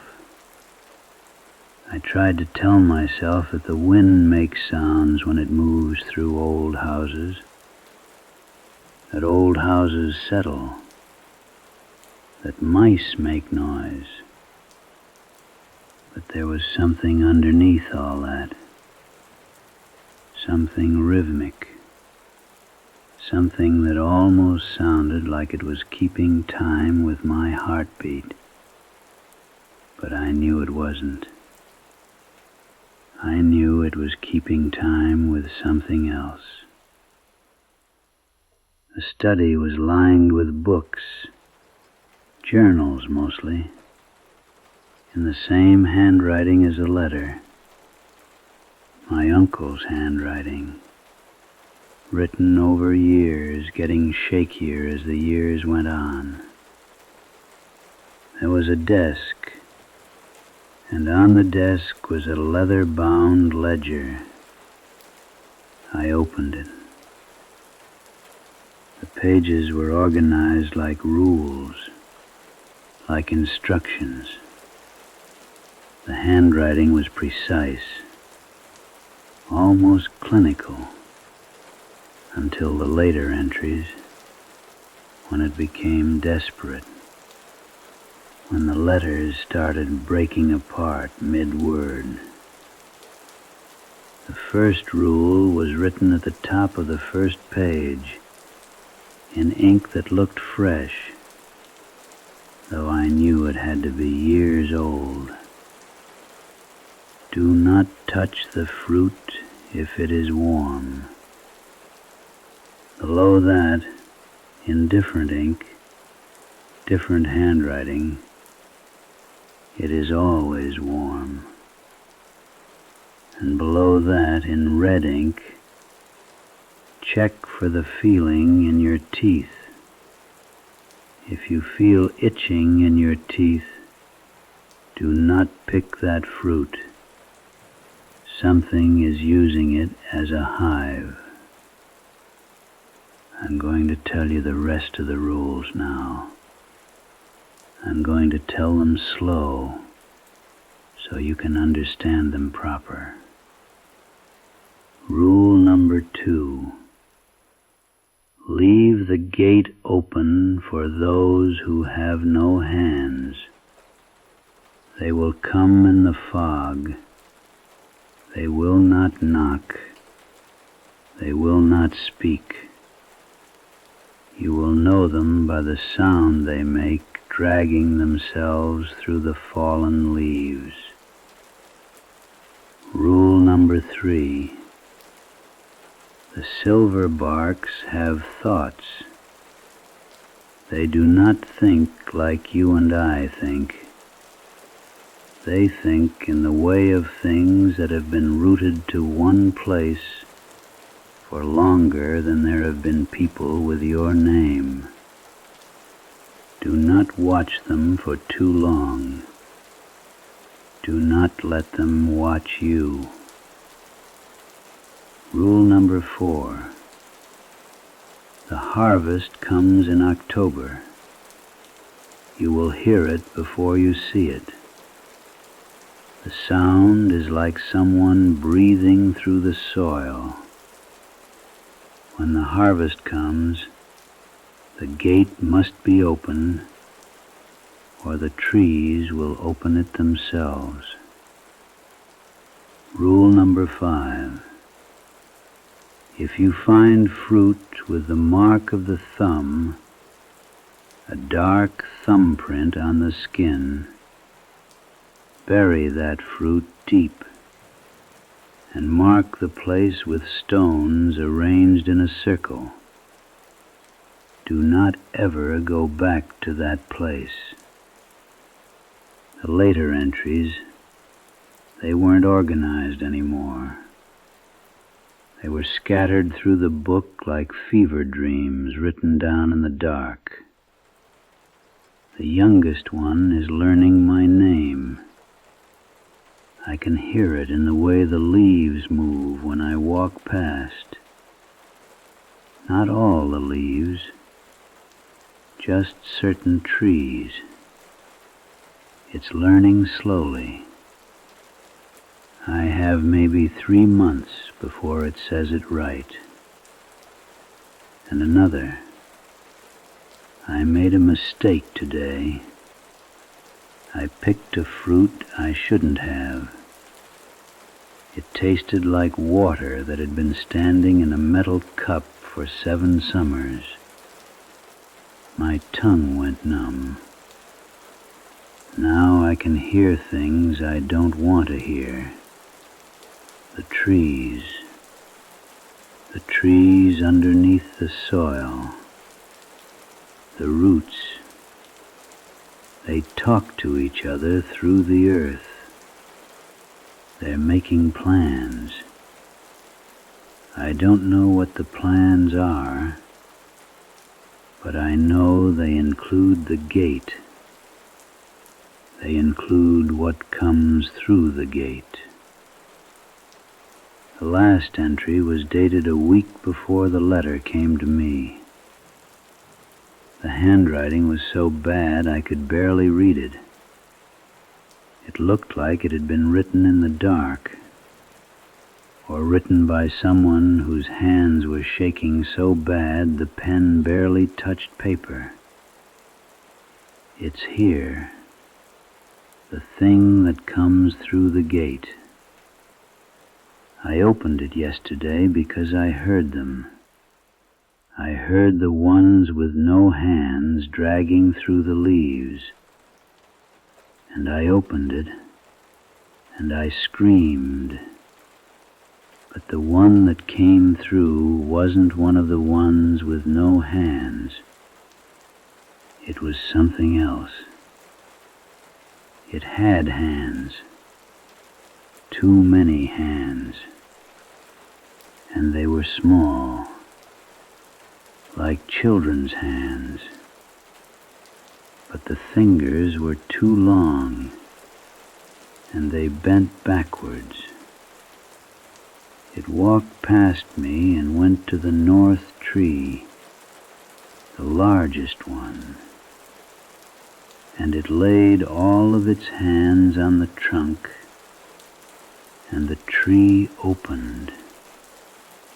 The tree opened like a mouth, and I saw something inside it. I saw something looking back at me. I'm going to the church in the morning. I'm going to ask them to do something about this. If they won't, I'm leaving. I'm leaving and I'm never coming back. But someone has to stay. Someone has to keep the rules. Someone has to keep the gate locked. That was the last thing he ever wrote. I should have left then. I should have walked out of that house, gotten in my car, and driven back down to Louisville, and never thought about any of it again. But I didn't. There's a thing that pulls at people when they inherit a place, especially a place like this. Especially when the place has been kept so careful, maintained so precise, for reasons that nobody's been willing to explain. I wanted to understand. On the third day, I went to the orchard. It was north of the house. A path cut through the forest, marked with white stones. The fog was thicker than it had been, and the closer I got, the colder the air became. Not the kind of cold that comes from weather, but the kind of cold that comes from wrongness, from things that shouldn't be standing side by side. The orchard appeared through the fog all at once. One moment I couldn't see anything but white, and the next moment I was surrounded by trees with silver bark that looked like it had been polished by something small and patient and hungry.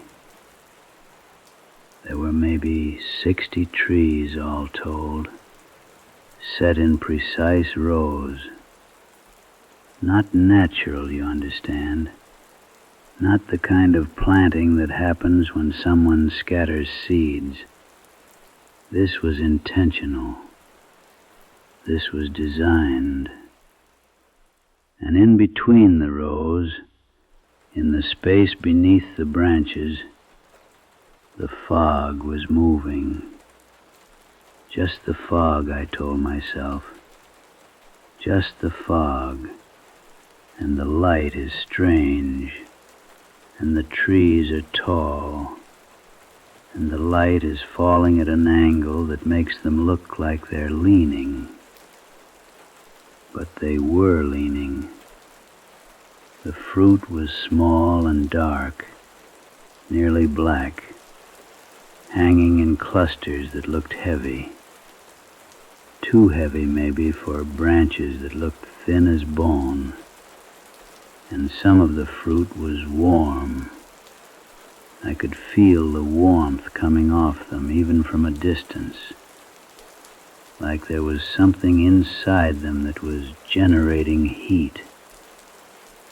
Like there was something inside them that was alive. The gate was at the far edge of the orchard. Iron, old, hung on hinges that looked rusted. But when I got close, I could see that the rust was only on the surface. Underneath, the metal was clean, maintained. The lock was the same, and there was no key in the lock. The key hung on a hook on a pole near the gate, hanging in plain sight like it was waiting for me. I didn't touch it. Instead, I stood there, and I let my eyes adjust to the light under the branches, and I tried to see what was beyond the gate. The fog was thicker there, It was like the gate was the border between two different places.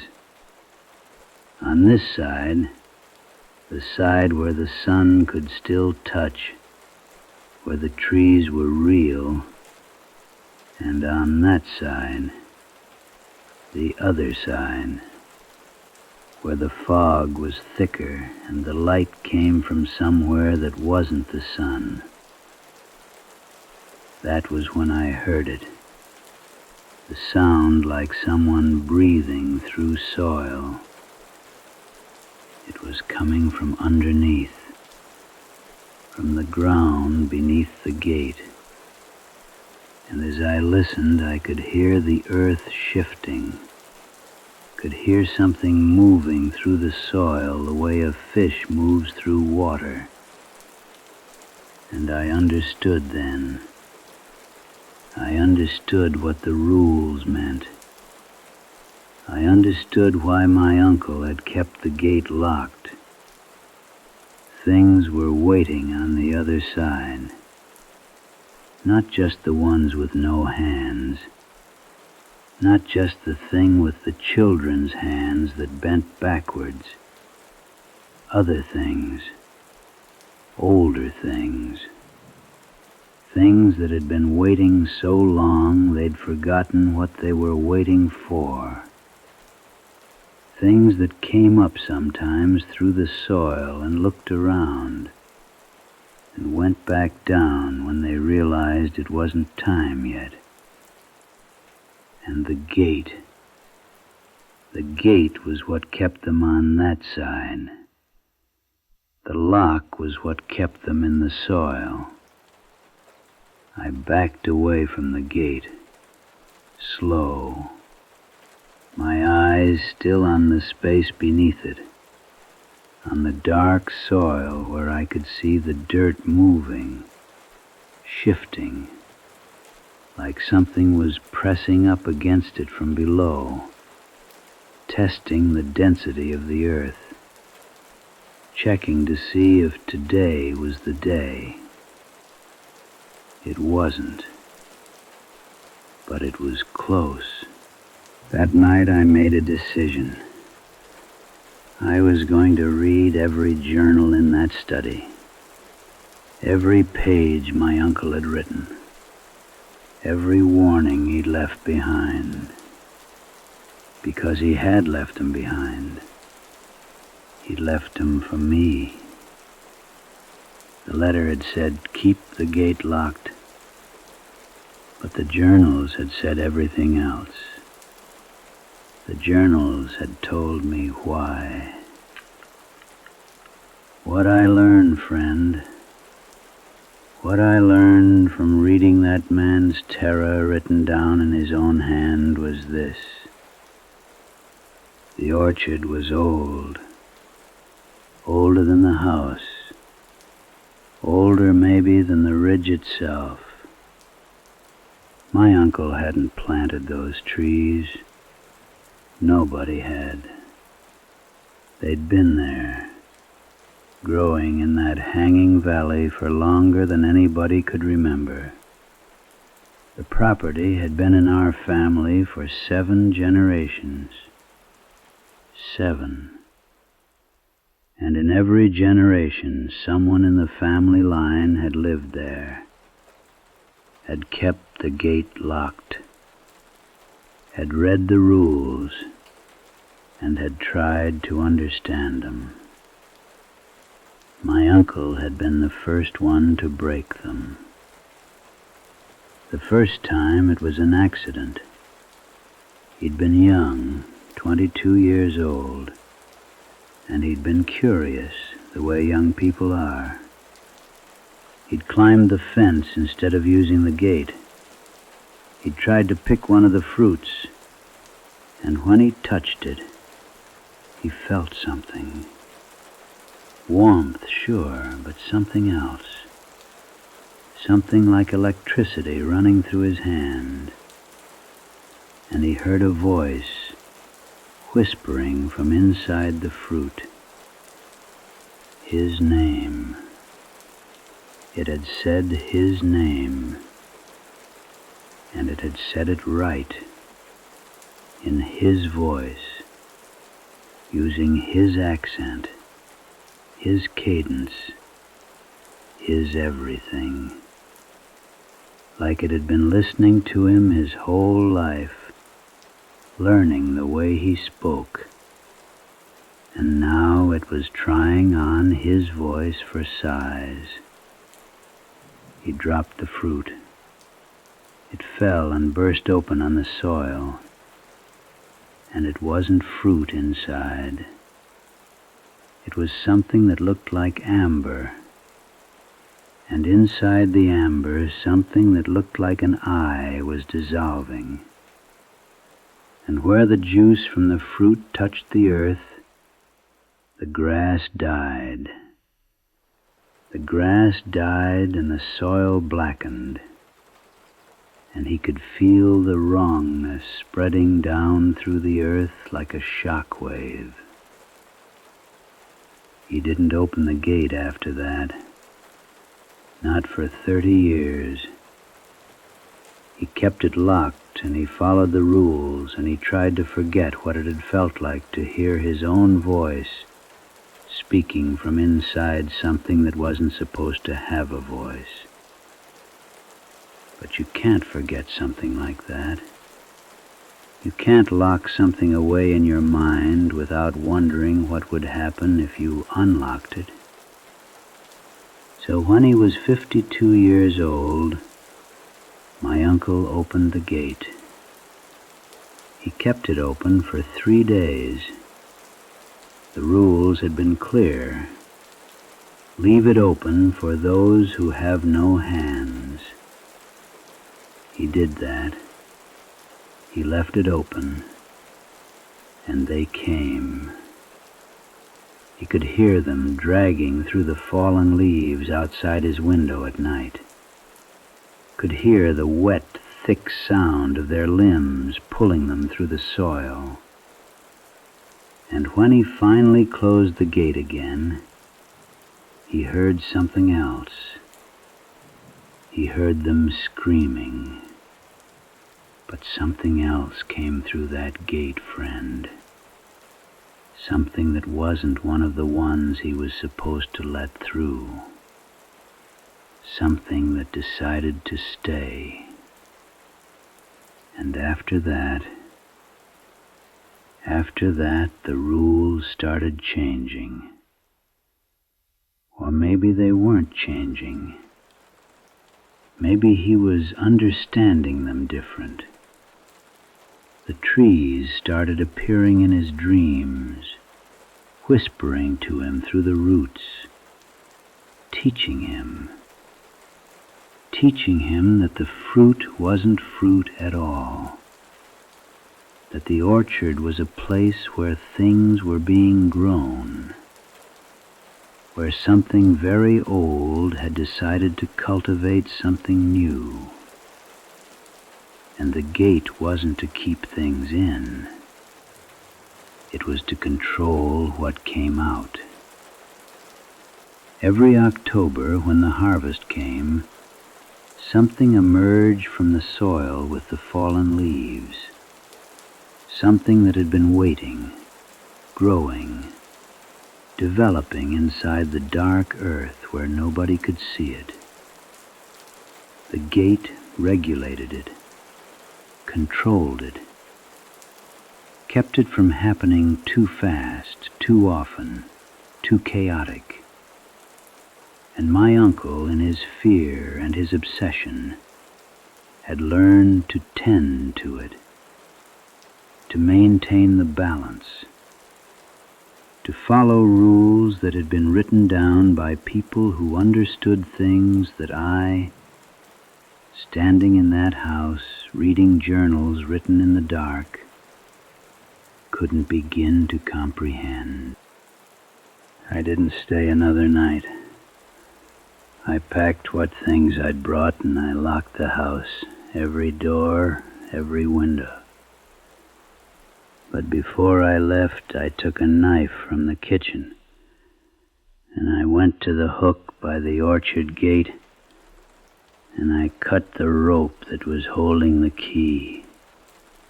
I took the key with me. And I drove down that mountain, and I haven't been back. I live in a different state now, different everything. I changed my name legally. I don't talk about the property.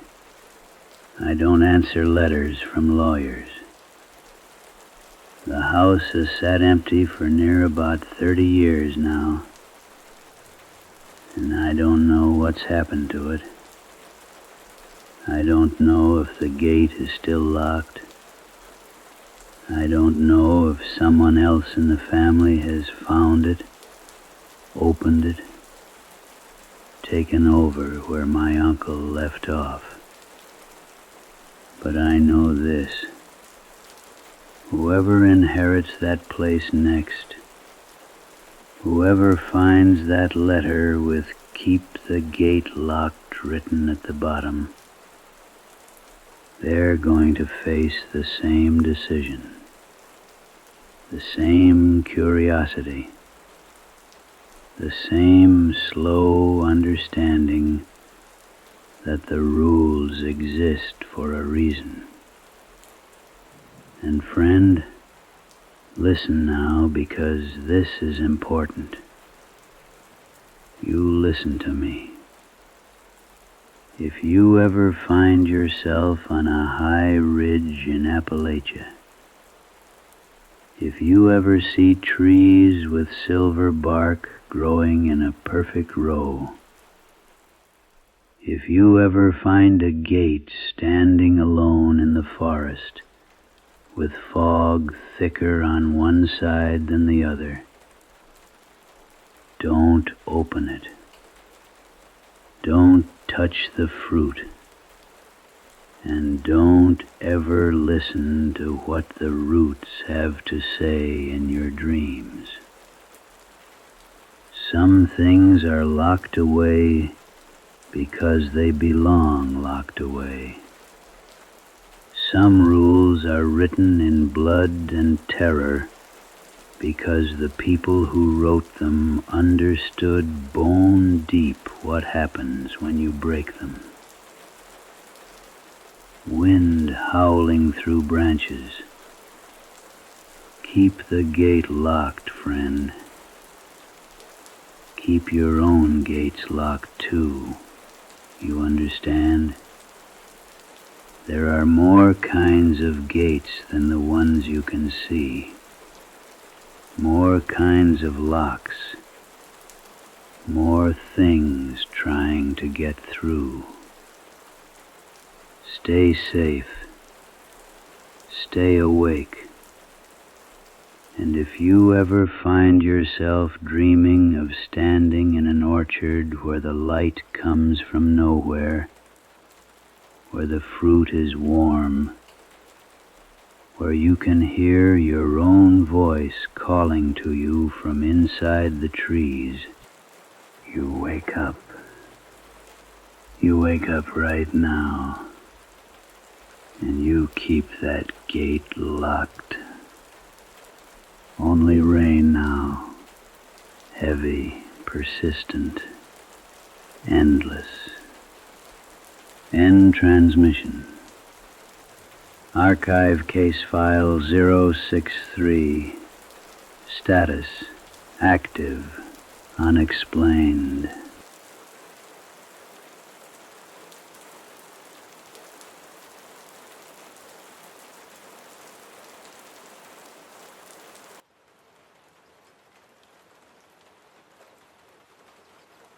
The static, it don't stop.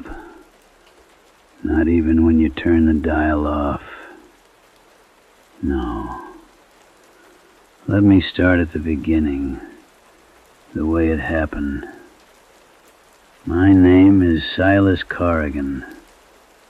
I'm 73 years old, and I live in a cabin at the mouth of Widow's Gap, up in the high country where the fog comes in thick as wool, and the birds don't sing much anymore. haven't for years now. There was a time when you'd wake to their calling, but now there's just silence. Just the wind moving through the hollers. I suppose I should tell you about the radio, my brother's radio. But first you need to know about the Gap itself. Widow's Gap ain't on most maps. There's a holler that goes back about 6 miles, and the mountains form a narrow pass. Old stories say a woman named Mercy Holbrook took her own life there in 1847. Threw herself from the ridge during the dark of the moon. The mountains got her name after that. The name stuck. The thing about that place is, it's quiet. Too quiet. Not the good kind of quiet after fresh snow, when everything is peaceful. This is different. It's the kind of quiet that listens back at you. It has weight and intention. Old-timers used to say you could feel it pressing on your eardrums, like going deeper underwater with every step. There's something about that silence that makes you aware of every small sound you make. Every breath becomes loud. My brother Daniel moved out to Oregon back in 1968. Couldn't stand the mountains anymore. Said they were watching him. I didn't understand what he meant at the time. I was younger then, maybe 35. Thought he was running from nothing but his own mind. But before he left, he made me promise I would keep the radio. He said it was important. He said I might need it someday. I didn't ask why. He left me the cabin and everything in it. Most of it was junk. Old quilts, yellowed newspapers, a wood stove that burned half the wood you fed it. But there was this one thing, a radio. Not like the radios they make now. This was old, a Philco from 1952. Had a wooden case the color of dark honey, weathered by time and hands. When you switched it on at night, the inside would glow with warm amber light, like a small fire being born in the machine. The vacuum tubes would bloom like little orange suns in the darkness, beautiful in a way that made you uncomfortable. The dial was ivory-colored bakelite, smooth from handling. From 600 to 1600 on the AM band, and then it curved down lower into the short wave. Below 1200 megahertz, where the stations thin out and the world starts to sound strange. I never paid it much mind for the first few years. It was just there, on the shelf next to the window, gathering dust like everything else. But loneliness has a way of making you reach for strange comforts. Loneliness whispers to you at 3 a.m. when you can't sleep, and it says, maybe there's something there. Maybe you're not as alone as you think. There's an old saying in these mountains. Folks used to whisper it when I was a boy, sitting on porches in the dusk. They said, quietly, like they were sharing a dangerous secret, don't tune the radio to the stations. tune it to the static in between. That's where the ridge walkers keep their frequencies. I never believed in it. It was just the kind of thing old-timers said to keep the young ones from wandering the woods at night. Fear as a fence. But when you live alone in the high country for long enough, and the winter presses down on you like a stone, and you can see your own breath hanging in the air of your own home like ghosts, well, you start to believe in a lot of things.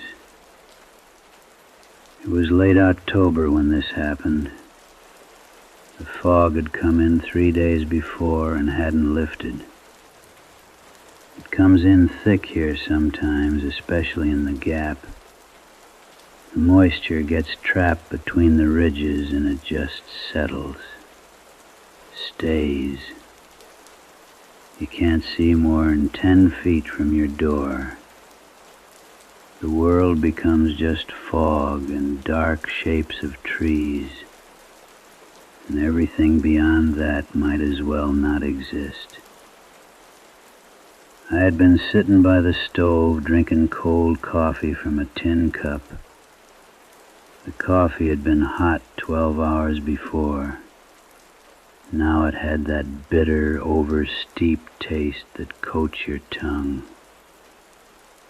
I was watching the fog press against the window, seeing the way it moved like something alive, breathing in and out. The floorboards of that old cabin creak in a particular way when the humidity gets high. They were creaking that evening, soft, regular, like the cabin itself was breathing too. I reached over and switched on the radio. The tubes took a moment to warm up. There was a low hum, a kind of electrical whisper as the filaments heated. Then that gentle orange glow filled the space beside my chair, like a small fire being born. The speaker crackled with static, just white noise, the sound you hear when nothing is there, when everything is there, depending on how you look at it. I turned the dial slowly, moving across the frequencies where stations should have been. But that night, there was only static. Each turn of the knob brought a different texture of it, rushing, whispering, crackling like a fire that hadn't quite caught. I kept turning, down, down, past the commercial stations, down into the short wave where the dial got smaller, where the frequencies got stranger. And that's when I heard it, a voice, coming through the static like someone calling from very far away, like someone calling from under the earth. It was tinny, old, like it was coming through a telephone line that had been buried in the ground for decades. A man's voice, saying something about the general store in Witta's Gap needing supplies, flour, sugar, salt for the winter stores. The voice was ancient. It crackled and hissed between the words, and underneath it I could hear other sounds, the creak of wooden shelves, the tap of fingers on a wooden counter, the smell, help me, I could almost smell it. Wood smoke and dust, and something like lye soap. Something warm and old and human. I knew that voice. It was old Tom Hartley, who ran the store in the Gap back in the 1920s. He died before I was born. Died in the fire. The store burned in 1924, and Tom with it. That's what the stories say. But there he was, on the radio, talking about inventory, about how the snow was coming early that year, about how the ridge walkers had been seen on the high passes more than usual. His voice was calm, the way folks speak when they're used to the strangeness of things. I turned the dial a fraction more, and the signal got clearer, stronger. Then I heard other voices. A woman, a child, more people in that store, talking about the winter stores, about whether the pass would be closed, about staying safe during the dark months, about keeping lights burning and doors locked. The radio crackled and hissed, but underneath it all, I could hear them having a conversation in a store that had been nothing but ash and memory for over 50 years. My hand was shaking on the dial. I was thinking about switching it off. I really was. I knew I should. But you know how it is when you find something that shouldn't exist. When you find something that makes no sense at all. You can't just let it go. I leaned forward. The chair creaked under my weight. The voices on the radio stopped. For a long moment, there was only static. Then, one of the voices, the woman's voice, she said something that made my blood go cold as mountain wind in January. She said, "Did you hear that? Someone's listening. Someone turned the dial toward us." I switched the radio off. My hands were shaking so bad I nearly dropped it. I set it down carefully on the shelf. The cabin was dark. The stove had burned down to almost nothing, just the faint heat of cooling coals. I sat in that darkness, and I listened. I listened to the wind moving through the branches outside. I listened to the creak of the cabin settling around me. I listened to my own heartbeat, loud in my ears like a drum in a room too small. Then I heard it, slow, methodical, the sound of footsteps on the porch outside. Not many footsteps, just one. One pair of feet, walking back and forth, pacing, like someone was thinking about something, or like someone was waiting for me to turn the light back on, waiting for me to come outside. The footsteps were measured and patient. I didn't turn the light back on. I sat in that darkness for a long time. The fog pressed against the windows. It seemed darker now, thicker, like it wasn't just fog anymore, but something else. Something that had weight and intention. Something that wanted to get inside. After a while, I don't know how long, the footsteps stopped.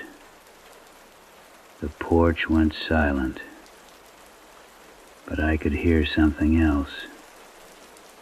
A sound like the radio, but coming from outside, from somewhere beyond the windows, out in the fog. A soft static sound, like the white noise you hear when you tune between stations. But this wasn't coming from the radio. It was coming from the tree line, from the ridge beyond my cabin. It was the sound of the static itself, made solid, made real. I don't know what made me do it. Maybe it was stupidity. Maybe it was something else. Something I didn't have a choice in. But I reached over and turned the radio back on. The tubes glowed orange in the darkness, and the static came back.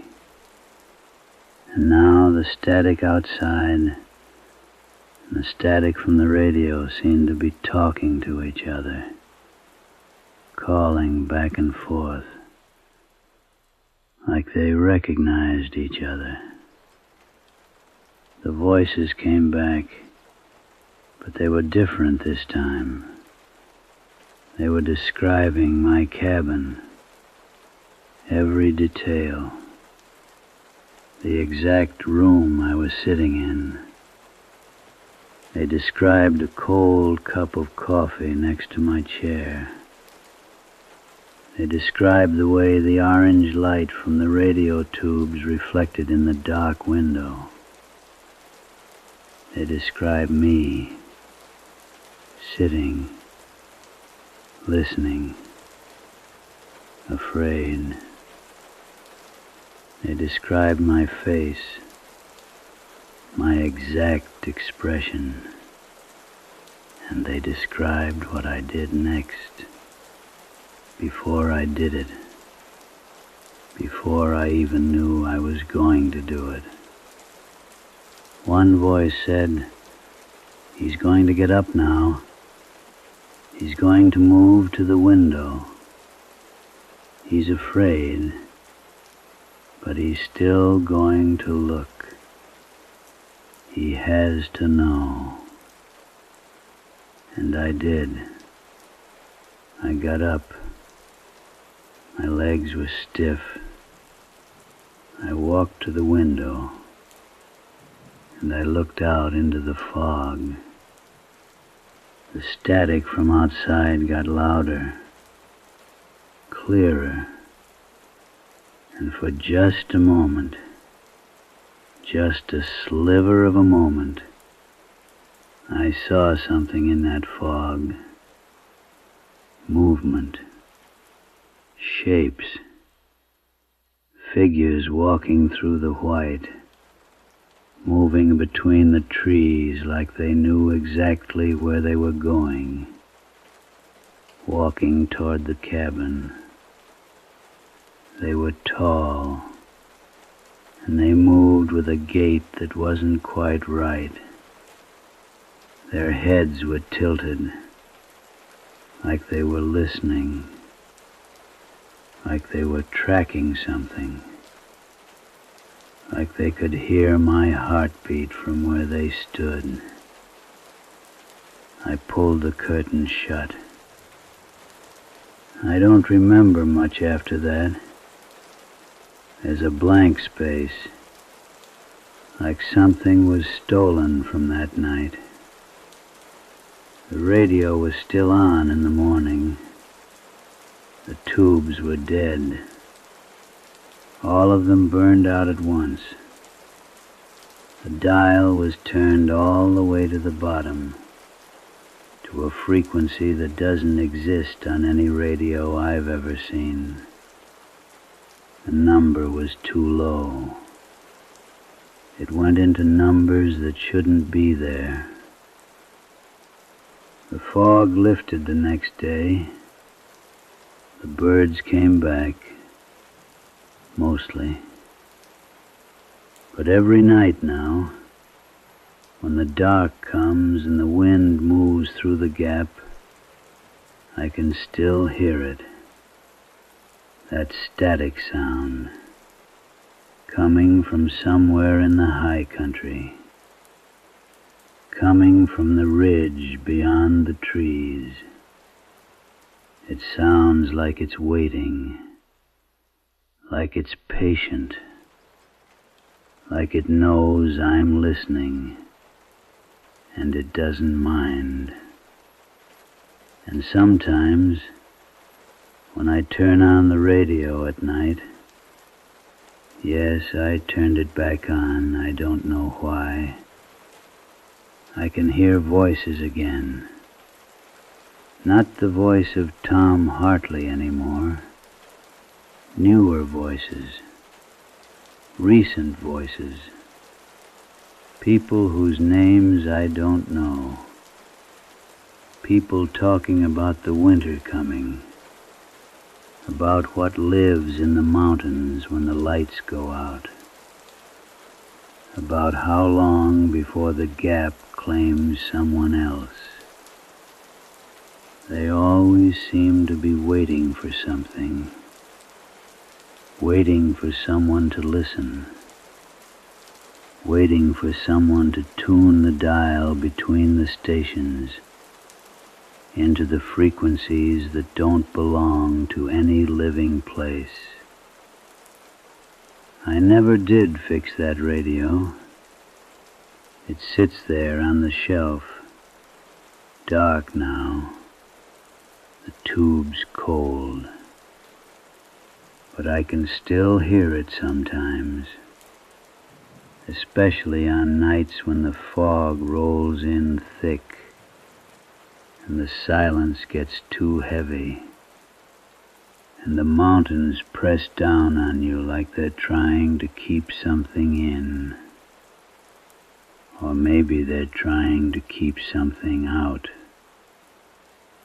In the towns below, they don't talk much about the gap anymore. They've got their reasons. Some places in the mountains are better left alone. Some places in the dark, when the wind moves just right, some places are already listening, have been listening, will keep on listening, long after all of us are gone, and the mountains have forgotten our names. That static in the space between stations, that ain't empty space. That's where they wait. That's where they've always waited. That's where they'll keep waiting, patient as stone, until someone else turns the dial, until someone else reaches out in the darkness and finds something reaching back. And every night, when I hear the wind moving through the branches and the fog pressing against my cabin walls, I wonder, are they getting closer? Or have they always been this close? Have they been here all along, just waiting for me to finally listen? Sometimes I wonder if I ever turned the radio off at all. Did you hear the static tonight? If this story made you feel like someone or something was listening from just beyond the edge of the darkness, you're not alone. Thousands of listeners have reported strange occurrences after tuning into the frequencies of Widow's Gap. Unexplained static on their radios. Footsteps that shouldn't be there. Voices describing things they were about to do before they did them. What unnerved you most about Case File 066? Was it the radio? The footsteps on the porch?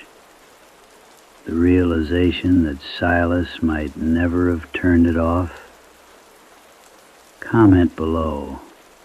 Tell us your experience. Have you ever heard something on the radio that couldn't be explained? Have you felt watched in the mountains? Have you tuned into something you shouldn't have? We're collecting testimonies from listeners who've experienced phenomena similar to what Silas encountered.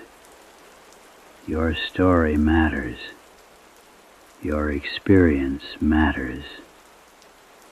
And if you made it this far into the darkness with us, if you felt that static calling to you through your speakers, then you need to follow for more cases from the redacted archives.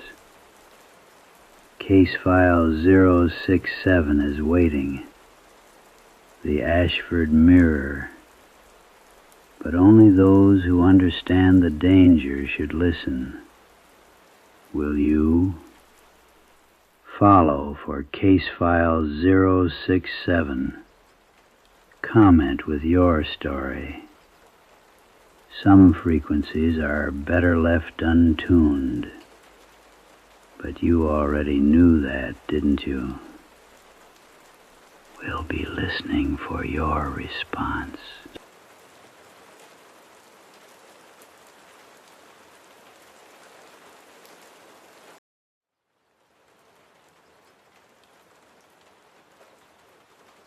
Welcome back to the Redacted Archives.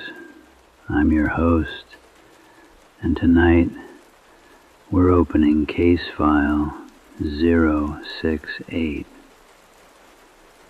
The audio log you're about to hear was recovered from the personal effects of a mail carrier named Marcus Webb. He disappeared in the Blue Ridge Mountains of North Carolina in the autumn of 1987. We found his journal wedged beneath a railroad tie, about 3 miles from any documented rail line. The pages were damp. The ink was smeared. But the words, well, the words were still readable. And they were still terrified. Now, before I tell you what Marcus found, I want to give you something, a glimpse, a little moment of where his mind had gone by the time he was writing these things down. Listen close now. They're still moving, you see.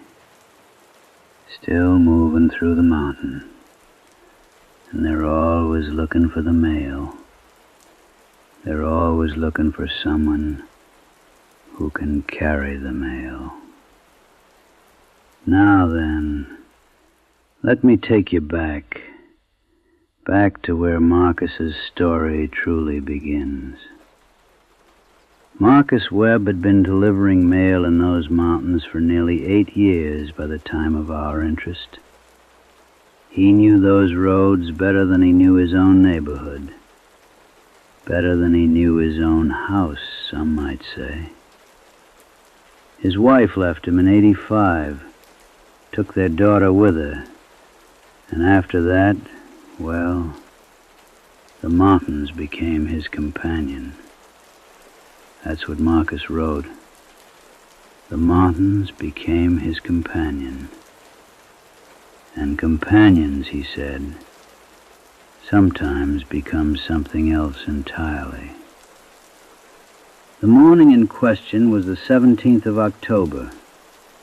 Marcus was making his usual route, heading northeast from the small town of Asheville, up through the winding passages of the Appalachian Range. The autumn had come early that year.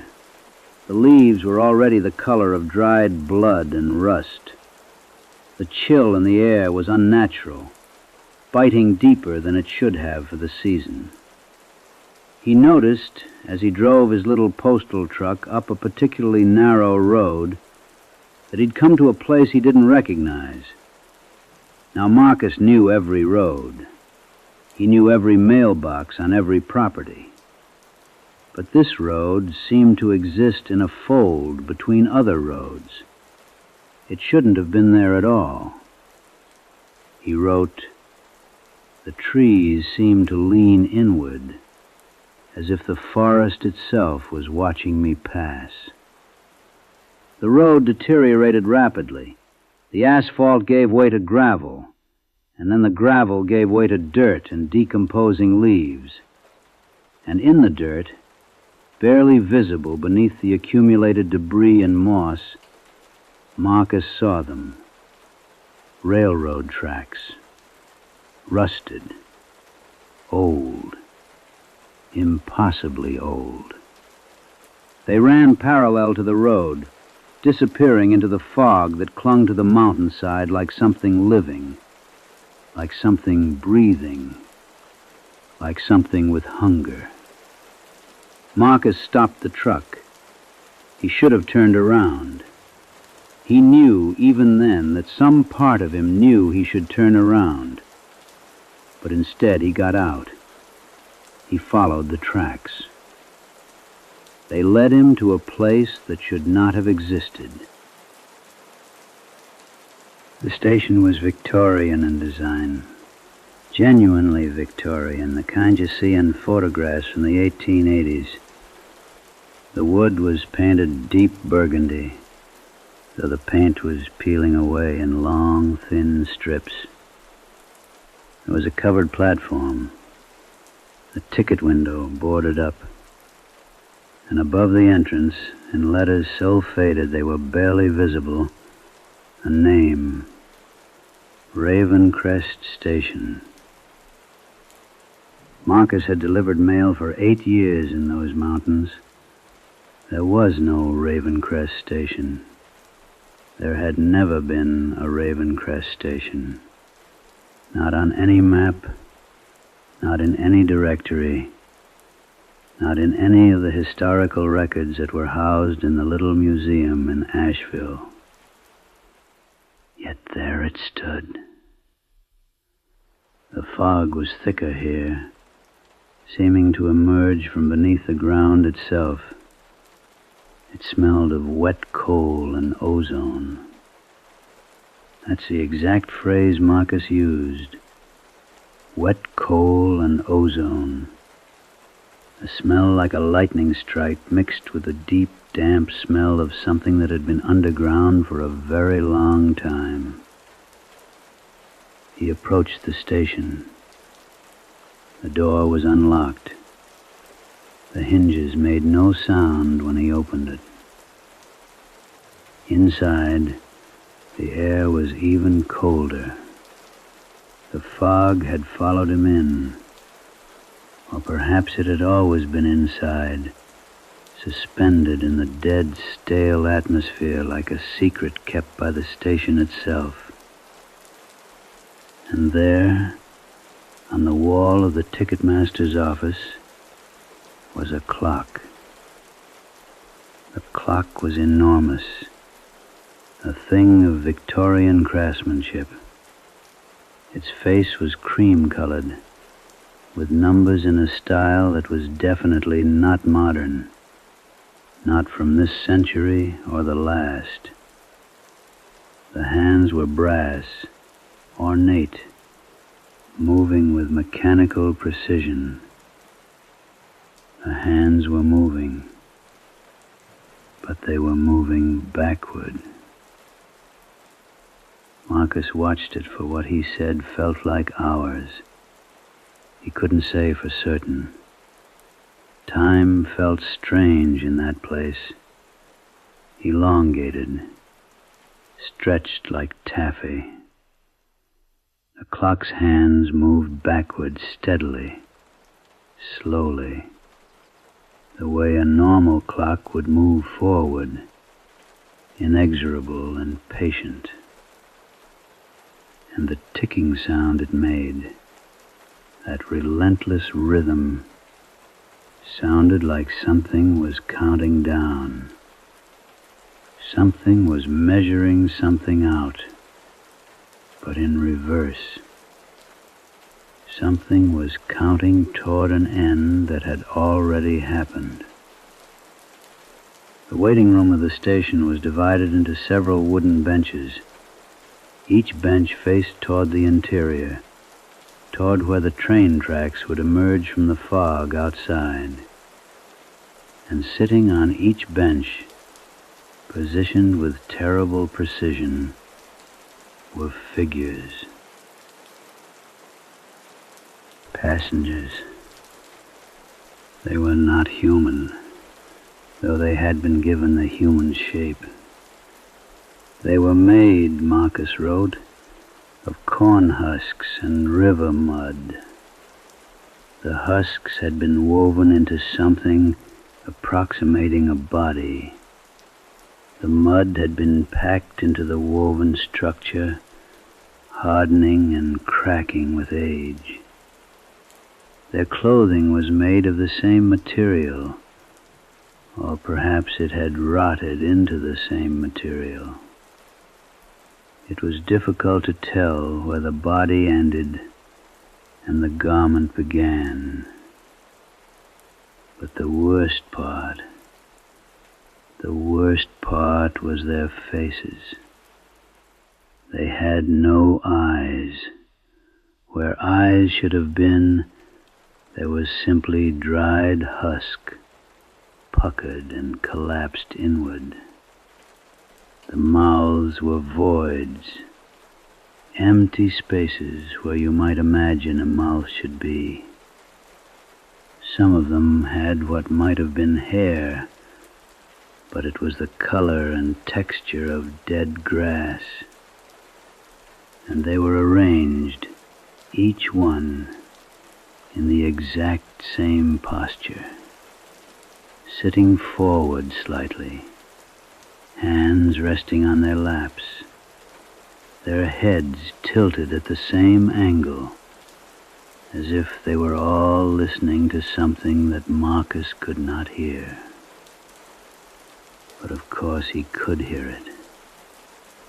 He could hear it, and that was the thing that terrified him most. It was a whispering, soft, like wind through cracks in a house, like people talking in an adjacent room, their words too indistinct to make out. But it was coming from them, from the figures, from the husk and mud passengers that were waiting with impossible patience for a train that may or may not come. They were waiting, Marcus wrote, waiting for something, waiting for someone. And they were waiting in a place that existed between what is and what isn't. Marcus should have run. Every instinct told him to. But he was a mail carrier. He had a purpose. On a small stand beside the ticket window was a mail slot. It was brass, gleaming despite the darkness and the fog. Above it, in neat printed letters, "To the carrier, from the mountain." Inside was an envelope, addressed to him, Marcus Webb by name, in handwriting that was not human, but made to look as if it could be. The letters were too perfect, too deliberate. Marcus withdrew it with shaking hands. The paper felt warm, very warm, like something living had just been holding it, he wrote. That detail he wrote down many times.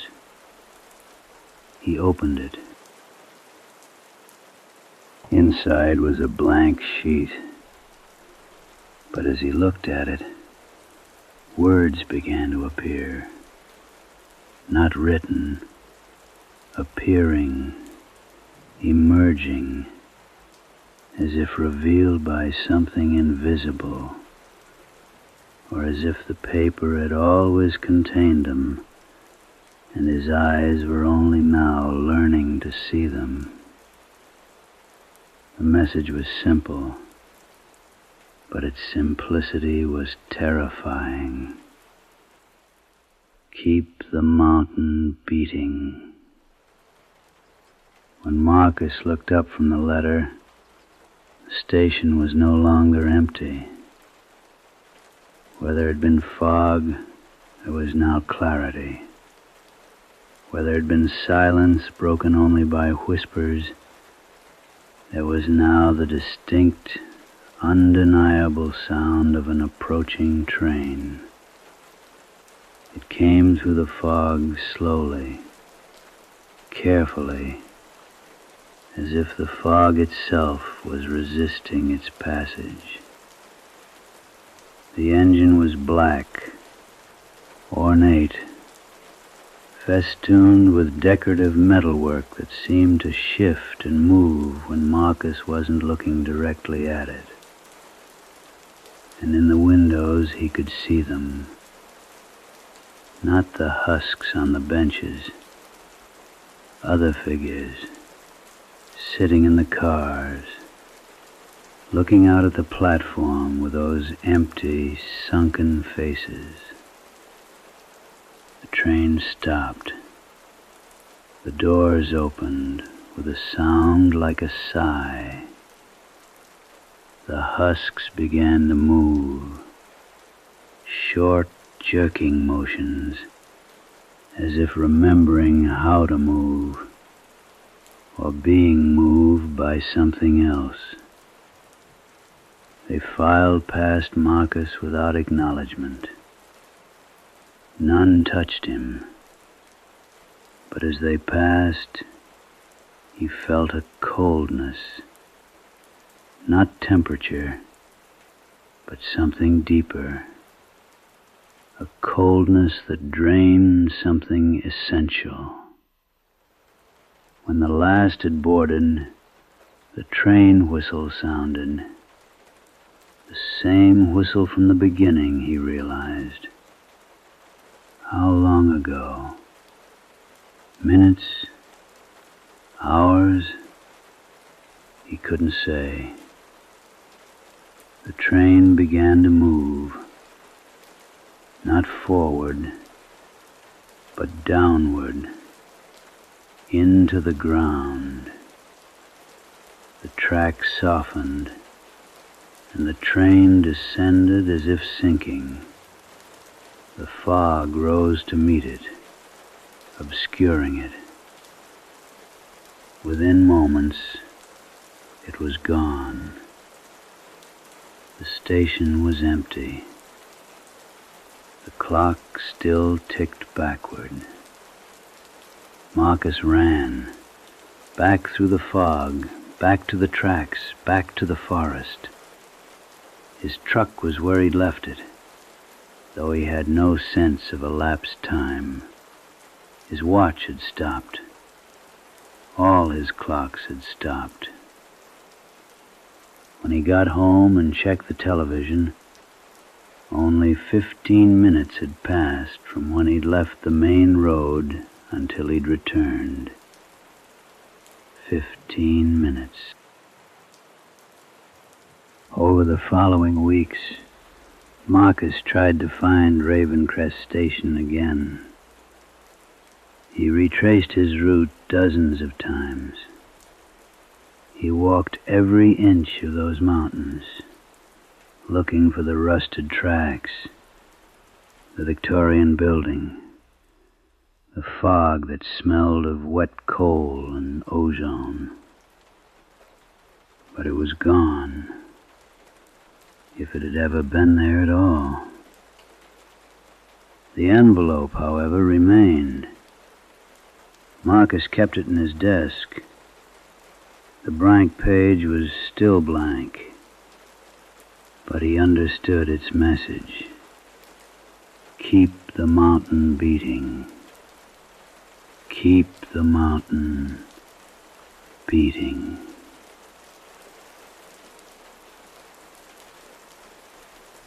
In his journal, Marcus began to document strange things. Local news items about missing persons, mail arriving with no return address yet delivered correctly, boxes left by roadsides containing nothing but dried grass and the faint smell of mud. And he noticed the husks, simple versions, crude effigies of corn and river mud, positioned in the forest facing various directions, some fresh, some ancient, weathered until barely recognizable as ever having been shaped human. They all faced inward, toward the center of the mountains. Marcus's last entry is dated November 3rd. The handwriting is shakier, as if his hands betrayed him, or he was becoming something that didn't remember how to write human. He wrote, "I understand now. The station isn't a place. It's a mechanism, a way. The mountain has a heartbeat, and the station is the valve, where something moves in and out. The things in the mountain need to travel. They need to be conveyed. They need someone to carry the mail between worlds. Someone reliable. Someone trustworthy." I didn't understand the message at first. Keep the mountain beating. But now I know. I have to keep delivering. Keep moving. If I stop, the mountain will know. It will send someone else. Always send someone else, until it finds what it needs. I saw the train again today, not in the station, on a normal road, moving through fog. The clock is ticking backward in my mind now. I feel it. All moments not lived yet, counting down. I'm going back to the station. I think I'm supposed to board this time. My delivery is complete. That was the last entry. Marcus disappeared 3 days later. His postal truck was found at the end of a road that may or may not still exist. His body was never found. But in the weeks and months that followed, the postmaster reported something curious. Mail continued arriving from Marcus's roots, stamped with current dates, properly sorted, delivered without fail. No one discovered who was delivering it. And in the mountains of North Carolina, if you know the right roads, or roads that shouldn't exist, you might find them. The husks, made of corn and river mud, positioned in the forest, facing inward, waiting, listening, counting down on a clock that moves backward, waiting for the next mail carrier, waiting for someone to keep the mountain beating. And somewhere in the fog, in the space between real and unreal, a train continues its journey. The passengers sit perfectly still, no eyes, but always watching, always waiting for the mail, always waiting for the one who will come, someone to keep the mountain beating. The clock keeps ticking backward, counting down, or perhaps counting up to something that hasn't happened yet. If you've heard something on those roads, if you've seen the tracks, the redacted archives wants to know. Leave a comment. Tell us what you found. Subscribe so you don't miss the next case, because the mountain is always listening.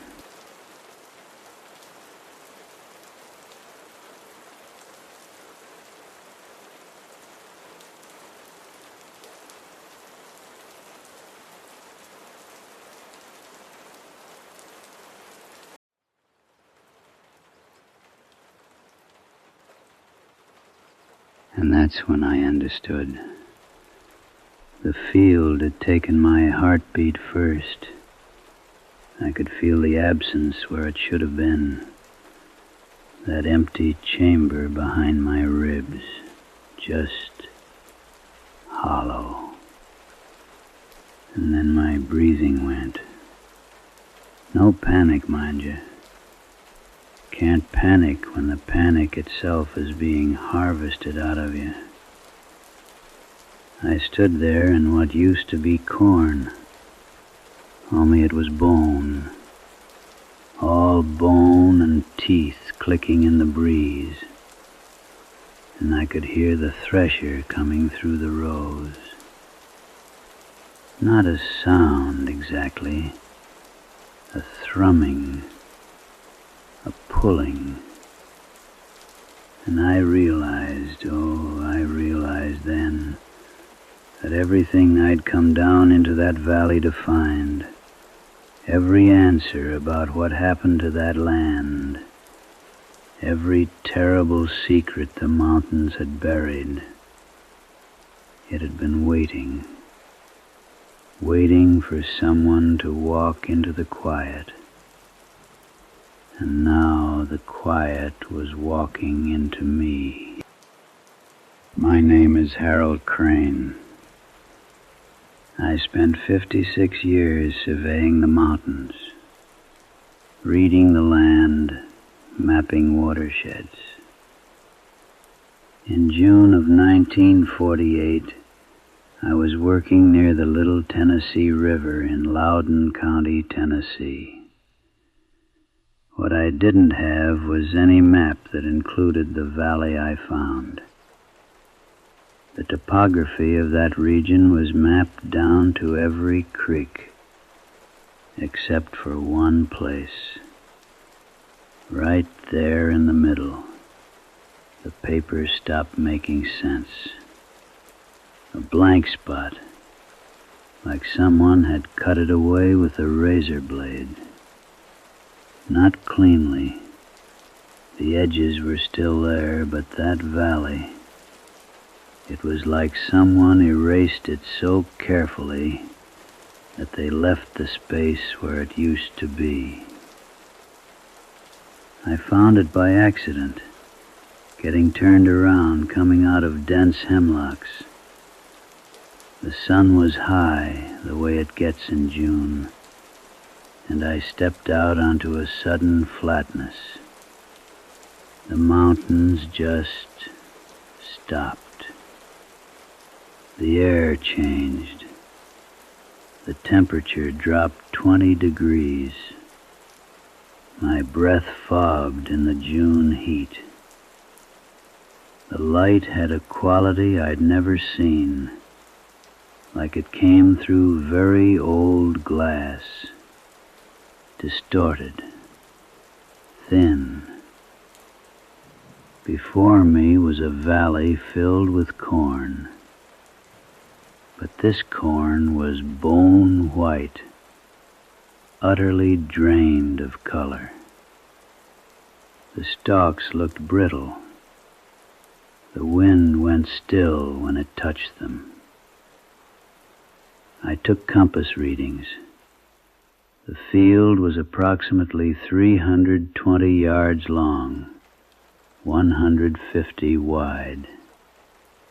The stalks were uniform, standing in perfect rows, geometric precision. But there was no farmhouse, no signs of habitation at all. The smell was mineral, like old stone, old bone, old copper. Then I pulled up one of the stalks. That was my mistake. It didn't budge. I pulled harder, and I heard something crack. Not a plant breaking, like breaking glass, complex, layered, like 100 pieces breaking all at once through the entire field.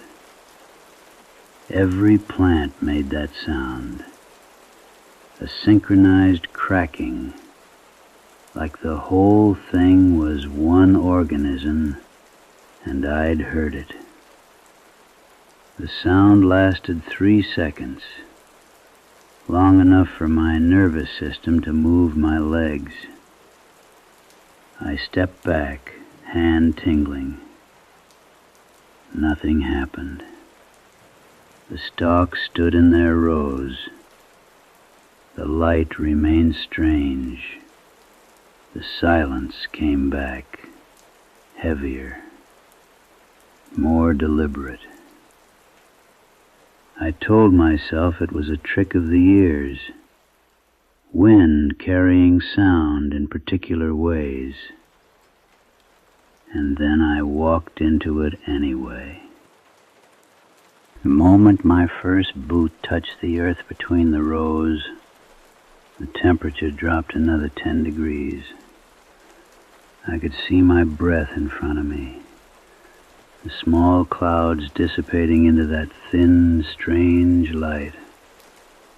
The silence deepened. I don't know how else to describe it. It wasn't just the absence of sound. It was like the air itself had weight, and all that weight was pressing down on any sound that tried to exist. The stalks were close on either side of me. I'm 6 feet tall, and my head came up to about the middle of them. They were smooth, those stalks. Not rough like corn usually is. Smooth like bone, actually. Like the femur of some enormous animal. And they were cold. I brushed against one as I moved down the row, and the cold of it transferred through my shirt sleeve. Real cold. The kind that makes you understand that things have been this way for a very long time. I kept my eyes forward and walked maybe 30 feet into the field. The rows seemed to go on forever in front of me, disappearing into the strange light. The edges of the field, where I'd entered from the tree line, were already difficult to see behind me. The corn seemed to be swallowing distance. The further I went, the further everything was. And then I heard it, the sound underneath the silence, a thrumming, a rhythmic thrumming like something mechanical, but far below the field, in the ground, like the earth itself was vibrating at a frequency just below what you could hear clearly. You felt it more than heard it. It set your teeth on edge, made your fillings ache if you had them. I have 2 old fillings in my left molar, and I could taste the metal. Copper. Blood copper. I stopped walking. I looked down at the stalk nearest to me, really looked at it for the first time. And that was when I understood what I was standing in. They weren't stalks at all. They were bones, finger bones, tibia, fibula, the small, delicate bones of a hand, arranged in a stalk configuration, all of them fitted together with something that looked like calcium deposits binding them at the joints. And the leaves were teeth, molars, bicuspids, incisors, all of them arranged in a leaf-like pattern, all of them pointing inward, all of them facing down the rows of the field. I made a sound then, some kind of involuntary noise that my throat produced without my permission. It was too loud in that place. It echoed wrong, and it made the thrumming stop. The moment the sound cut off, I felt it. That's the only way I can describe it. A feeling, a pulling sensation, not physical, but not entirely mental either. Like something was trying to draw me deeper into the rows. Like the field itself had noticed I was there and was reaching for me. The pulling wasn't strong. It was almost gentle, but it was insistent. It wanted me to keep walking. It wanted me to go deeper. I turned around. I didn't run. I've never been a running man, even when I was young. But I walked fast as I could move while still keeping my bearing straight back the way I'd come. The rows all looked the same. Every row was identical to every other row. The perspective tricks your eyes play on you in a field like that. Everything uniform and receding. It's the same thing you see in wheat fields or corn fields anywhere. But here there was something deliberate about it. It was a maze constructed by intelligence. But I'm a surveyor. I know how to read a landscape. I kept my pace steady and my compass bearing true. And after what felt like an hour, but was probably 2 minutes, I saw the tree line ahead, the dark shapes of the hemlocks, the boundary where white corn ended and the world started again. I burst out of that field with my heart hammering, and I didn't stop walking until I'd made it back through the trees to the part of the landscape that appeared on my maps. I sat down on a boulder for a good long while, just breathing, just reminding my nervous system that I was still attached to my body, and my body was still attached to the world I knew. When I finally stood up, the sun was lower in the sky. The day had gone somewhere while I was in that place. The light that came through the trees had that late afternoon quality to it. Longer shadows, more amber, normal, real. But I could still hear it, the thrumming. It was quieter now, more distant, but it was still there, just below the threshold of normal hearing, a vibration in the air, a pulling from the direction I'd just come. I should have left, but I was a surveyor, and there was a land formation that didn't appear on any map. That was a problem I had to solve. I was also afraid. There was something about that place that felt incomplete, like a question that would follow me. When the sun came up the next morning, I made my way back to the valley's edge. In the daylight, it was worse. That thin light made the white corn glow like it was generating its own illumination. I kept walking. The rows seemed shorter this time, or I was moving faster, or time was moving differently. The thrumming started almost immediately, like the field had been waiting for my return. I kept walking. The temperature dropped as I moved deeper. I could see my breath in that thin light, and then I felt it. That pulling sensation, but stronger, more direct. It wasn't pulling me forward anymore. It was pulling something from inside me. My heart beat first. I became aware of it because it stopped. Not in a frightening way, just an absence.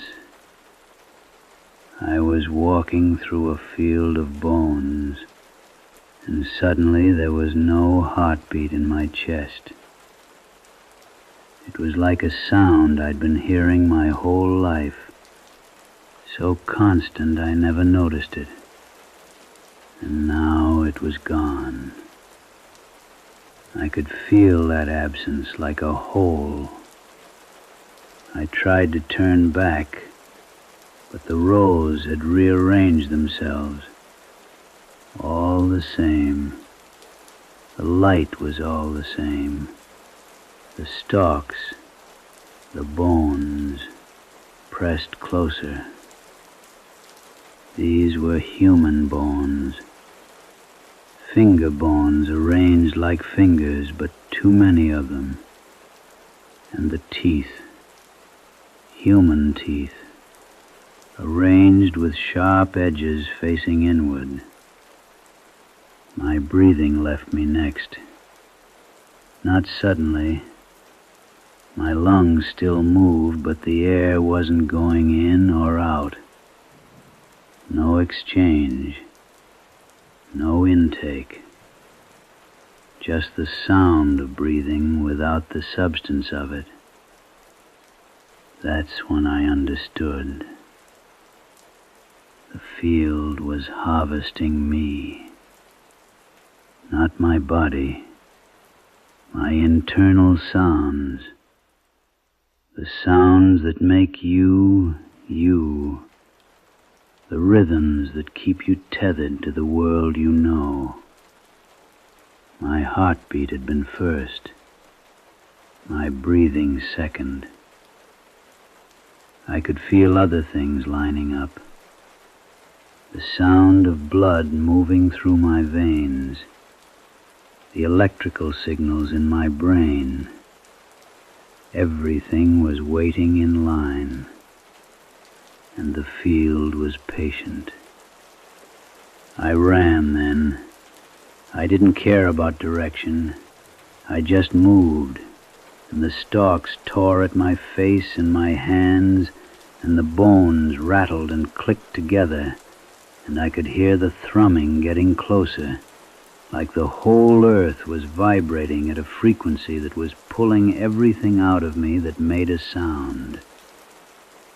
The tree line appeared. I stumbled out of that field, and the moment I touched the earth outside it, the pulling stopped. My heartbeat came back, racing in my chest like a trapped bird, and then it settled. And my breath came back with a gasp that felt like drowning in reverse. I collapsed on the ground.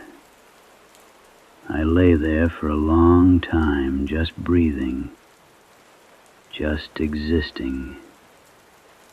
When I finally stood up, the sun was setting. The day had been taken from me, hours of it gone. The field was smaller, or further away, or both. It was fading into the distance, and I was afraid that if I didn't leave right now, it would fade completely, and I would remain in this place forever. I walked to my truck. I drove away. I didn't look back until I'd crossed the little Tennessee River and come out the other side on a road that was mapped and real and made sense.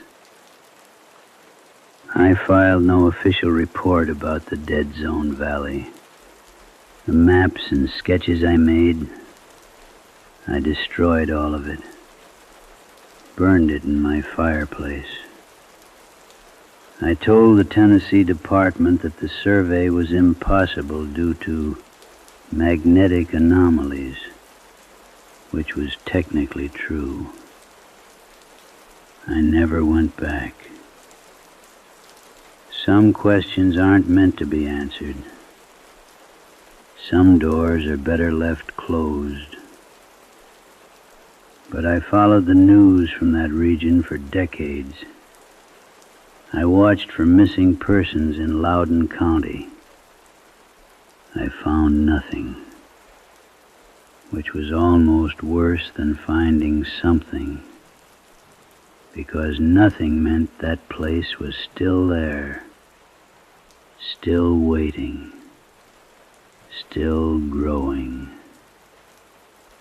You have to understand, places like that don't come into existence by accident.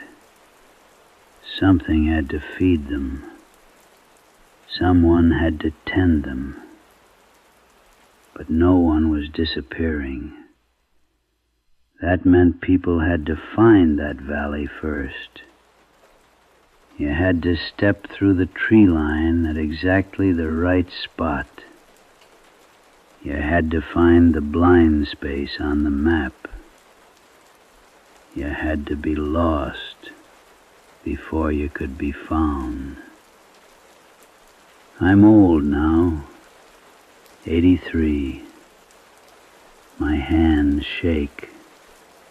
My memory loses pieces every day. But I remember that field with perfect clarity. The bone-white stalks, the teeth leaves, the thrumming sound that came from the earth itself. What it felt like to be unmade, piece by piece, sound by sound. And I remember the thing I didn't tell anyone. 3 months ago, I found a map from 1921 in an estate sale. There it was, the valley, not a blank space, actually marked on the map. Someone else had found it. Someone else had survived. And the name written on the map, in careful handwriting at the center of the field, was The Thresher's Garden. The handwriting looked familiar. I stared at it, and then I looked at the date, and I understood. The map was made by Randolph Crane, my great-uncle who went surveying in East Tennessee in 1921 and never came back out. I've been sitting with it ever since, wondering how something that doesn't exist on any other map, something that's been deliberately erased from every official document, something that made those white stalks from something's bones. I wonder how it's gotten so good at calling people back. And if you're still awake somewhere in the mountains tonight, if you work with maps and you've ever found a blank space where something should be careful where you step to fill it in. The fields are still growing. The thresher is still hungry. And it's still very, very patient. The mountains have more to tell you if you're foolish enough to listen. You know what's strange? Every time someone shares a story, really shares it, not just likes it, I get a message. Different accounts, different people, but the same message, almost word for word. My grandfather was a surveyor. He went into the mountains in 1947. We never talk about what happened. That's happened, I've lost count how many times. So here's what I'm asking. If you have that story, if someone in your family won't talk about the maps they made, won't go back to certain places, won't explain the blank spaces in their old surveys, comment. Just say, my family knows. That's all. Just so we know we're not alone. Follow the archives, because these stories are getting organized. They're being mapped. And every person who comments, every person who follows, is part of that map. And share this. Send it to your cousin who studies geography, your friend who collects old county maps, your mother who keeps asking why grandfather's notebook is blank after page 47. Because I think, and this is just a theory, but I think the more people know about places like Thresher's Garden, the safer those places become. Or maybe the more dangerous. I'm not entirely sure anymore. But I am sure that you need to hear what others have found. Comment, follow, share.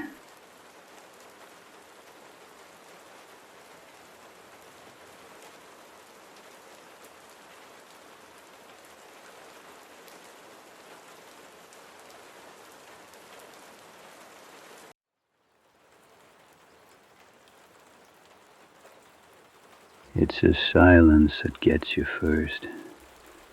Not the quiet of a room, but the silence of the woods when the birds stop talking. They know when the mountain is breathing. The fog had settled into the valley like a heavy, wet blanket. It was late December, much like tonight. My kin used to say that when the air gets that thick, the barrier between what's here and what's hidden gets thin enough to tear. I was sitting by the wood stove, the embers popping every now and then. Just me and the hound, Blue. Blue didn't usually stir for much. He was an old dog, ears tattered from years of chasing coyotes. But that night, Blue didn't bark. He didn't even growl. He just stood up, his legs shaking, and tucked his tail so tight against his belly it made my heart drop. Thump. It wasn't a loud sound, it was heavy, like someone had dropped a sack of grain onto the porch. But there was no rhythm to it, no footsteps leading up to it, just the weight hitting the wood. I reached for the lantern. My hands were colder than the window pane. I didn't want to look. Every instinct I had, every story my granddaddy ever whispered to me by the fire, told me to stay in that chair and let the fire go out. But the thump came again. Thump. This time it was against the door itself. The wood groaned, not like a man knocking, like something was leaning its entire life against the frame, testing the strength of the latch. I walked to the door, my boots silent on the floorboards. I could hear the wind outside whistling through the gaps in the logs. But under the wind, I heard breathing. It was wet, rhythmic, like a pair of lungs filled with mountain water. I put my hand on the cold iron of the handle. I shouldn't have, I know that now. But back then, I thought I was the master of my own porch. I didn't open it. Not at first. I just stood there with my palm flat against the rough-hewn oak, feeling the vibration of that wet breathing on the other side. It was rhythmic, deep, like the mountain itself was trying to catch its breath. Then came the scratching. It wasn't the sound of a fingernail or even a claw. It sounded like bone scraping against the wood, searching for a gap, searching for a way to get a grip. I looked down at the gap at the bottom of the door. The moonlight was fighting through the fog outside, casting a sliver of gray light onto my floorboards. Something blocked the light. It wasn't a shadow. It was hair. Long, matted, grayish-white strands of hair began to poke through the crack at the bottom of the door. It looked like dead grass, but it was moving. It was twitching, as if it was tasting the air of my cabin. I stepped back, my heart hammering against my ribs like a trapped bird. I called out. I shouldn't have, but the silence was making me go mad. "Who's there?" I asked. My voice sounded small, thin. The breathing stopped. The silence that followed was worse than the thumping. I backed away toward the fireplace, reaching for the heavy iron poker. Blue was backed into the corner now. His eyes rolled back so far you could only see the whites. He was vibrating, not shivering, vibrating. Then the voice came. It didn't come from the door. It came from the chimney. It was a wet, clicking sound at first, like stones rubbing together under a stream. Then it shaped itself into words. It didn't sound like a man. It sounded like something imitating a man who had been dead for 50 years. "Let the cold in, Elias," it said. My name. It knew my name.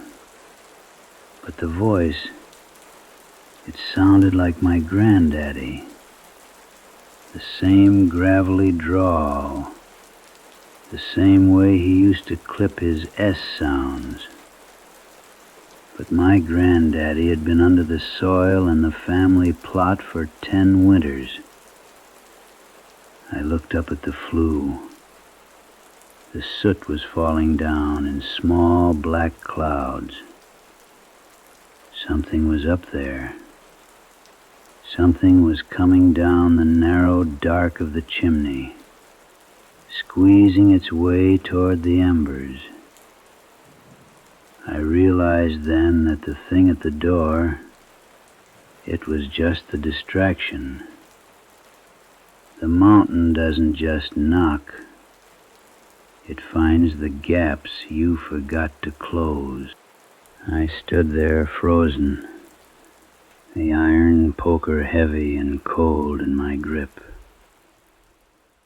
The soot continued to drift down, dusting the orange embers of the fire like black snow.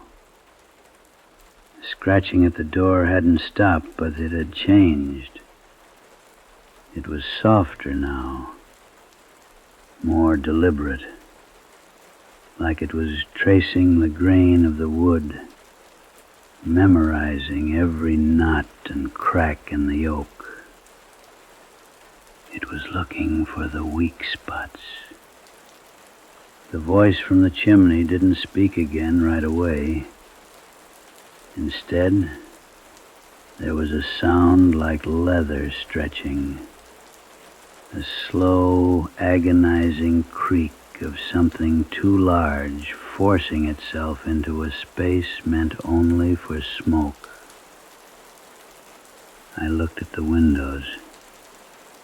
The fog was pressed so hard against the glass it looked like white skin. And then I saw the hand. It wasn't a hand like yours or mine.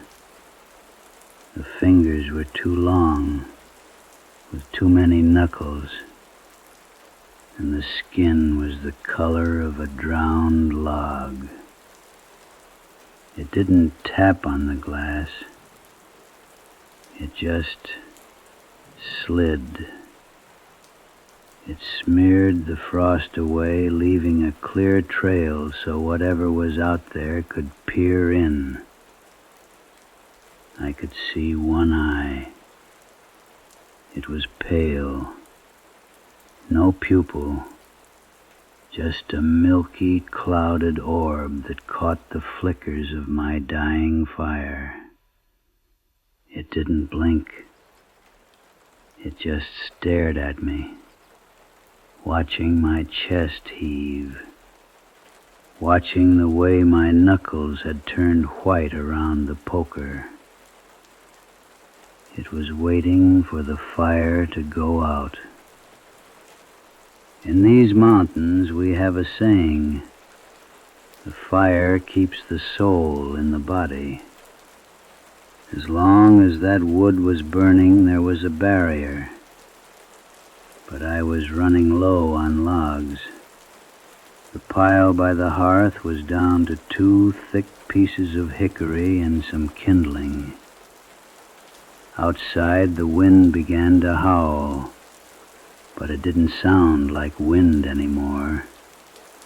It sounded like a choir of voices, all of them whispering my name, overlapping and tangling together until I couldn't tell if I was hearing them or just the blood rushing in my ears. Elias. Elias. Blue let out a whimper, a small, broken sound that broke my trance. He was looking at the floorboards now. The hair that had been poking through the door was gone, but the scratching had moved. It was under us. It was in the crawl space, dragging itself through the dirt and the spider webs, right beneath the thin planks of my floor. I could hear it moving toward the center of the room. Scritch, thump, scritch. Every time it moved, I felt the vibration in the soles of my boots. It was circling. It was measuring the weight of the man above it. I sat there in that flickering light, my eyes fixed on the shadows dancing in the corners. It's funny how a room you've lived in for 40 years can suddenly feel like a stranger's house when the sun goes down. Every creak of the floorboards sounded like a secret being whispered. My mind started wandering back to the stories they used to tell down at the general store. Stories about Blackwood Ridge that never made it into the history books.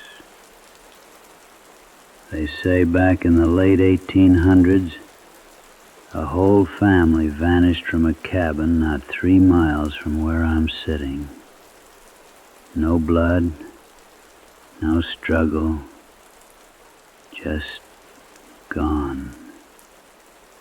The neighbors found the table set for supper, the porridge still warm in the bowls, and the front door standing wide open to the winter wind.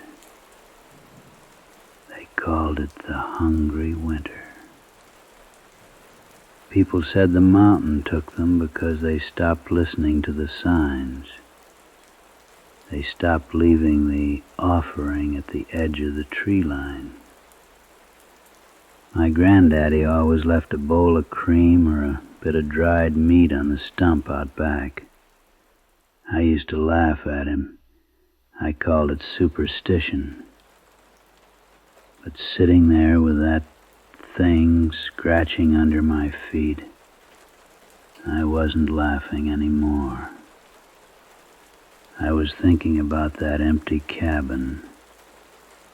I was thinking about the way the porridge looked, sitting there getting cold while the family was pulled into the dark. I looked at the window again. The hand was gone, but the smudge was still there. A long, oily streak on the glass that wouldn't frost over. It was like the touch of that thing had killed the very air around it. I began to wonder, if I did open the door, would it be a monster standing there? Or would it be something else? Something the mountain made to look like a man. The old ones of the ridge, they don't have faces. They just have memories. I started to smell it then. A scent like wet earth and old rusted iron. It was coming up through the floorboards, thick enough to taste. It reminded me of the time I fell into the old well when I was a boy. The darkness down there was heavy. It felt like it was pressing against my eyes, trying to get inside my head. That's what this felt like. The mountain wasn't just outside my house. It was trying to become a house. Every thump, every scratch was a heartbeat. My cabin was being swallowed, slow and easy, like a snake taking down a field mouse. I closed my eyes. I tried to think of the summer. I tried to remember the sound of the cicadas and the smell of the honeysuckle. But all I could hear was that wet, clicking sound in the chimney. Click, click, click. It sounded like teeth hitting together. Or maybe it was the sound of a latch being turned by someone who didn't have hands. The clock on the mantel. It had stopped. I hadn't noticed when the ticking died out, but the silence it left behind was heavy. It's a strange thing, how you only notice the rhythm of a room once it's gone.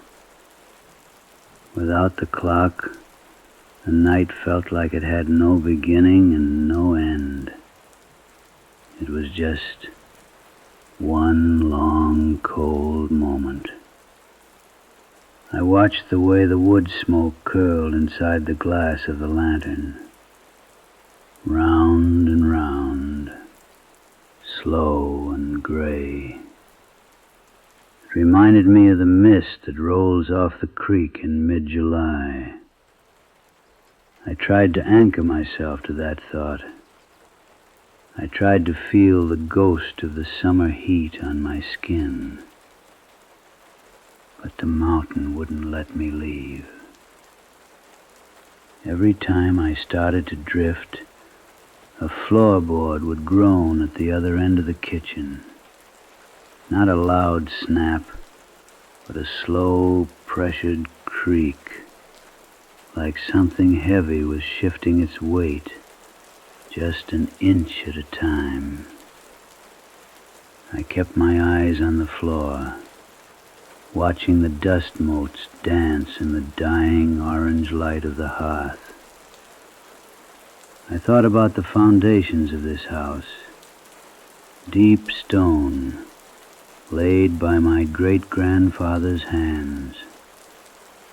He always said he built it to last 100 years. But he didn't build it to keep out the things that were here before the stone was quarried. He built it to keep out the wind and the rain. The things outside, they aren't the wind. They just use the wind to hide their voices. I started to count my breaths, in and out, in and out. I focused on the sound of the rain hitting the tin roof. Tink, tink, tink.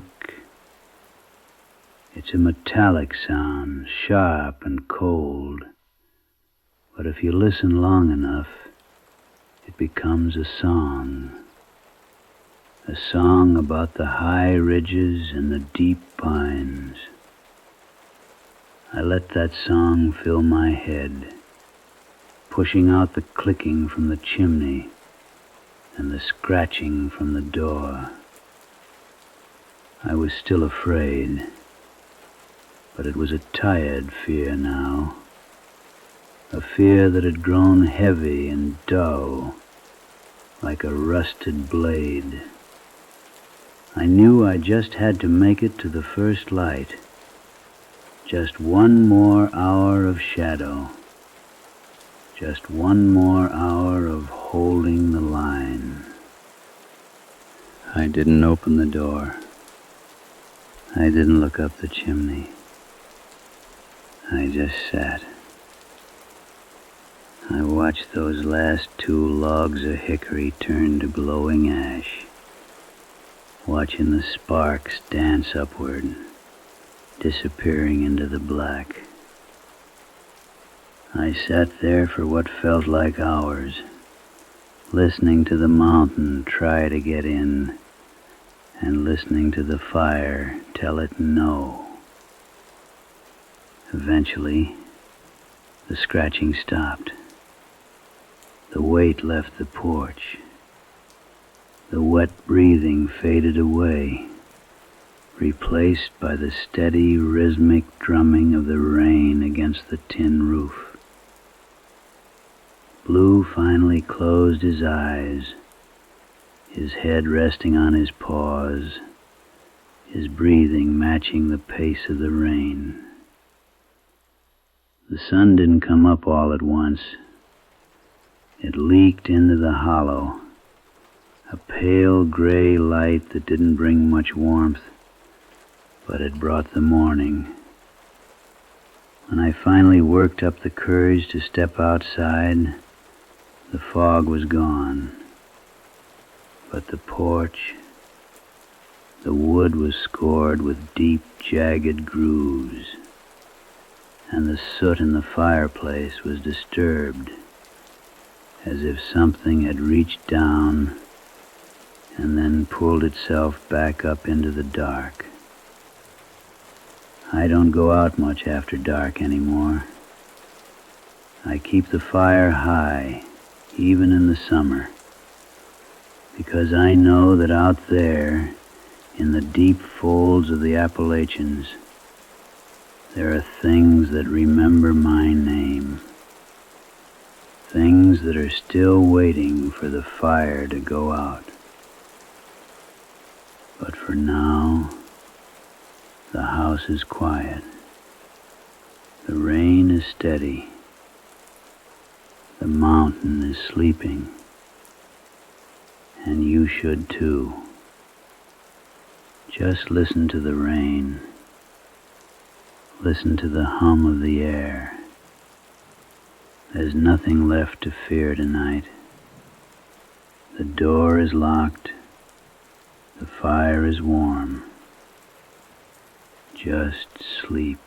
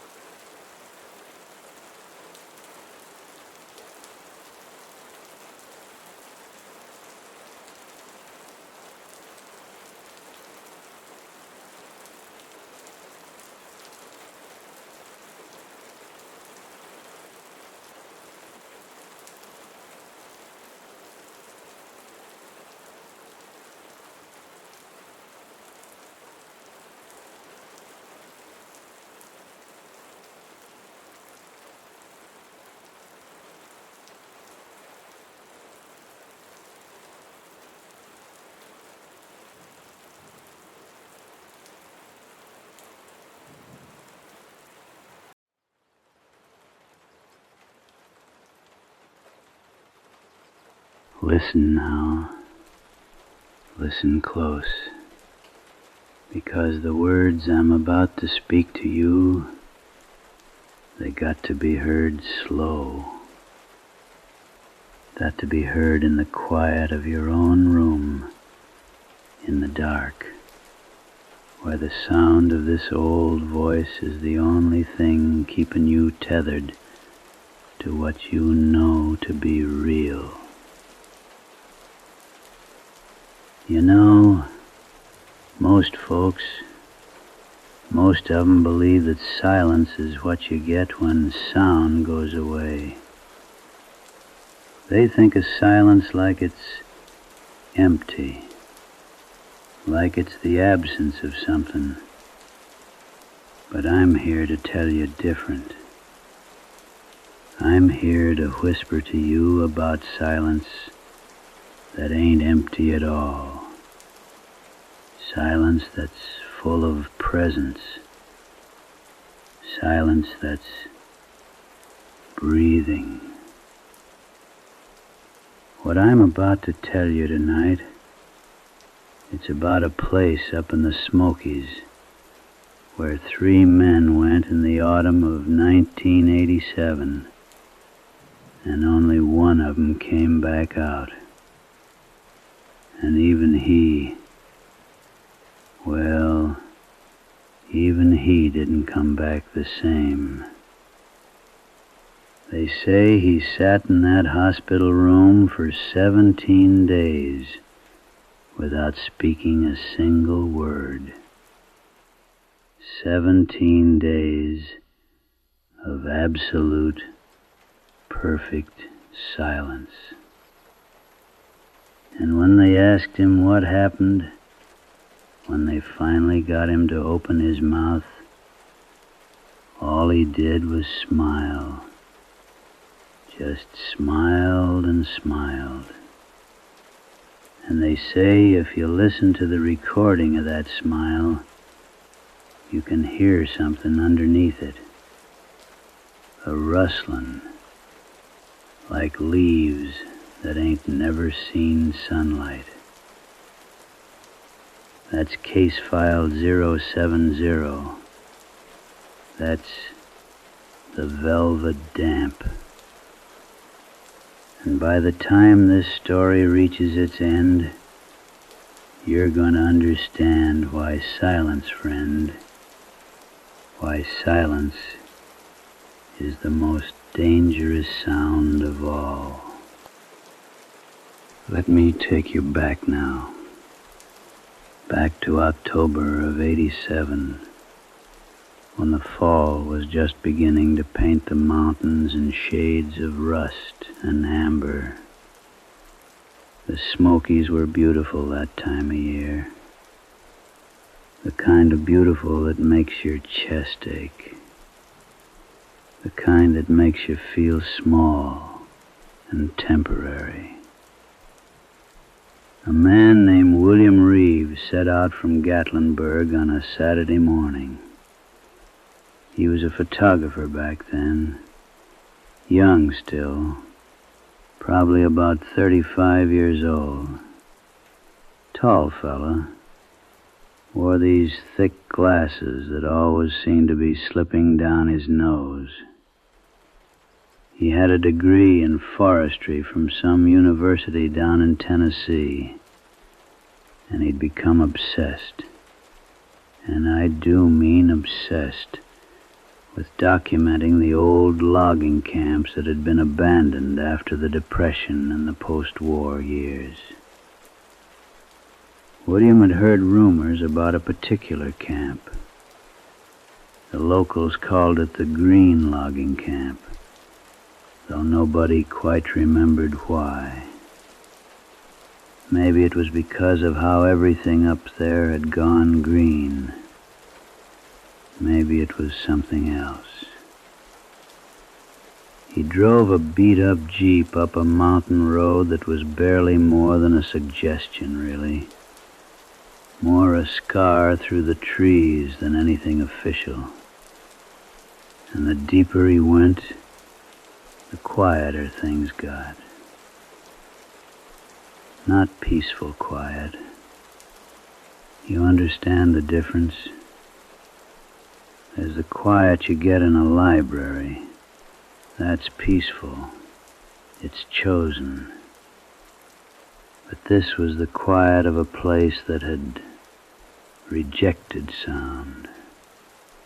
Like the air itself had gone thick, like it was refusing to carry noise any longer. The trees up there were the strangest thing he noticed first. Massive hemlocks and Fraser firs, their trunks wrapped, and I mean wrapped, like you'd wrap a gift, in this velvet moss. Not the thin, papery moss you see on normal trees. This was thick, deep green, almost black in the shadows. It hung from branches like the hair of corpses. It cushioned every footfall. When William stepped into that place, his feet made no sound. None at all. And the air smelled like standing over a grave that's been opened after 100 years. Wet earth.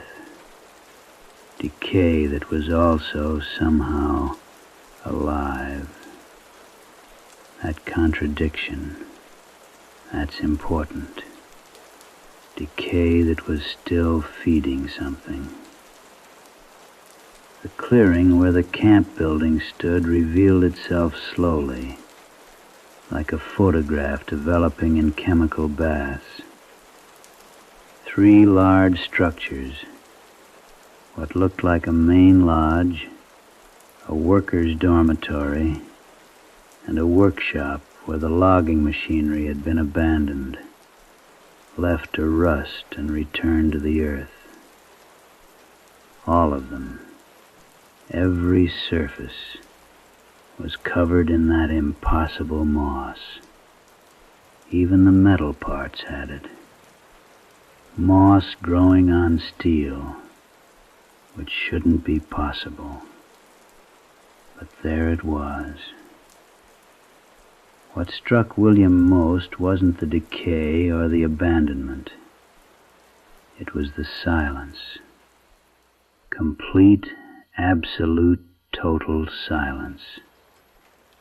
No birds, no insects, not even the whisper of wind through the canopy, though William could see the trees moving above him, could see their branches swaying gently, but no sound, like someone had muted the whole world. He would later write, and I do have access to his journals, fragments of them anyway, that it felt like stepping into a church at midnight, that the silence had weight, that it pressed against his eardrums, a physical thing, like deep water pressure. He stood there in that clearing for perhaps 5 minutes, just breathing, just letting his eyes adjust to the particular quality of the light there. The moss had thinned the sunlight, made everything move in shades of green and silver. He felt his heartbeat slowing, his breathing becoming more shallow, a drowsiness beginning to creep into his limbs, like the first stages of coming down with a fever. And he thought, I could sleep here. I could sleep right here in the dirt and moss, and it would be the most restful sleep I've ever had. That thought, he would later understand, was the first sign that the velvet damp was already working on him. William didn't sleep that night, though it was close. He fought it. He kept himself moving, kept himself documenting everything with his camera. Photographs that, when he developed them later, would show nothing but static-like patterns, as if his film itself had been affected by something in that place. The main lodge was still furnished, after a fashion. Chairs and tables warped by decades of moisture. A kitchen with pots still on the stove, lids rusted into place. Bedrooms with mattresses that had become one with the moss, so thoroughly that you couldn't tell where the fabric ended and the fungal growth began. But it was in the foreman's office that William found them. The journals. 12 of them stacked carefully on a desk that was otherwise bare. The leather covers were brittle but intact, preserved somehow by the constant cool and the quiet. The earliest entry was dated June 15th, 1952.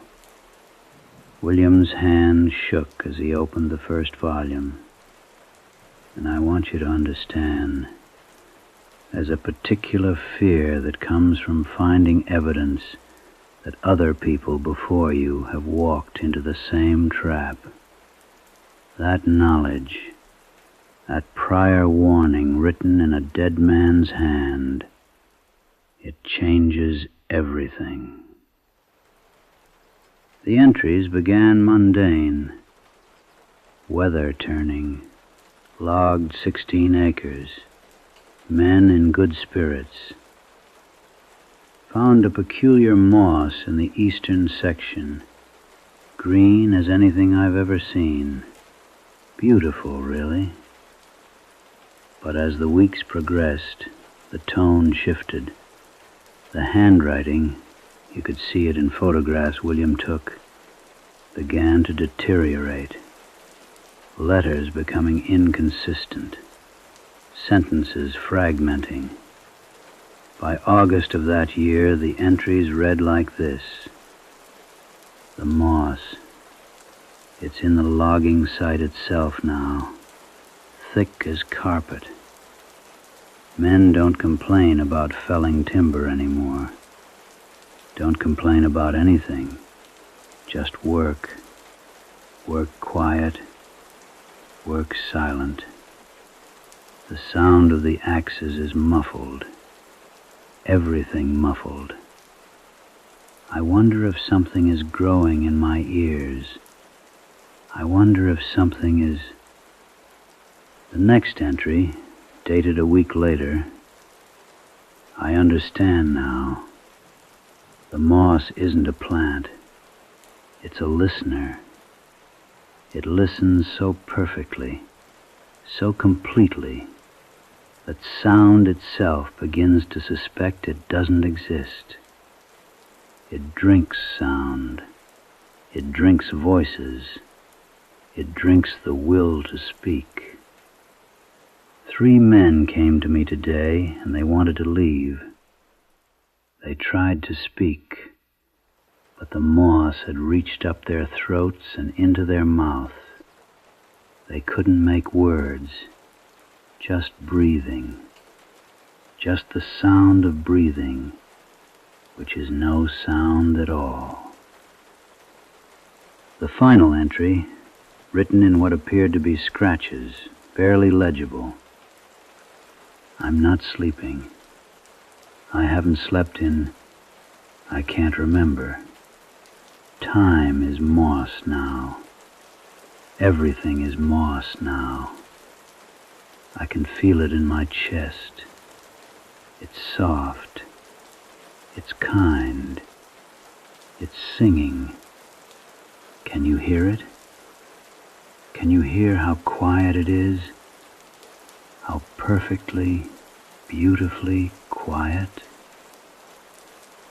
There were no more entries after that. William's hands were trembling as he photographed every page. He told himself he was collecting evidence, building a record. But really, he was transfixed, terrified, because part of him, the part that had been touched by that beautiful, perfect silence, wanted to understand what the foreman had experienced. Part of him wondered if giving into it would feel like coming home after a long journey. He sat in that office for hours, reading by the fading light, and he didn't hear a single sound from the outside world. The moss had already begun its work. When darkness fell, William realized he'd made a crucial error. He'd positioned his camp, a small tent and sleeping bag, at the very edge of the clearing. He'd thought the distance from the buildings would provide safety. He didn't understand yet that distance meant nothing to the velvet damp. Distance was just another form of silence to traverse. He sat by the entrance to his tent as the green twilight turned to deep blue, then to a darkness so complete that his own hand became invisible before his eyes. And that's when he began to notice the sounds, or rather the attempts at sounds. There was a whispering, not quite audible, but felt, like wind in the trees, except there was no wind. The air was still and cold. It came from the direction of the main lodge, a soft rustling, like fabric dragging across stone. But beneath it, if you listened closely enough, was something else, something almost like breathing, the breathing of something vast and patient. William pulled himself inside the tent and zipped it shut, though he knew the gesture was meaningless. Moss didn't recognize barriers. Silence didn't acknowledge boundaries. Hours passed. He lay in his sleeping bag, fully clothed, glasses still on his face, and he listened. The rustling grew closer. Not moving necessarily. It wasn't as if he could hear footsteps approaching. Rather, the sound was encompassing, as if the darkness outside the tent was slowly filling with that soft noise, that patient whisper. And the worst part, the thing that would haunt him for the rest of his life, was how beautiful it sounded, how comforting, like a lullaby sung in a language he didn't understand, but whose meaning was crystal clear.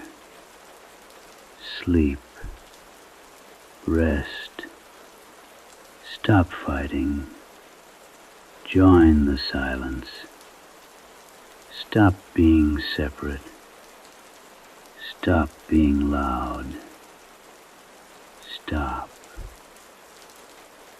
His eyelids grew heavy, so very heavy.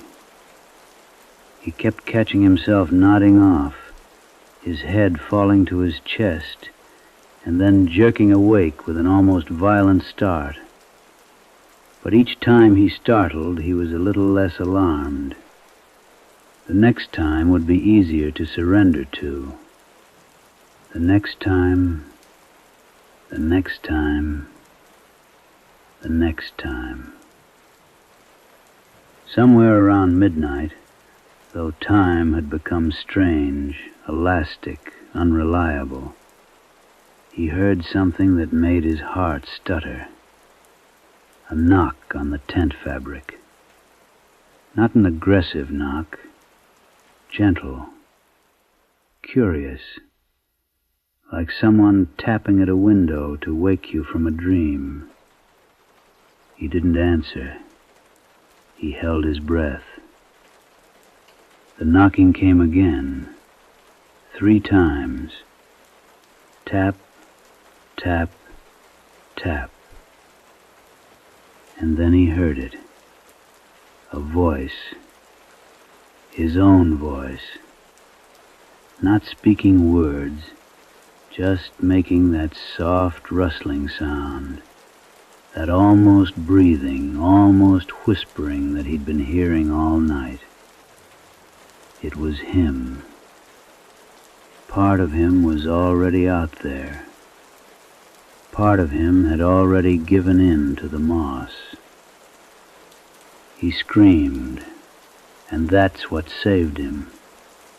The scream shattered something, not the world, but the spell that was wrapping around his mind like those thick velvet layers of moss. He clawed his way out of the sleeping bag, out of the tent, and he ran in the absolute darkness with his arms up, branches whipping at his face, drawing blood that he would later swear felt warm and moved with purpose down his cheeks, as if it too was becoming part of something else.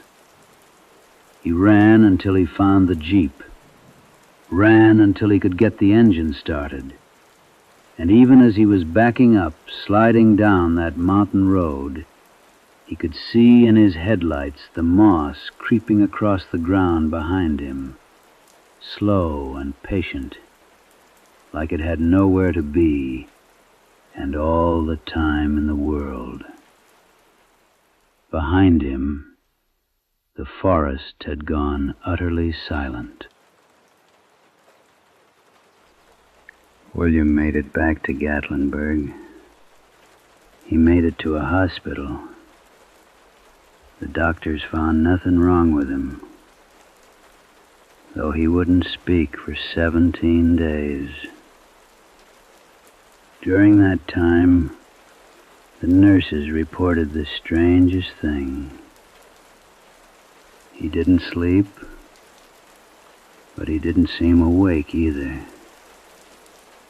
He existed in some state between, his eyes open, but focused on something they couldn't see. When he finally spoke, it was only to whisper. For the rest of his life, people said, that man would only whisper. He couldn't raise his voice above that rasp, that soft hiss, as if something in his throat had been changed, as if the moss had left its mark. He gave only one account of what happened, and he did it in fragments, between long silences. The details I've shared with you tonight, they come from that account, fragmented and reorganized. But there's something he never explained, something the investigators noted but never resolved. When William's tent was recovered and examined, they found something inside the sleeping bag. Threads of that velvet moss, still moist, still alive, still growing. It had been inside with him all along. And sometimes, on quiet nights in Gatlinburg, people in their homes report the strangest thing, the soft rustling at their windows, a patient, beautiful silence that seems to weight down the air. The moss never really left those mountains, you see. It's still there, still listening, still waiting, still learning to whisper. The old man's breathing becomes slower, more deliberate.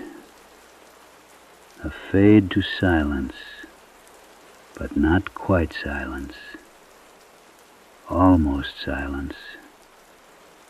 The kind of silence that has something in it. Sleep now. Let the quiet take you. It's really quite kind. Before you drift off into that quiet place between waking and sleeping, before the moss of your own exhaustion pulls you deeper into the pillow, I need you to do something for me. You see, what I've told you tonight, it's not just a story. It's a warning. And warnings, they work best when they spread, when they whisper from one person to another, like the rustling in William Reeves' tent, like the patient sound of something moving through the dark. So I'm asking you, and I'm asking soft, the way the forest asks. Subscribe to redacted archives. Let the notifications find you in the quiet of your night.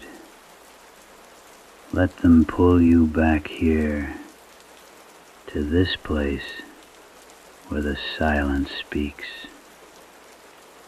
And more than that, I need you to comment. Tell me, have you felt it? Have you ever been somewhere so quiet that the silence itself seemed alive? Have you heard the rustling? Have you felt the moss creeping into your thoughts? The comments, they're how I know the silence is spreading. They're how I know others are listening. They're how the archive grows. Follow us. Share this with someone you know is awake at 3 a.m, unable to sleep, searching for something they can't name. Someone who understands that silence can be hungry. Because you see, the more of you who listen, the more of you who comment, the more real this becomes, the more present. And presence, as I told you at the beginning, is what silence truly is. Ring the bell. Let it remind you that you're not alone in the dark, even if the quiet is. Thank you for listening. Thank you for staying. And thank you for letting us know you're still here.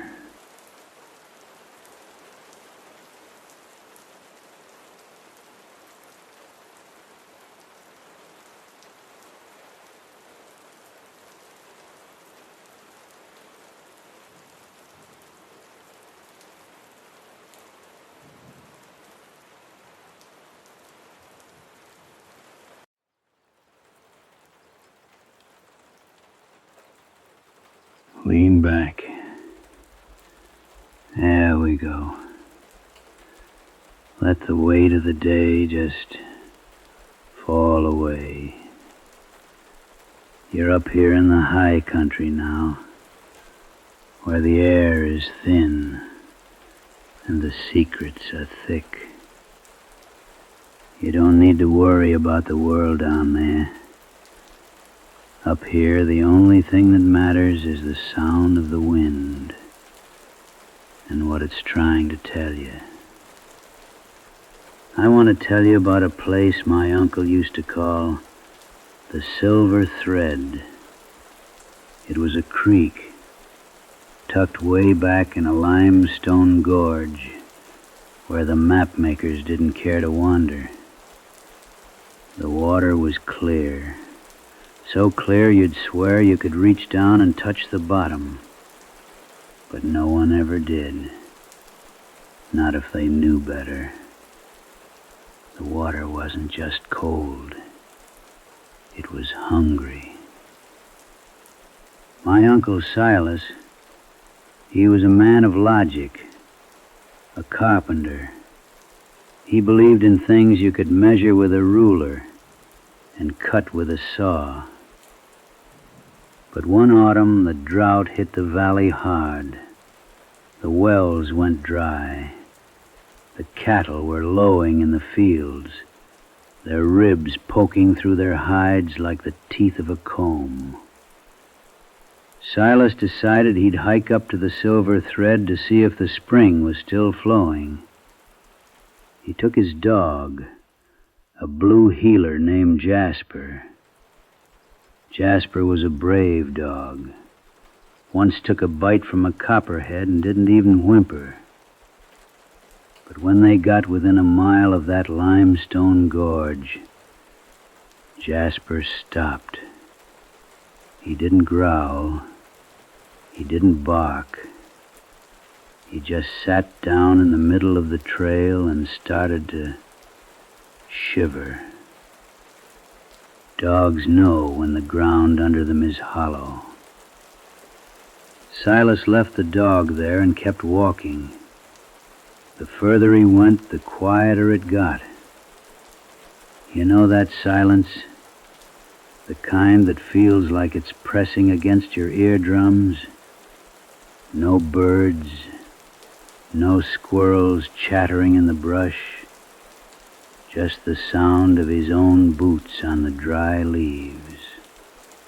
Crunch, crunch, crunch.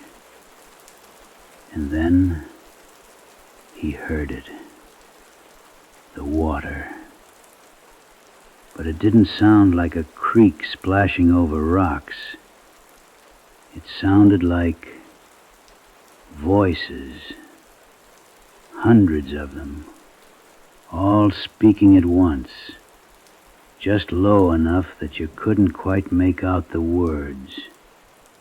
Like a prayer being said in a language that died before the mountains were born. Long, slow exhale. Silas reached the bank of the Silver Thread just as the light was turning that bruised shade of purple you only see in the deep woods. The water was still, too still for a creek on a slope. It looked like a sheet of black glass stretched across the valley floor. He knelt down, intending to splash some water on his face. But as he leaned over that dark surface, he froze. The reflection looking back at him, it wasn't wearing his hat. Silas didn't have a hat on. He'd left it back on the trail with Jasper. But the man in the water, the man with Silas's eyes and Silas's jagged beard, was wearing a wide-brimmed felt hat, stained with salt and age. The reflection didn't move when Silas moved. It just stared. And then the reflection's mouth opened. No sound came out of the water, but the voices in the air, they got louder. Silas scrambled back, his breath coming in short, ragged hitches. He hit his back against a massive hemlock tree, and that's when he looked down at the stones near his boots. The bank of the creek wasn't just gravel and silt. It was covered in things, tributes, left for the water. There were pocket watches, their glass faces cracked, the hands frozen at different hours. There were wedding bands made of heavy, dull gold. And there were teeth, little white stones that weren't stones at all, arranged in neat circular patterns on the flat rocks. It looked like a marketplace where the currency was memory. Silas felt a coldness creeping up his spine, the kind of chill that doesn't come from the wind. It comes from the realization that you are standing in a room you weren't invited into. He looked across the creek to the other side. The trees over there, they were white, stripped of their bark, bone pale and reaching up like skeletal fingers. And hanging from the branches were hundreds of small handmade dolls, corn husks and twine, all of them facing the water, all of them facing him, watching the man who forgot to bring a gift.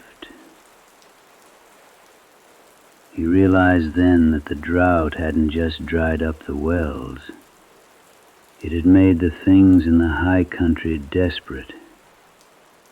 When the water retreats, the secrets it hides are left out in the open, and they don't like the sun. They don't like being seen. Silas reached into his pocket. He didn't have gold. He didn't have a watch. All he had was a small whittling knife with a cedar handle, a tool he'd used for 30 years. His hands were shaking so hard he almost dropped it. He placed the knife on the flat stone, right next to a pile of those little white teeth. "Take it," he whispered to the glass still water. "Take it and let me walk back to my dog." The water didn't ripple, but the voices changed. They stopped that frantic, overlapping prayer. They shifted into a single low hum, a sound like a beehive the size of a mountain. Silas didn't wait to see if the knife disappeared. He turned. He ran. But the woods didn't look the same as they had on the way down. The shadows were stretching, growing long and thin, reaching out from the trunks of the trees to trip him. The trail was moving. Silas ran, but running in the deep gorge isn't like running in a field. The roots reach up to snag your heels, and the laurel thickets grow so tight they feel like ribs closing in around you. Every time he looked back, the silver thread was still there, just a few yards behind him. He'd been running for what felt like miles, but the sound of that humming water stayed right at his heels. It didn't want his knife. It wanted his company. The light was almost gone now. In the Appalachians, when the sun goes down, it doesn't just get dark. The world turns into a different shape, The familiar oaks look like hunched men. The rustle of a squirrel sounds like a footstep. Silas finally saw a shape on the trail ahead. A low gray shadow sitting perfectly still. "Jasper?" he called out. His voice sounded thin, like dry paper tearing. The dog didn't move. He didn't wag his tail. He just sat there, facing away from Silas, looking back toward the gorge. Silas reached him and put a hand on the dog's head. The fur was cold. Not cold like a winter night. Cold like a stone pulled from the bottom of a creek. He wasn't shivering anymore. Silas looked down at his dog's feet. There in the dirt were the tracks Jasper had made. But there were other tracks too. Tiny circular marks in the mud, as if someone had been pressing those little white teeth into the earth over and over, in a trail leading straight to where the dog sat. He whistled, a low, sharp sound. Jasper stood up, but he didn't turn around. He started walking toward the cabin, his movements stiff, rhythmic. Clack, clack, clack. Silas followed, his heart hammering against his chest like a bird in a cage. They reached the cabin just as the last sliver of moon rose over the ridge. Silas slammed the door and threw the bolt. He didn't turn on the lamps. He just sat in his rocking chair, clutching his shotgun, watching Jasper in the corner. The dog wouldn't stop staring at the door. Hour after hour went by. The wind died down. The woods went silent. Then, right around 3 in the morning, the sound started. It wasn't a knock. It wasn't a scratch. It was the sound of something wet being dragged across the porch. Shk, shk. And then a metallic clink. Silas didn't move. He didn't breathe. The next morning, when the sun finally broke over the mountains, he opened the door just a crack. There on the welcome mat sat his whittling knife. The cedar handle was waterlogged and turning gray. But it wasn't alone. Next to the knife sat a small handmade doll. It was made of corn husks and twine. It was wearing a tiny, wide-brimmed felt hat, and in its wooden hand it held a single lock of Jasper's blue fur. The water always gets its tribute, one way or another. Silas never went back to the Silver Thread. He moved down to the flatlands a week later. But they say if you listen close on a dry night, when the wells are low and the air is still, you can still hear him, or something that sounds like him, calling for a dog that never came home. Now, close your eyes. The creek is far away. The gorge is closed. You're safe in the quiet. Just listen to the rain and let the sleep take you.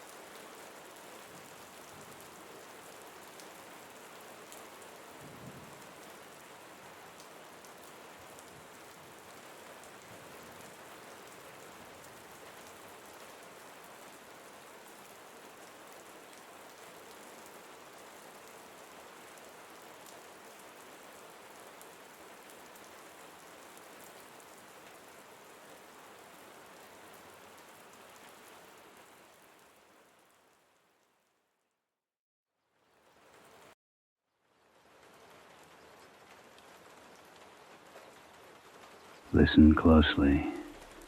Just before dawn, when the mist sits heavy in the hollows and won't lift, there is sounds that come from old places. Sounds like voices. Sounds like someone calling. And if you answer, they know you're there. They know where to find you. The question isn't why it happens. The question is, why would anyone answer back? Case file 064. The Whispering Pines of Hollow Creek. Status filed. Investigation concluded. No findings reported. Location, Blackwood Ridge County, Eastern Kentucky. Harlan County line. Incident dates, September 1987, October 1987. Witnesses, deceased. Documentation, official statement redacted. Family account sealed. My name is Samuel. I'm going to tell you about the land my grandfather left behind. Not the deed, not the mineral rights, but the land itself and what lives in the breathing spaces between the trees. There are places in the Appalachian deep that have rules older than deeds, older than the people who settled there. My grandfather knew those rules. So did his father before him. And when my grandfather passed in 1987, he left us something in his will besides the property. He left us a letter, instructions really, on what to do with the hollow. The hollow, that's what we called it. Not Hollow Creek, though that's what it appeared on the survey maps. Just the hollow. It sat at the eastern edge of the Blackwood Ridge property, a stretch of maybe 40 acres where the land dipped down and seemed to breathe differently than everywhere else. The letter said, "Do not clear the pines. Do not cut into the mountain here. Do not disturb the ground. Tell no one what lives there. And above all, do not go into the pines when the fog comes thick. Do not answer to your name if called. Do not whistle. Do not sing. These are the old rules, and they were old when I was born. I was 24 years old. I thought my grandfather was a superstitious old man.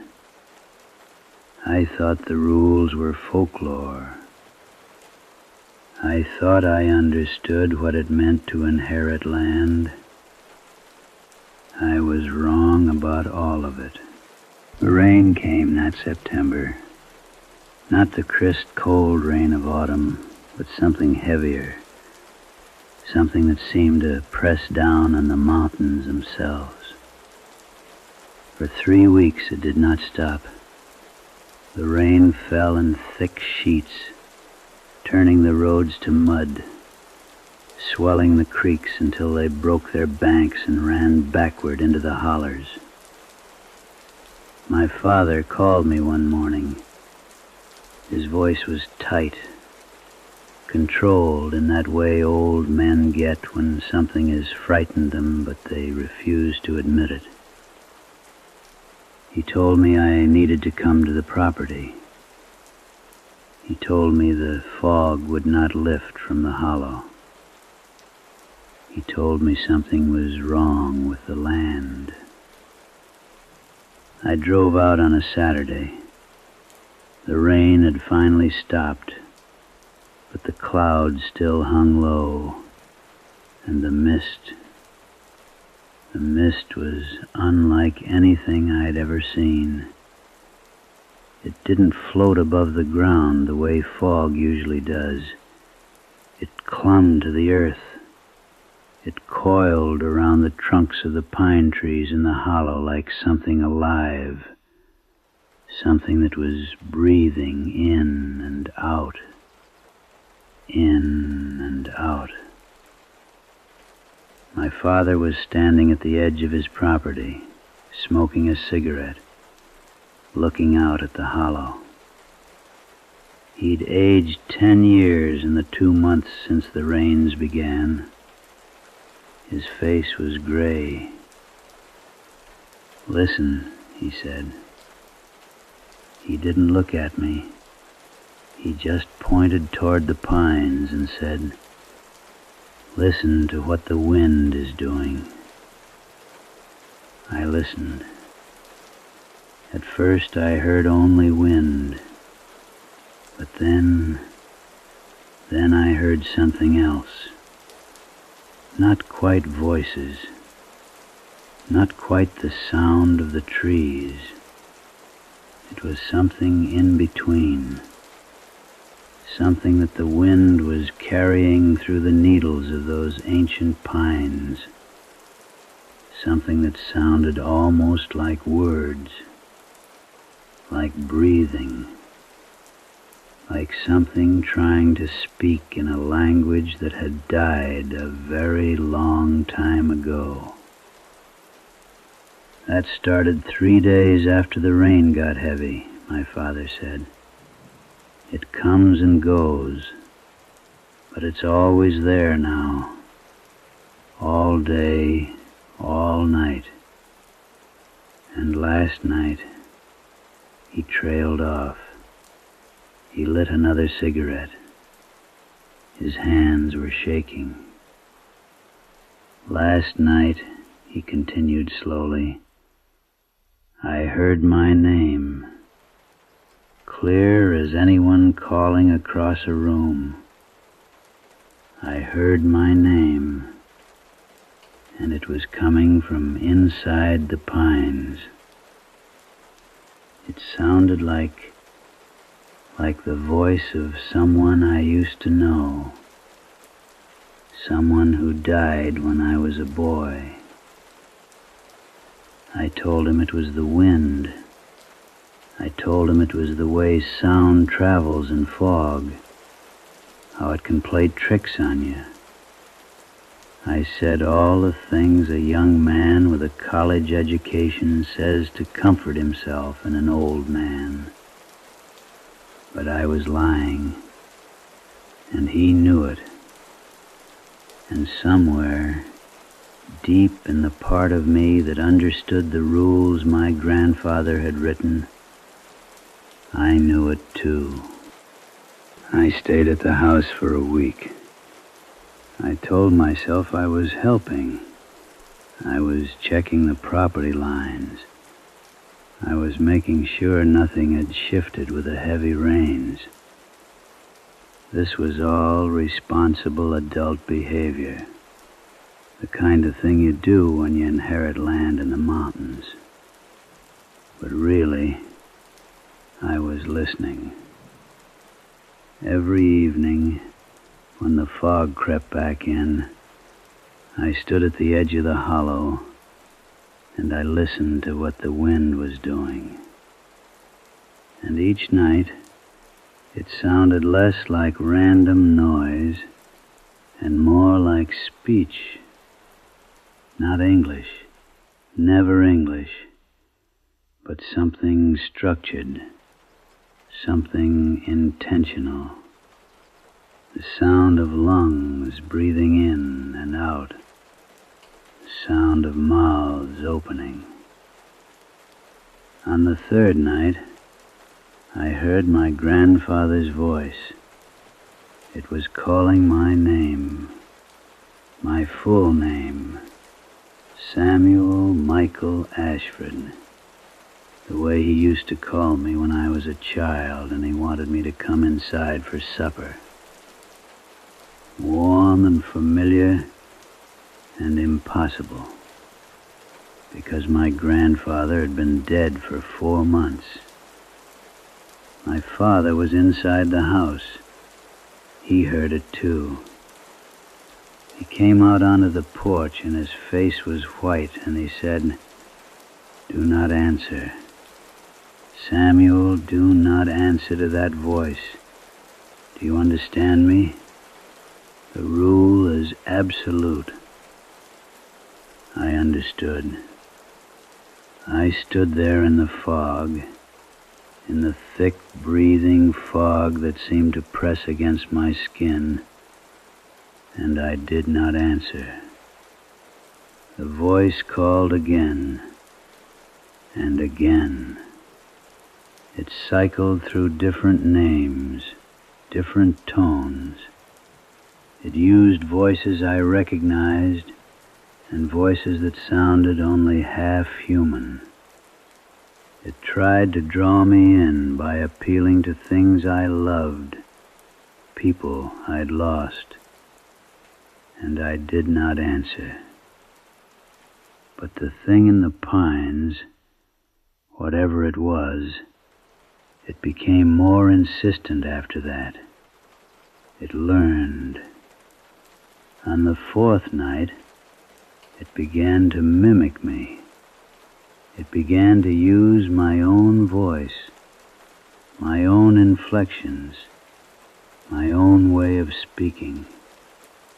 It called out to my father, pretending to be me, asking him to come into the hollow, saying I was lost, I needed help, I was afraid. My father went to the gun cabinet. He loaded a rifle with old shells, cartridges so ancient they predated my own birth. He sat in the kitchen with the lights off, and he watched the hollow through the back window.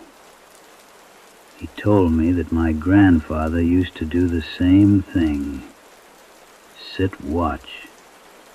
Stay awake through the nights when the fog came thick. "What is it?" I whispered. We spoke in hushed tones now, as if the thing in the pines might overhear us if we spoke too loud. "What's in there? What lives in those trees?" My father took a long time to answer. "There are places," he said finally, "where the mountains are older than the land, where what came up from the deep doesn't quite fit in the shapes of animals anymore. The pines there, they've been growing for longer than we have records for, longer than the Cherokee had records for, and something has made a home in them. Not made a home exactly, more like it lives in the space between what the trees are and what the fog makes them into." "That's not an answer," I said. "No," my father agreed, "but it's the only one I have." On the 5th night, it stopped calling. The fog remained. The heavy, breathing mist continued to coil through the pines and wrap itself around the trunks of those ancient trees. But the voices ceased, the attempts to mimic us, the calling of names. Instead, we found gifts, small things, left at the boundary of the property. A child's toy from perhaps the 1950s, made of wood, carved in the shape of something that might have been a bird but had too many legs. A photograph, water-damaged and deteriorated, showing people we didn't recognize, their faces blurred as if they'd been moving when the picture was taken. A lock of hair, tied with a piece of cloth that looked as old as memory. Other things appeared deeper into the property, things my father discovered on his walks, articles of clothing from people who'd gone missing over the decades, a wedding ring, a shoe, and, most disturbing, a series of objects arranged in patterns on the ground, geometric designs that seemed to follow no human logic, but possessed an awful, deliberate symmetry. "It's showing us that it understands," my father said, "that it's been watching, that it knows what we are and how we think and what we value." The rain returned on the 6th night. Not the heavy sheets of before, but something worse. A thin, persistent mist rain that seemed to blur the boundary between air and water. Visibility dropped until you could only see a few feet in any direction. The world contracted. There was only the house, the porch, and the suggestions of shapes beyond the fog. I began to hear voices in my own head. Not external, not real, but the whisper of thoughts that didn't feel entirely my own. I would be sitting in silence, and I would hear recommendations, suggestions, the quiet voice of something that sounded like concern, like care, asking me why I was still resisting, why I wouldn't come into the pines where it could show me what it had learned, where I could see the things it had been collecting, the people it had been gathering. My father watched me carefully during these times. He would touch my arm, ground me back to the present moment. "Stay with me," he would say. "Stay here, in this room, with the lights on." On the 8th night, something changed. The fog suddenly cleared.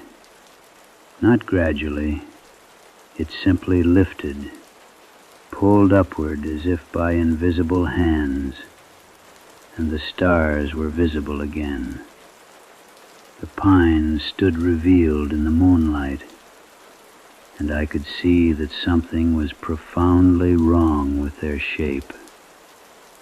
They were too tall, or perhaps they hadn't been too tall before, and the fog had revealed what they were becoming. Their trunks seemed to twist in ways that trunks shouldn't twist. The branches at their crowns didn't reach upward the way tree branches do. They bent inward, toward each other, as if the trees were leaning in to whisper secrets. "Don't look at them too long," my father said quietly. He was standing beside me on the porch. "Don't try to see them too clearly.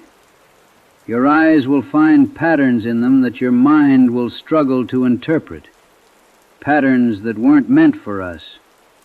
We went inside. We locked the doors. We drew the curtains. And we waited. My father confessed something that night. He told me that my grandfather hadn't simply inherited the land. The land was a curse, a debt, a responsibility that had passed down through the men of our family for at least 5 generations, perhaps more. A long time ago, he didn't know exactly when, something had made a bargain with one of our ancestors. The details were lost or deliberately obscured, but the terms remained binding. Our family kept the land. We maintained the boundaries. We followed the old rules. No cutting, no clearing, no whistling, no singing, no speaking of what we'd seen. In exchange, the thing in the pines stayed contained. It did not venture out. It did not hunt beyond the hollow. But the land is sinking, my father said, or the mountain is settling, or something is changing that shouldn't change, because it's getting stronger. It's reaching further. The fog travels further each year. The voices can be heard from more distances, and it grows bolder. "Then we should sell it," I said. "Get rid of it. Leave this to someone else." My father looked at me with profound sadness. "You can't," he said. "Once you're bound to it, you can't be unbounded." My father tried. He found a buyer back in '62. He tried to sign the deed over, but the buyer, a man from Ohio, someone who knew nothing of the rules, he went into the pines. The fog came, and he went inside, and he never came back out. We found his truck 3 days later, parked at the hollow's edge, but of him there was nothing. Nothing except the sound of his voice calling from the fog, asking us to come find him, using his name over and over. For months we heard it. "So what are we supposed to do?" I asked. "Live," my father said. "Keep the rules. Wait for someone else in the family to take the burden when we're gone. And pray that the thing in the pines doesn't grow strong enough to break the old agreements." I stayed at the property for 3 more days. The fog never fully cleared again. It hovered at the edges, waiting, patient. The voices had stopped, but I could feel something watching from the hollow, something aware, something that knew my name and understood my fear. Before I left, my father made me place my hand on a Bible, a family Bible, passed down through generations of Ashfords. He made me swear the old oath, the one my grandfather had sworn, the one his father had sworn before him, to maintain the silence, to follow the rules, to never speak of what lived in the pines, or try to fight it, or flee from it,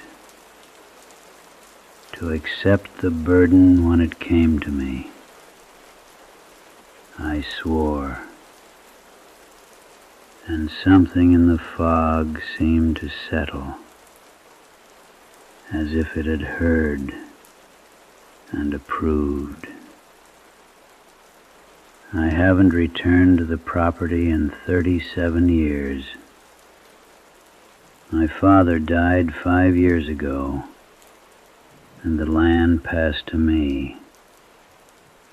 I pay a caretaker to check on it once a month, a man who knows the rules by blood, who understands what cannot be spoken aloud. The fog, I'm told, no longer clears at all now. It sits permanent over the hollow, thick and breathing, and sometimes people in the nearby towns report hearing voices carried on the wind, voices calling names, voices that sound like their own voice, or their mother's voice, or a friend they lost a long time ago. I don't go there. I've accepted the curse of my family. I've learned to live with the knowledge of what waits in those old pines. And I'm waiting, as we always wait, for the day when I must pass the burden to someone else, to someone with my blood, to someone who will swear the oath and accept the weight of silence. The old rules remain. old when my grandfather was born. They were old when the mountains were young. And they will be old long after we are gone. The pines will still be there, whispering, waiting, learning the sound of new voices. And somewhere in that fog, somewhere in the dark spaces between the twisted trees, something is remembering your name. Don't whistle in the mountains. Don't sing when the fog comes thick. And if you hear your name called, if you hear it clear as anyone standing beside you, don't answer. Sleep well.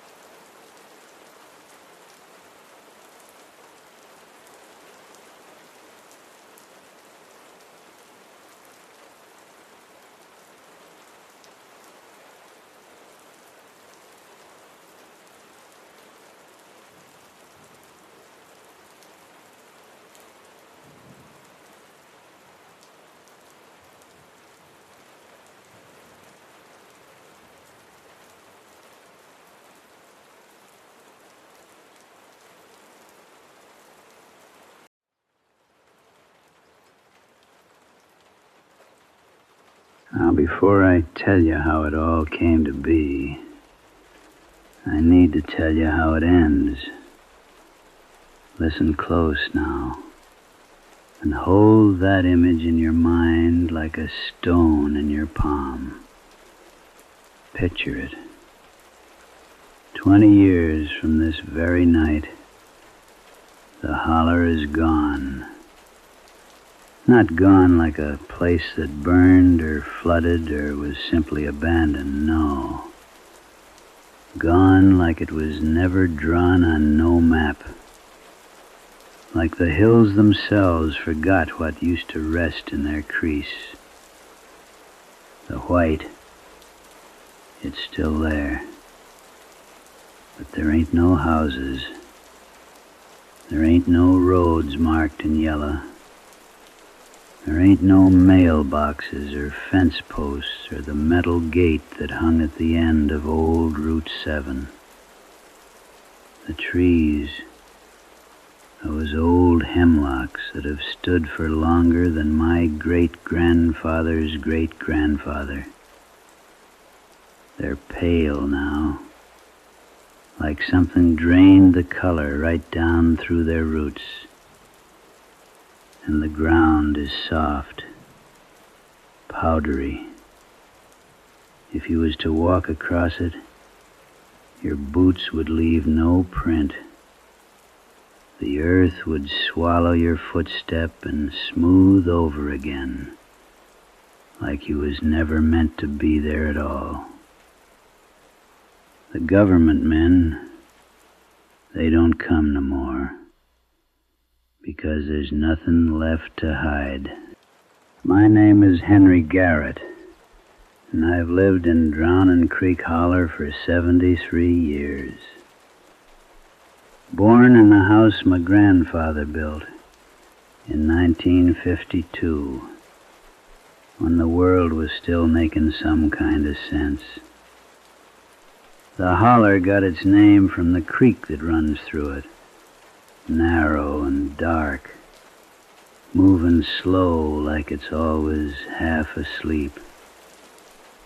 My wife, Ethel, she used to say that creek knew something the rest of us didn't.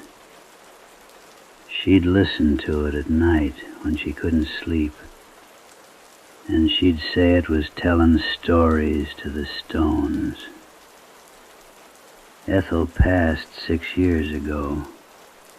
Cancer, the kind that eats through you, quiet and patient. After she was gone, I spent more time on the porch, watching the garden, watching the tree line where the woods start pressing in. You learn things when you watch long enough. You learn which birds sing in the morning and which ones sing at dusk. You learn how the fog moves differently in spring than it does in fall. You learn that the mountains are always listening. The first sign was the ring. I found it in the vegetable garden in June, early in the month, when the heat starts building and the locusts begin their humming. The ring wasn't big at first, maybe 4 feet across, like someone had drawn a perfect circle in the earth and nothing would grow inside it. But that wasn't the strange part. The strange part was what was growing at the line of it. White, like frost in June, like snow in the coming summer. It was pale and delicate, almost beautiful if you could look at it without your skin getting that cold feeling. That feeling you get when you know something's wrong before your mind can catch up and tell you why. The fungus looked like those ghost pipes that grow in the deep woods.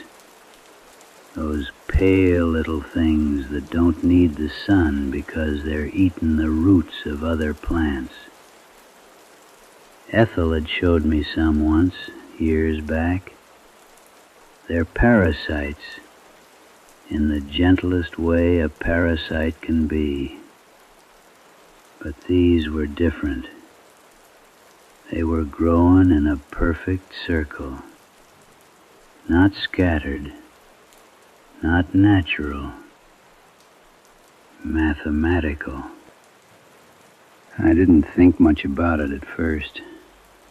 You don't when you're old. But the ring grew. Every morning for a week, it would be bigger, another foot wider. The white things at the edge got thicker, paler, and they started to smell like caves, like deep places under the earth that light never touches, like the kind of cold you feel on your tongue when you breathe in winter air. I mentioned it to Margaret Clues, who lives a quarter mile down, when she came by with her apple butter. She got real still when I told her. She set the jars down careful on the porch table. "You call it in," she said. "You call somebody. It's just fungus, Margaret. It'll clear."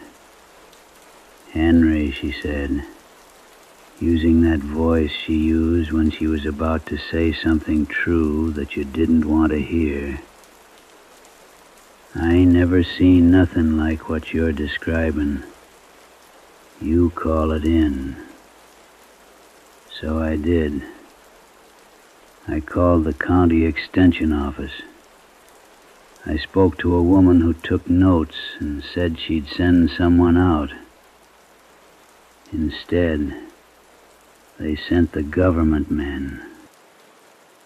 They came on a Tuesday morning, real early, when the fog was still thick in the holler. There was 3 of 'em, driving a truck with no markings, just government plates. They wore white suits with sealed seams and masks that covered their faces. I watched from the porch while they took samples from the ring, using tools that looked like something from a science show on television. The one in charge pulled off his mask after maybe 20 minutes. His face was smooth and young, 40 maybe, with eyes that had never looked at dirt before, never planted nothing, never worried about rain or drought. "Mr. Garrett," he said. His name was Dr. Brandon. "We've confirmed a Lepidoptera infestation, gypsy moths. The fungal growth you're seeing is secondary to their feeding patterns. We're going to need to quarantine a perimeter around your property." I didn't believe him. I know what moths are. I know what gypsy moths do. They eat leaves. They leave holes in the foliage. And they're loud when they swarm. This thing, this white circle, there wasn't nothing loud about it. There wasn't nothing about it that suggested moths at all. But I also knew not to argue with a government man. "We're going to spray the area," Dr. Brandon said, and he pulled out a yellow and black canister. It looked like a warning. "This'll stop the infestation. You'll see results within days." He and the others sprayed the white ring real thorough. They sprayed it while I sat on the porch. They sprayed until the air smelled like chemical and iron. And then they left, just like that. But the ring didn't shrink. It grew. By the next morning, it was 8 feet across. By the end of the week, it was 12 feet. The white growth had stopped looking delicate. It was getting thick, almost meaty. And in the center, the ground was starting to sink, just barely, like something underneath was settling, or eating. That's when the other rings started appearing. On the eastern border of my property, about 50 yards from the tree line, there was another ring, smaller, maybe 3 feet across, but the same pale white growth at the edges. I found it by accident, almost stepped on it. And another one appeared, out by where the creek cuts through. This one was bigger, maybe 6 feet, and the ground in the center was soft. When I pressed my boot down, it went in like the earth was made of something other than soil, like it was made of ash, or flour, or something that had been dead for so long it had turned into powder. I called the extension office again.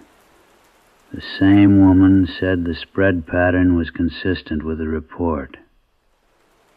"That's not really the kind of thing you're supposed to say on the phone," she said, after a long pause. After she hung up, I sat real still for a long time. I listened to the creek. I listened to the wind moving through the laurel thicket. And I started to think about what Ethel had said. that the creek was telling stories, that it knew something. The government men came back, and this time there was more of them. 6 trucks now, not one. They set up equipment at the edges of the holler.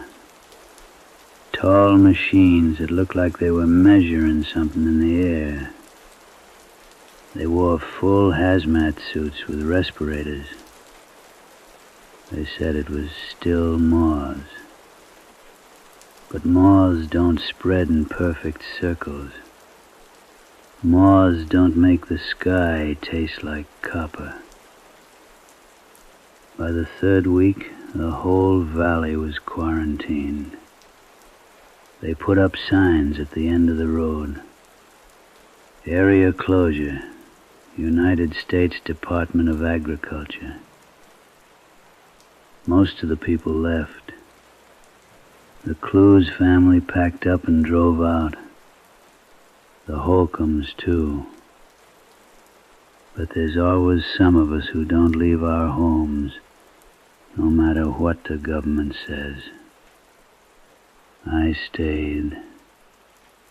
And while I stayed, I watched the rings grow closer together. It took me 3 weeks of watching before I figured out what was really happening. One night I couldn't sleep. I went out to the garden where the first ring was. By then it was taking up most of the vegetable patch. The white growth had spread like fingers, or like the roots of something pushing up from deep below. And in the center, in the soft, ashy earth, I could see something. It was pale, almost translucent. It looked like stone, but not quite. The fungus was growing around it, feeding on it. Or maybe feeding it. That's when I understood. The spray wasn't killing the fungus. The spray was food for it. The spray was making it stronger. I spent the next morning in the library in town. The quarantine wasn't complete yet. And I looked up what white fungi eat, what makes them grow. I found articles about how some fungi can break down organic matter at the molecular level, about how some of them can reduce solid matter to nothing but spores and memory. That's when I knew. The thing in my garden wasn't eating the earth. It was eating what was under the earth. I came back to the holler, and I watched the government men more careful. I started to understand what they weren't saying. The rings weren't spreading randomly. They were forming a pattern, a shape, a boundary, a map of something that didn't want to be found. That's when I started digging, very quiet, in the deepest part of the woods where the government men didn't have equipment set up. And I found it. Stone. Wort stone. Old stone. Stone that looked like it had been carved by people who understood geometry in a way that the hill people never did. Stone covered in symbols that made my head hurt to look at. The fungus was dissolving it, breaking it down. turning it into nothing. And the USDA was helping. I never told nobody what I found. What was the point? The government men were already so close to done. The rings were merging now, the boundaries getting softer.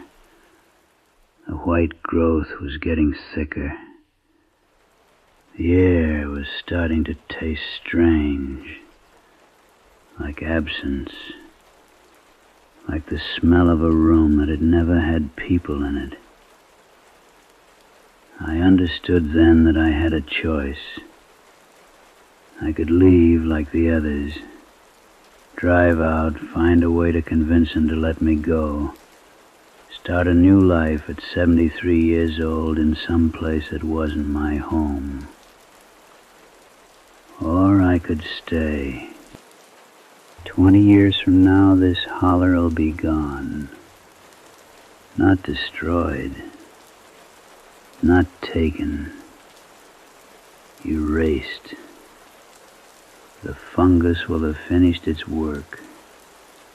The stone will be dust and spores. The maps will be redrawn. The government records will say this valley was never surveyed, never mapped, never settled. They'll say the terrain made it impossible to access. And that will be true, in a way. Because what happened here, what was found here, what had to be hidden here, it was so important that the only way to deal with it was to make it disappear, to make the place itself disappear. I'm still here. I'm still on my porch, listening to the creek, watching the white growth move through the trees like a fog that never lifts. The government men stopped coming 6 months ago. There's nothing left for them to check on. The work is done. The sky is fading to white. The trees are fading to white. Soon I'll fade too. And that's all right. Because I know something now that I didn't know before. I know that some places are meant to be forgotten. Some things are meant to be buried deeper than any man can dig. And some rings, once they start growing, they complete themselves whether we want them to or not. The fog is coming in thicker tonight. I can hear it moving through the laurel. I can smell it. That cave smell, that deep earth smell, that smell of time being unmade. My name is Henry Garrett, and I've lived in Drowning Creek Holler for 73 years. Soon I won't have lived here at all.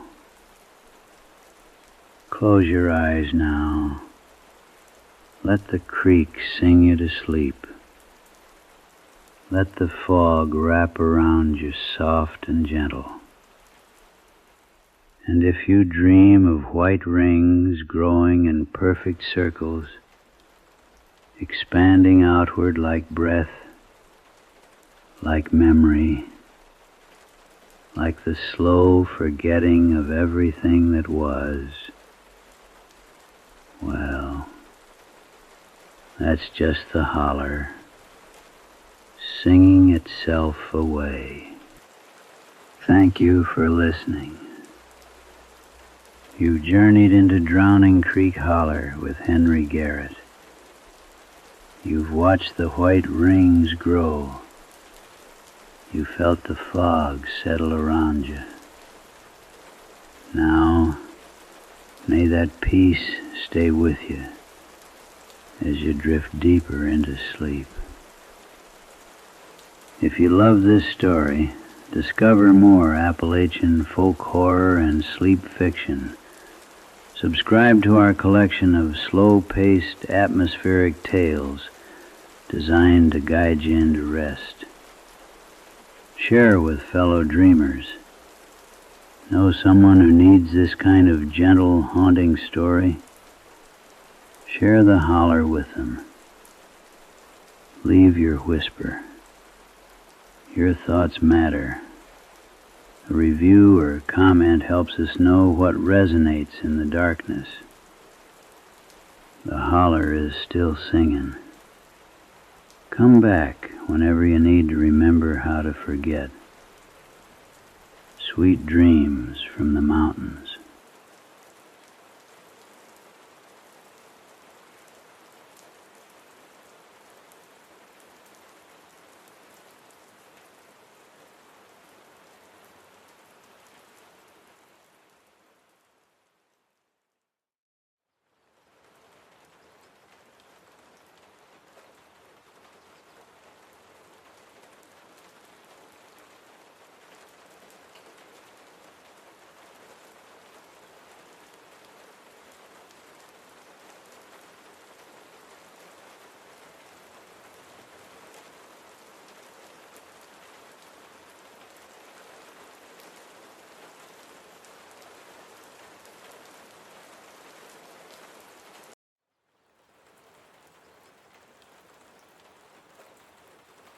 This here is case file number 061, filed in the summer of 1987.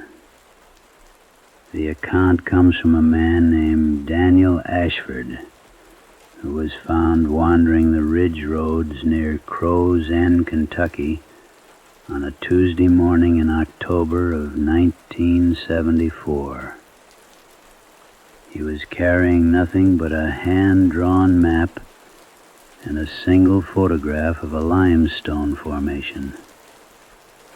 He didn't speak for 3 weeks after they brought him down from the mountain.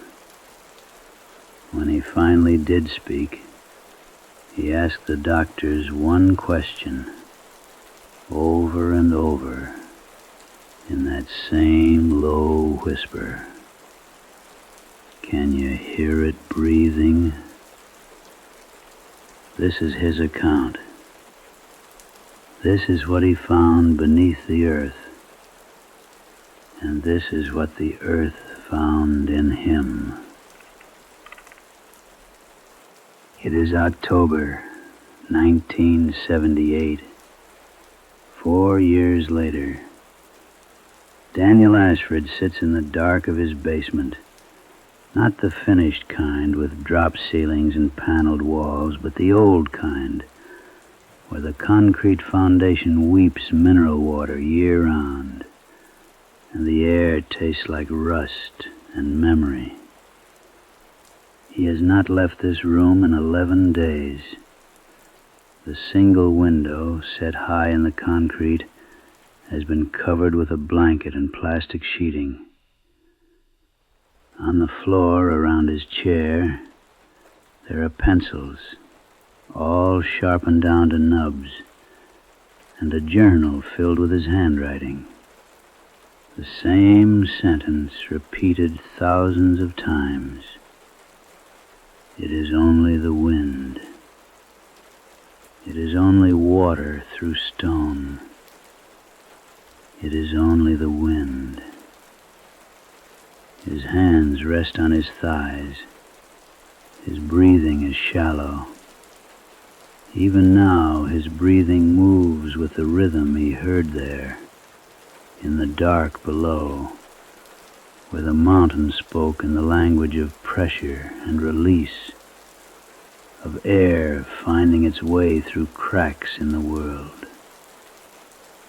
A sound comes from somewhere, not from outside, from deeper, from under. It is faint.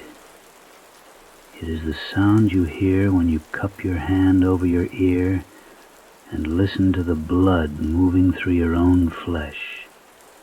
A low, rhythmic, organic susurration. Daniel's eyes, which have been closed, do not open.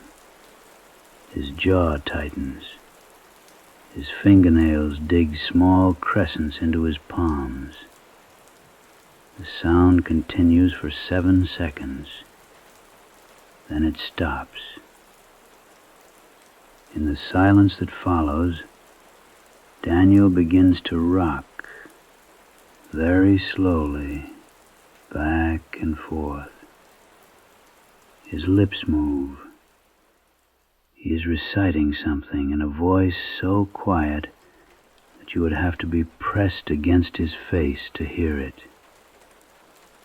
Not breathing. Not breathing. Not breathing. But it is breathing, and he knows. Now, to understand what happened to Daniel Ashford, you have to understand the land itself.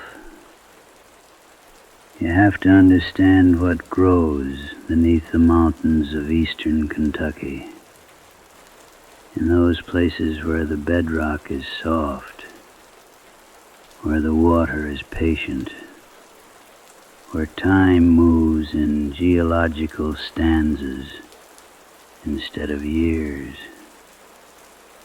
Crow's End is not on most maps. It is a settlement, perhaps we should call it that, a gathering of homesteads built on the border of what the old geological surveys called limestone karst terrain. This is country where the rock below is not solid, not the way most people think of rock. Limestone is a rock made of the shells and skeletons of things that died in ancient seas millions of years ago, when this land was underwater. It is soft, it crumbles, and most importantly, it dissolves. Water, given enough time, will eat through anything. Water is the most patient thing alive, except perhaps for the earth itself, and the earth is mostly water anyway.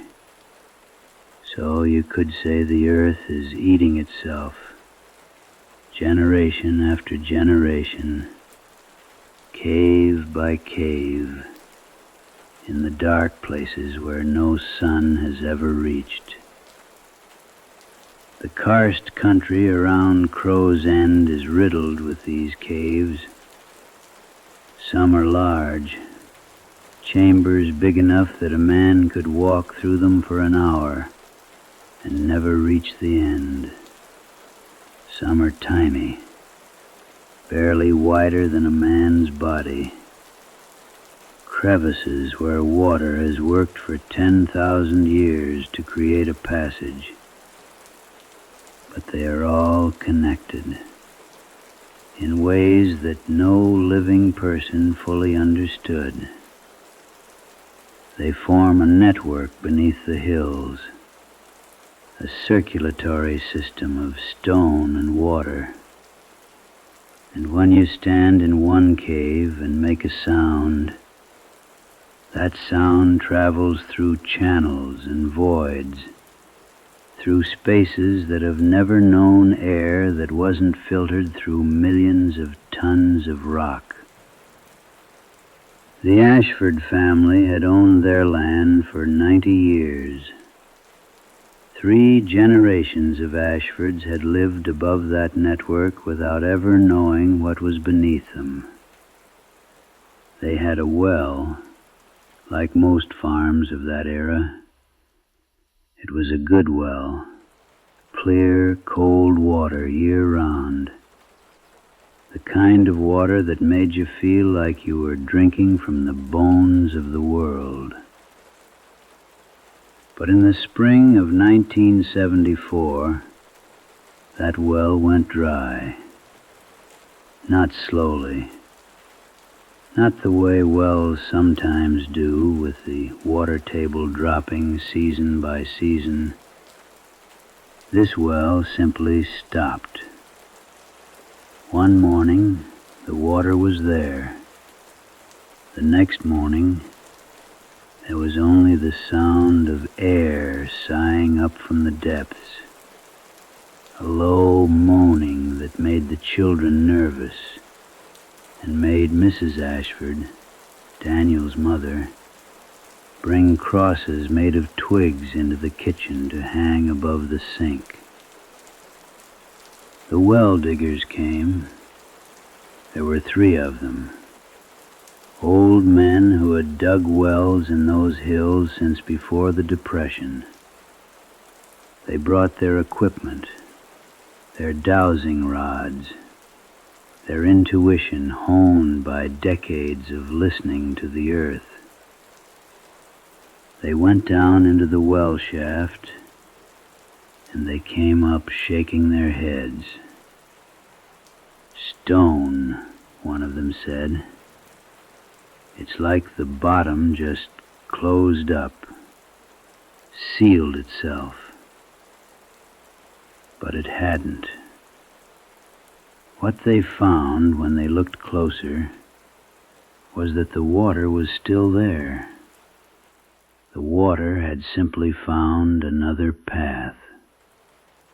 The limestone had shifted, or perhaps it had never shifted at all, and the water had simply been diverted through some deeper channel, drawn to some other destination in the dark. Daniel was 23 years old that spring.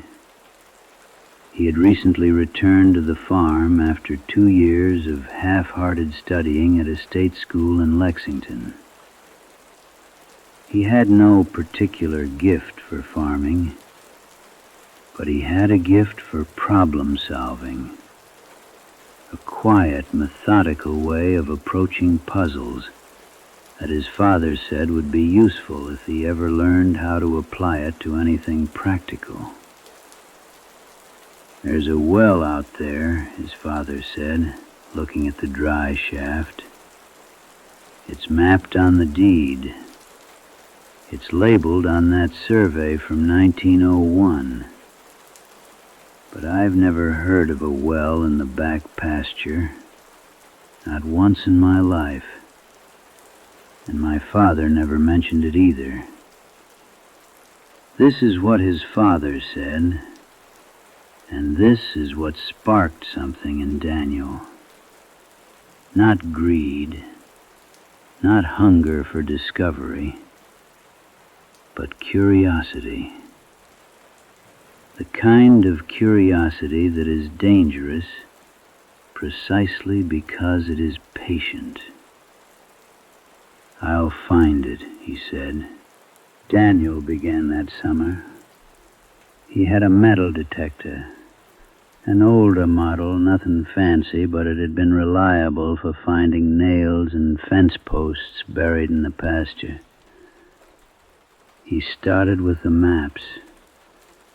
The deed from 1901 was not precise. It showed the well as being somewhere in the back acreage toward the limestone outcrops, perhaps 400 paces due north of the standing barn. He walked those paces. He used the metal detector. He found nothing. He drew maps in his notebook.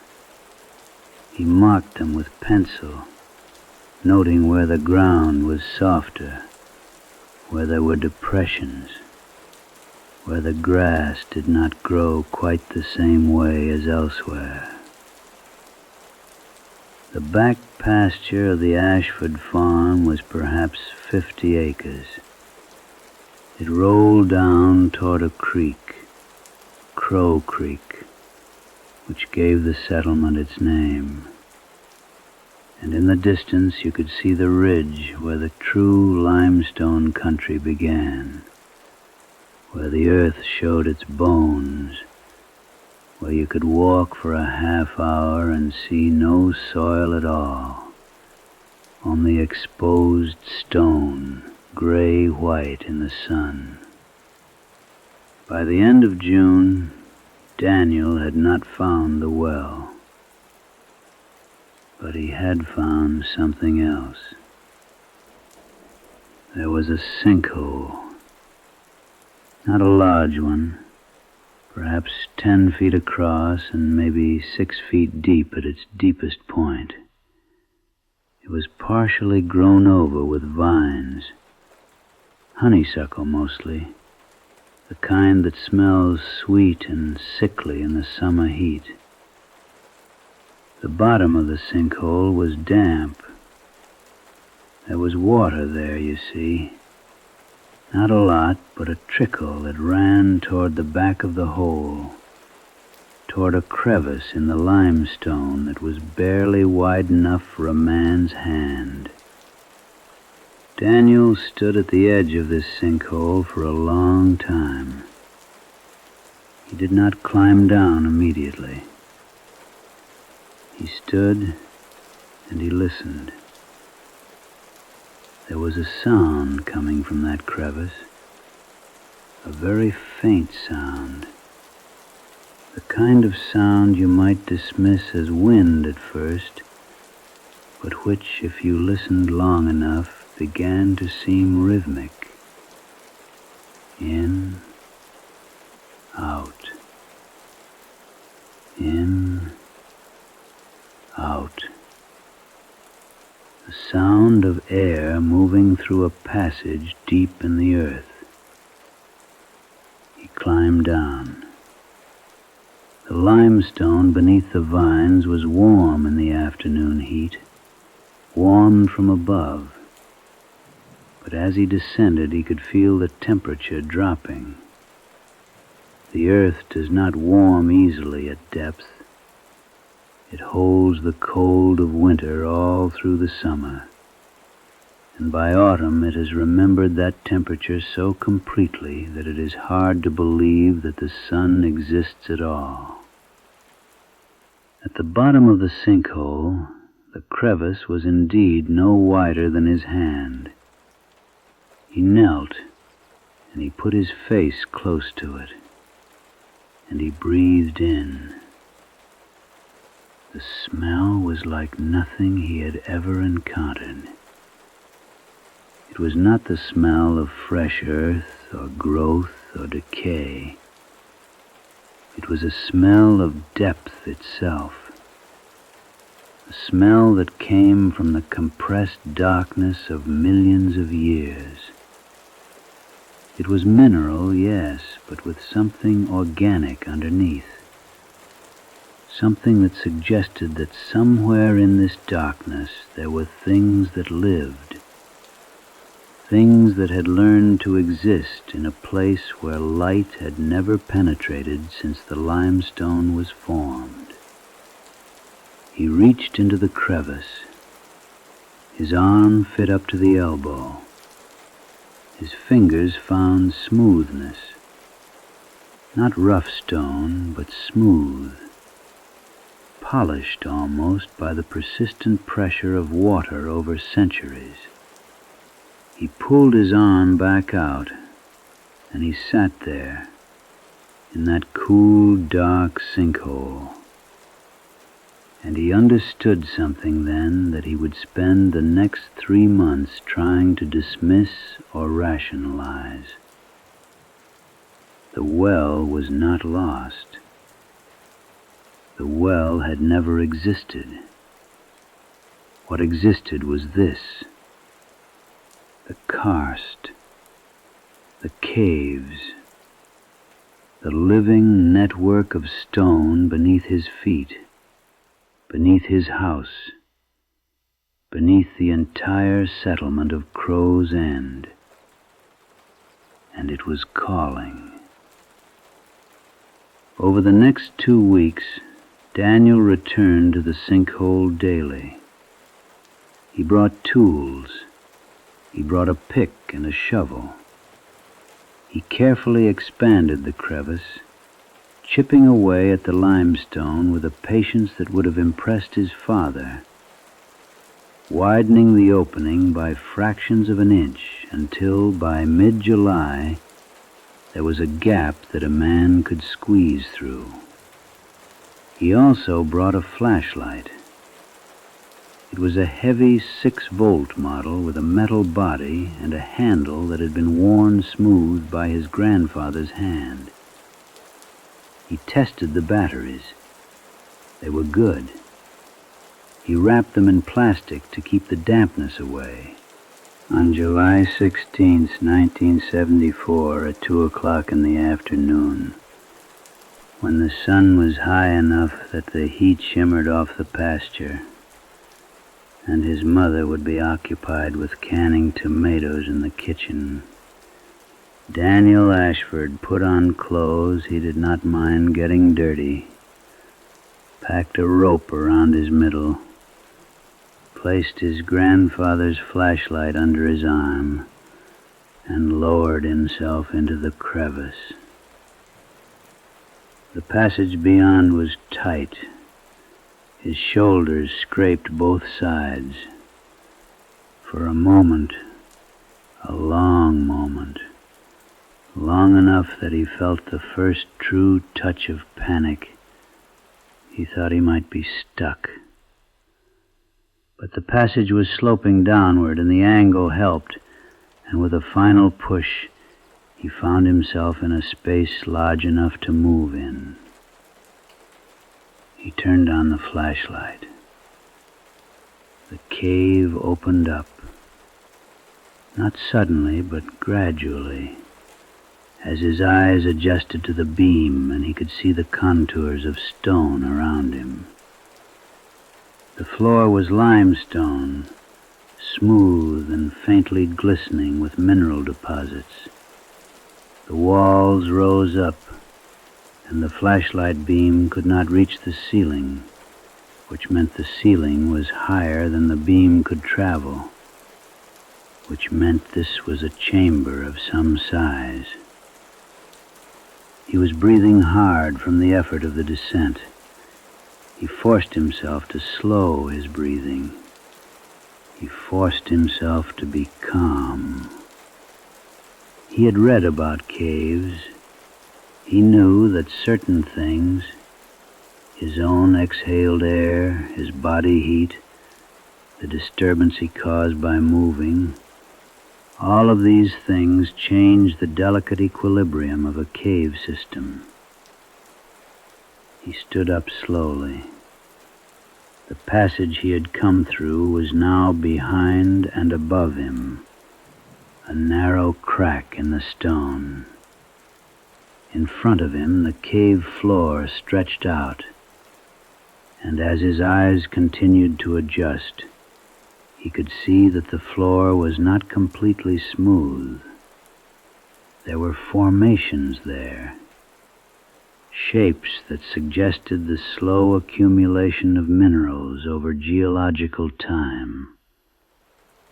Stalactites hung from the ceiling, and though he could not see them clearly, he could see their suggestions, darker lines hanging down into the darkness above. But it was not the formations that caught his attention. It was the sound of water, somewhere deep within the cave system. Not dripping, that soft, metronomic patter of water falling drop by drop. This was something else. This was the sound of water moving, flowing through channels, through voids. moving with purpose. And it was rhythmic. It had a pattern, an almost biological pattern, like breathing, like the breath of something very large and very old, moving in and out of its lung-like chambers. Daniel moved forward slowly. The flashlight beam bounced ahead of him, lighting stone and shadow in equal measure. The cave floor was uneven, and he moved carefully, not wanting to turn an ankle, not wanting to fall into a crevasse. As he moved deeper, the smell of the earth grew stronger. It filled his nostrils, his throat, his lungs.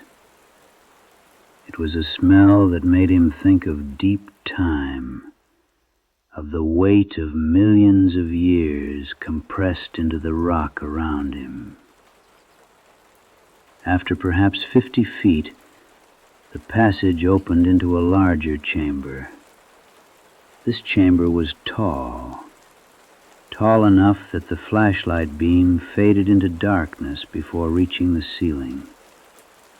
The walls curved upward in sweeping arcs that suggested both the hand of water over geological time and something else, something almost intentional, almost architectural, as if someone had been here before him and had marked these walls with purpose. He moved to the nearest wall and held the flashlight close to it. The stone was carved. There were lines in the limestone, deep grooves that could not have been made by water. These were marks made by something with intention, with purpose. They did not form letters that he could recognize, and they did not form pictures in the way that petroglyphs or cave paintings did. Instead, they formed patterns, spirals mostly, spiral upon spiral, carved into the stone with what must have been patient, repetitive effort. Some of the spirals were shallow, barely visible. Others were cut deep, so deep that his fingers would fit into them when he touched them. He traced one spiral with his fingers, following it from its center outward. And as he did, he noticed something. The deeper parts of the spiral were warm, not hot, but noticeably warmer than the surrounding stone. And the warmth seemed to pulse the way a heartbeat pulses. In, out, in, out. He pulled his hand away. He did not know how long he stood there.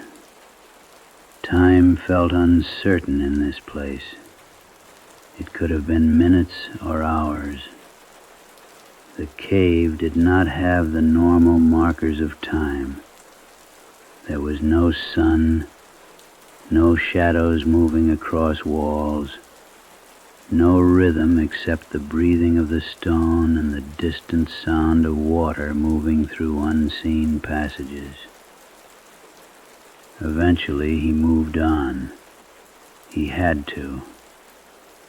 Some part of him, the rational part, the part that still believed in cause and effect in the material world above, told him that he needed to understand what this place was. He needed to find the source of the water sound. He needed to know what he was dealing with. The chamber opened into a passage, and the passage sloped downward. The stone beneath his feet became smoother as he descended, polished smooth by the flow of water. and the sound of water grew louder, no longer distant, no longer rhythmic in that measured breathing way, but loud, immediate, a roar that grew as he descended and turned a corner and suddenly found himself in a vast space. This chamber was enormous. The flashlight beam could not reach its far side. It could not reach the ceiling, which was somewhere in the darkness above, somewhere beyond the capacity of a 6-volt flashlight to illuminate. And the sound was everywhere, coming from all directions, echoing off stone in ways that made it impossible to determine where it originated. There was a river, a real river flowing through the cave, perhaps 30 feet below the ledge on which he was standing. He could not see it directly, but he could hear it, could sense its presence by the pattern of echoes, by the way the sound of it bounced off the distant walls. It was moving fast, the sound of white water, of rapids, of a river that was in a hurry to go somewhere, to find another outlet, another path to the world above. Daniel stood on the ledge and tried to process what he was seeing, what he was hearing, what his own senses were telling him about the magnitude of this place. This was not a small cave. This was not a cavern that you could walk across in 5 minutes. This was a space that dwarfed anything human-made, that suggested ages of time during which water had worked patiently to hollow out rooms from solid stone. He moved along the ledge, flashlight held before him. The stone was slick beneath his feet, damp with moisture that hung in the air like an invisible presence. The air itself had changed. It was heavier, thicker, charged with a quality that made his lungs work harder to extract oxygen from it. Each breath felt like an effort. It was during this movement along the ledge that he noticed the shapes in the stone. They were not carved this time. They were formations, natural formations, in the way that stalactites and stalagmites form. But they were wrong. They were too regular. They were arranged in ways that suggested intention. They rose up from the floor of the chamber like figures, like monuments, like statues of things that had no clear shape, that were not quite animal and not quite human, but something in between, caught between states of being. One formation in particular caught his eye. It was near the edge of the ledge, where the cave floor dropped away toward the river below. It was tall, perhaps 8 feet, and it had been shaped, or had grown into a shape, that suggested a face.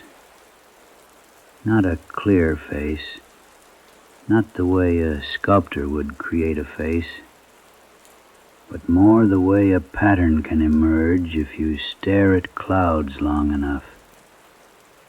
The way your brain will impose meaning on chaos if given enough time and darkness. The face was looking down at the river.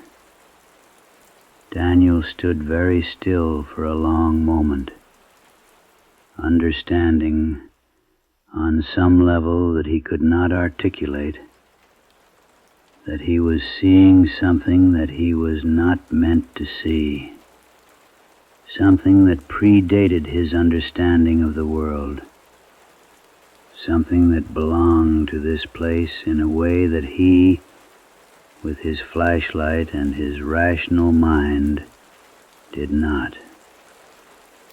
He forced himself to move on.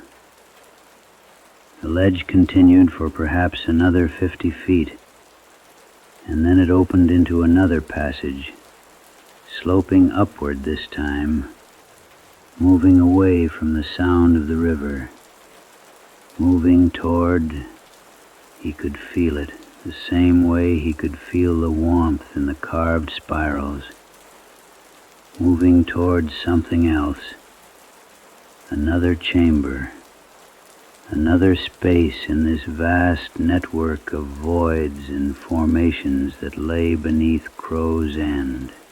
It was when he emerged into this chamber that Daniel understood, finally, what he had found. The chamber was smaller than the previous one, but more intricate.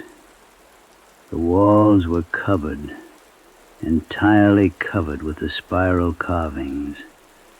They covered every surface, layered upon one another, overlapping in ways that created a visual rhythm that was almost hypnotic.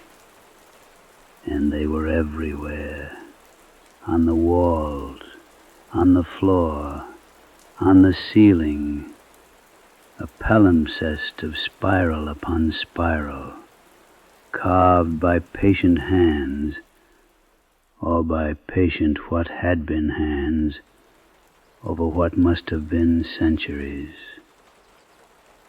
In the center of the chamber, there was a stone formation that took Daniel's breath away.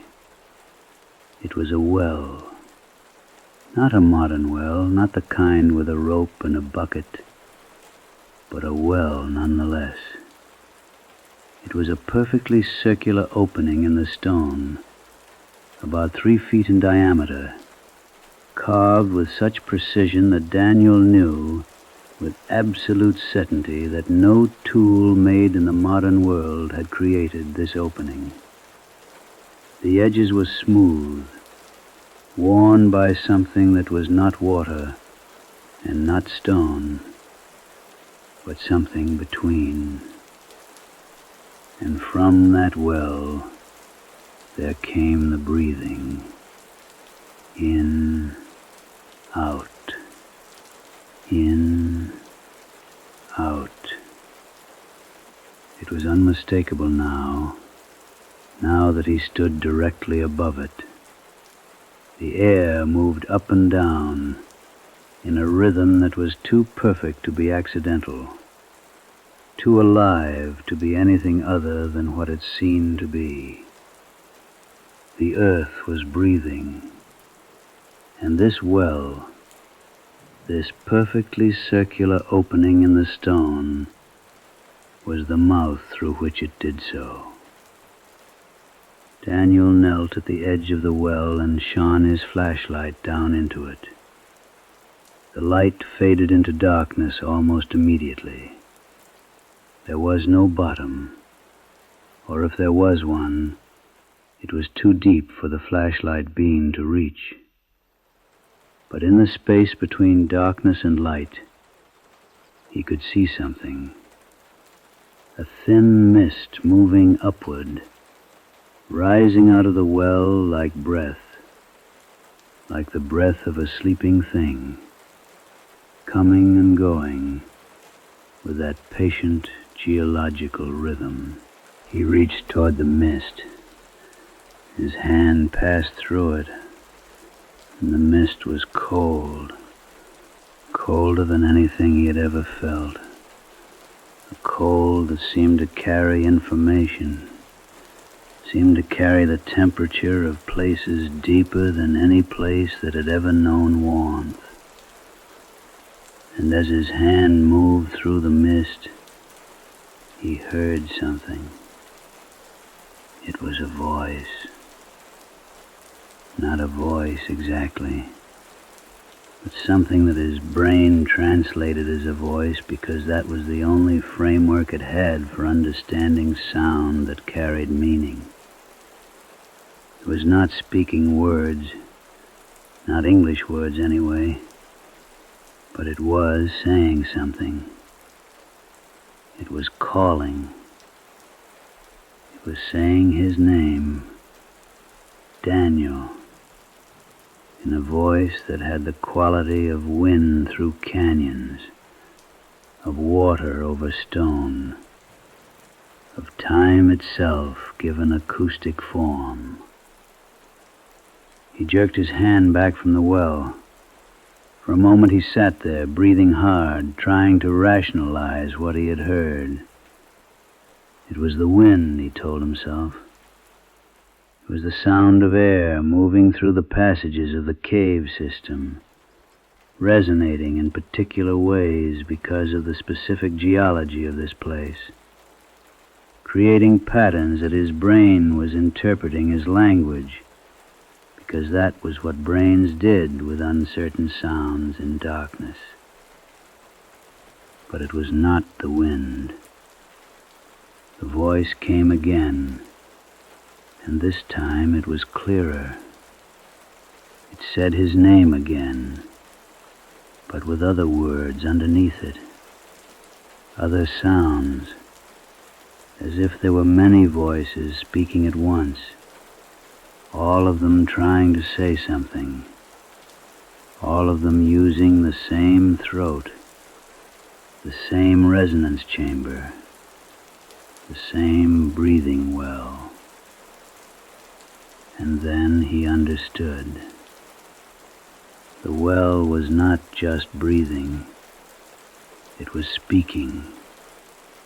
It was storing the voices of everyone who had ever come down into this place, everyone who had ever disappeared, everyone who had ever gone missing in the limestone country around Crow's End. And their voices were being held here, in the stone, in the mist, waiting to be spoken again, echoing upward toward the surface in the breathing rhythm of the earth. He had heard stories, of course. Everyone in Crow's End had heard stories about the Myers boy who disappeared in 1952, just walked out into the limestone hills one morning and was never seen again. About the surveyors in 1903 who had been mapping the ridge and had simply vanished, their equipment found at the edge of a sinkhole, but no trace of the men themselves. About the Cherokee who had lived in these hills before the Ashfords and everyone else. And where had they gone? How had they vanished so completely that almost no trace of them remained? They had come to this place, they had heard this breathing, and they had not been able to leave. Daniel stood up, his legs shaking, and he moved away from the well. He pointed his flashlight toward the passage through which he had come, and he began walking. He walked quickly, not running, because running was panic. And if he panicked, he would fall. And if he fell, he would not get up. But walking with a purpose, with a destination, with the understanding that he needed to leave this place. He needed to return to the surface. He needed to get away from the breathing and the voices and the living stone. But the passages had changed. The way he had come was not the way back. He could have sworn that he was retracing his steps, could have sworn that the passages were oriented the same way. But they were not. They twisted, they turned, they opened into chambers he did not remember, chambers that seemed to reconfigure themselves even as he was looking at them. Or perhaps they had always been that way, and he had simply not noticed. Perhaps the cave system was so vast, so complex, that no human mind could hold a map of it in their understanding. Perhaps every person who came down into these caves was lost the moment they entered. Lost in a way that had nothing to do with navigation, and everything to do with the fact that the caves did not exist in the same way that the above-ground world existed. They existed in a different geometry, a different relationship to space and time. He found himself in a chamber filled with water. It was shallow, ankle-deep, cold enough to make him gasp. He moved through it, splashing despite his desire to move quietly. And on the other side, the passage opened into a larger space, and that larger space opened into another chamber. And in that chamber he saw them. They were stone. They had been stone for so long that he almost did not recognize them as ever having been anything else. But they were human shapes, or had been, sculpted by an unknown hand into forms that were caught between life and death, between solid and fluid, between the above world and the below. There were dozens of them, perhaps more. They were arranged in a spiral around the chamber, each one facing inward toward the center, each one with a mouth that was open as if speaking, as if still trying to voice those words that the caves would not allow to escape. And in the center of the spiral, there was a shaft, not a well this time, but a shaft that descended straight down, perfectly vertical, perfectly circular, too perfect to be anything other than intentional. And from that shaft, there came a sound that was no longer a whisper, no longer a breath, but a roar. The roar of something vast, the roar of the mountain itself, of the earth itself, of time and geology, and the weight of millions of years of stone and pressure and darkness given a voice. Daniel did not remember running. He did not remember which passages he took, how he navigated the labyrinth of stone.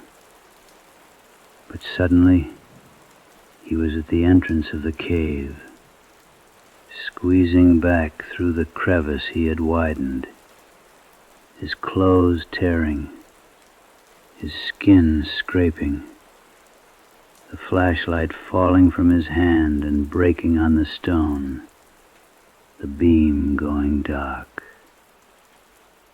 He climbed out of the sinkhole in darkness, using his hands and his feet, not knowing where the stone ended and the air began, not knowing if he was going up or down. But then his hand touched soil, warm, dry soil, and he pulled himself upward, and suddenly he was lying in the pasture, beneath the open sky, gasping for breath, with the sun still high, still in the same afternoon, as if no time had passed at all, as if the hours he had spent in the caves, exploring those passages, finding the well, hearing the voices, encountering those stone figures, had been compressed into a space so brief that the world above had barely registered his absence.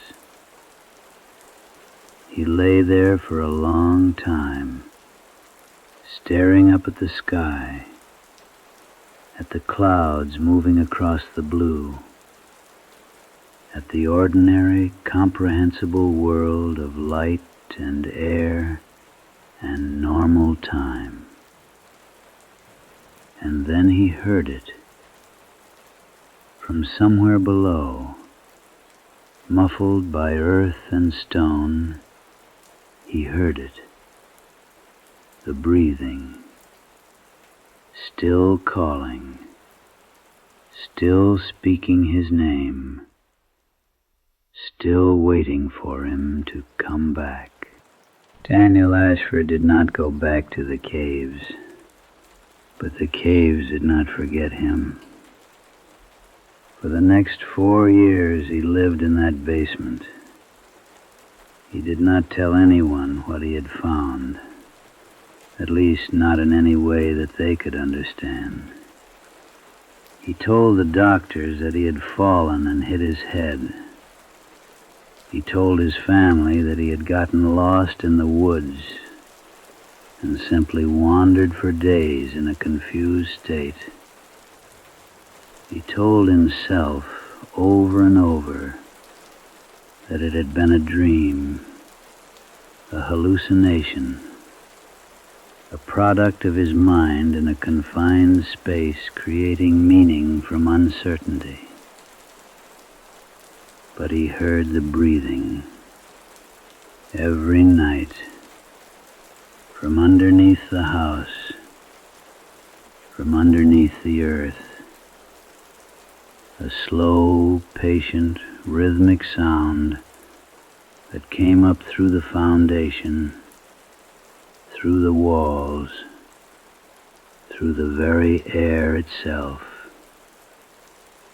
And he understood with a certainty that no amount of rationalization could diminish, that the mountain was still calling, that the caves were still breathing, that somewhere in the dark places beneath his feet, the well was still speaking, was still storing the voices of the lost, was still waiting.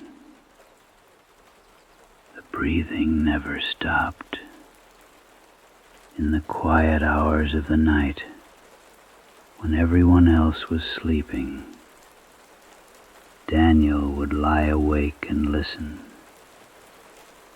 and he would hear it, not just the sound itself, but the meaning underneath it. The caves were telling him something. The stone was teaching him a language that had nothing to do with words, and everything to do with the deep time of the earth, with the slow geological processes by which mountains learn to think, to dream, to hunger. By 1978, when he was finally discovered in that basement, something had changed in Daniel Ashford. He had become part of the geology. His heartbeat had synchronized with the breathing of the caves. His thoughts moved at the speed of stone forming, of water carving, of time measured in epochs instead of years. He was still human in the most technical sense, but he was no longer entirely of the world above. The doctors could find nothing wrong with him. His physical health was good. His mental state was, by all measurable standards, stable. But he could not leave the basement. He could not go above ground. He said it was the sound. He said that above ground, the wind did not mask it. Above ground, the noise of the world made it harder to hear, and not hearing it, not listening to it, was worse than hearing it.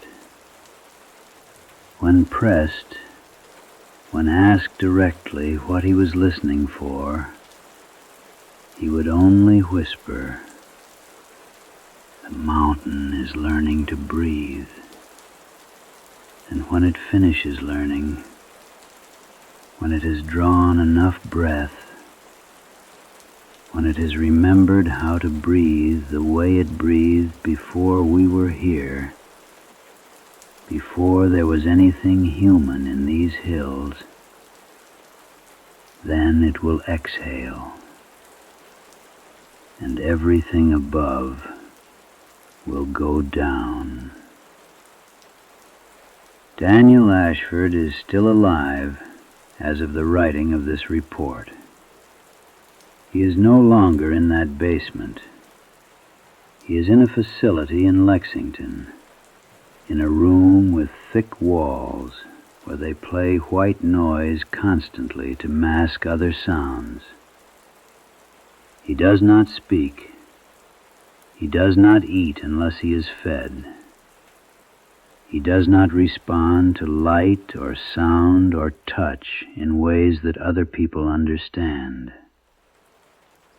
But at night, when the white noise is turned off, when there is silence, the orderlies report that he begins to rock, back and forth, with a rhythm that matches nothing in the recorded world except one thing: the recorded sound of geological time, the sound of stone compressing, of pressure building in the earth's crust, of the planet itself breathing. The farm in Crow's End still stands. The well remains dry. The pasture is quiet during the day, but at night, some of the neighbors say you can hear something. A low sound rising from the earth. A sound like breath. A sound like the mountain waking up. A sound like time learning to speak. We do not know if there are others. We do not know how many people over the centuries have come across that sinkhole and felt drawn to the opening beyond. We do not know how many voices are trapped in the stone, waiting, speaking in that breath rhythm, calling out names that will never respond, calling out to the world above that cannot hear them. But we know that the earth is old. We know that stone has memory. We know that in the dark places beneath our feet there are systems of such complexity, such age, such indifference to human concerns, that it is presumptuous to assume we understand them at all. And we know from Daniel Ashford that some things are calling from below. Some things are breathing. Some things are patient enough to wait for millions of years, and interested enough in what we are to mock us with the sound of our own voices, echoing up from caves that will never release them. This is the end of Case File 061. The respiration continues. What you have heard is the account of Daniel Ashford, filed on October 14th, 1987. The limestone country around Crow's End remains largely unmapped, largely unvisited. The Ashford farm was sold in 1986 to parties unknown. The sinkhole, if it still exists, has not been documented in any geological survey since the event described in this file. But people still go missing in the limestone hills. People still report hearing sounds that they cannot explain. And in the basements of old houses built on karst terrain, sometimes at night the stone still breathes. We recommend that this file remain classified.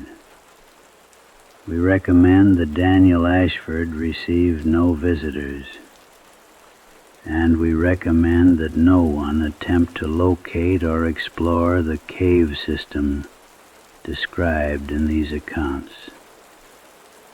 The mountain is still learning to breathe, and it remembers the names of the lost.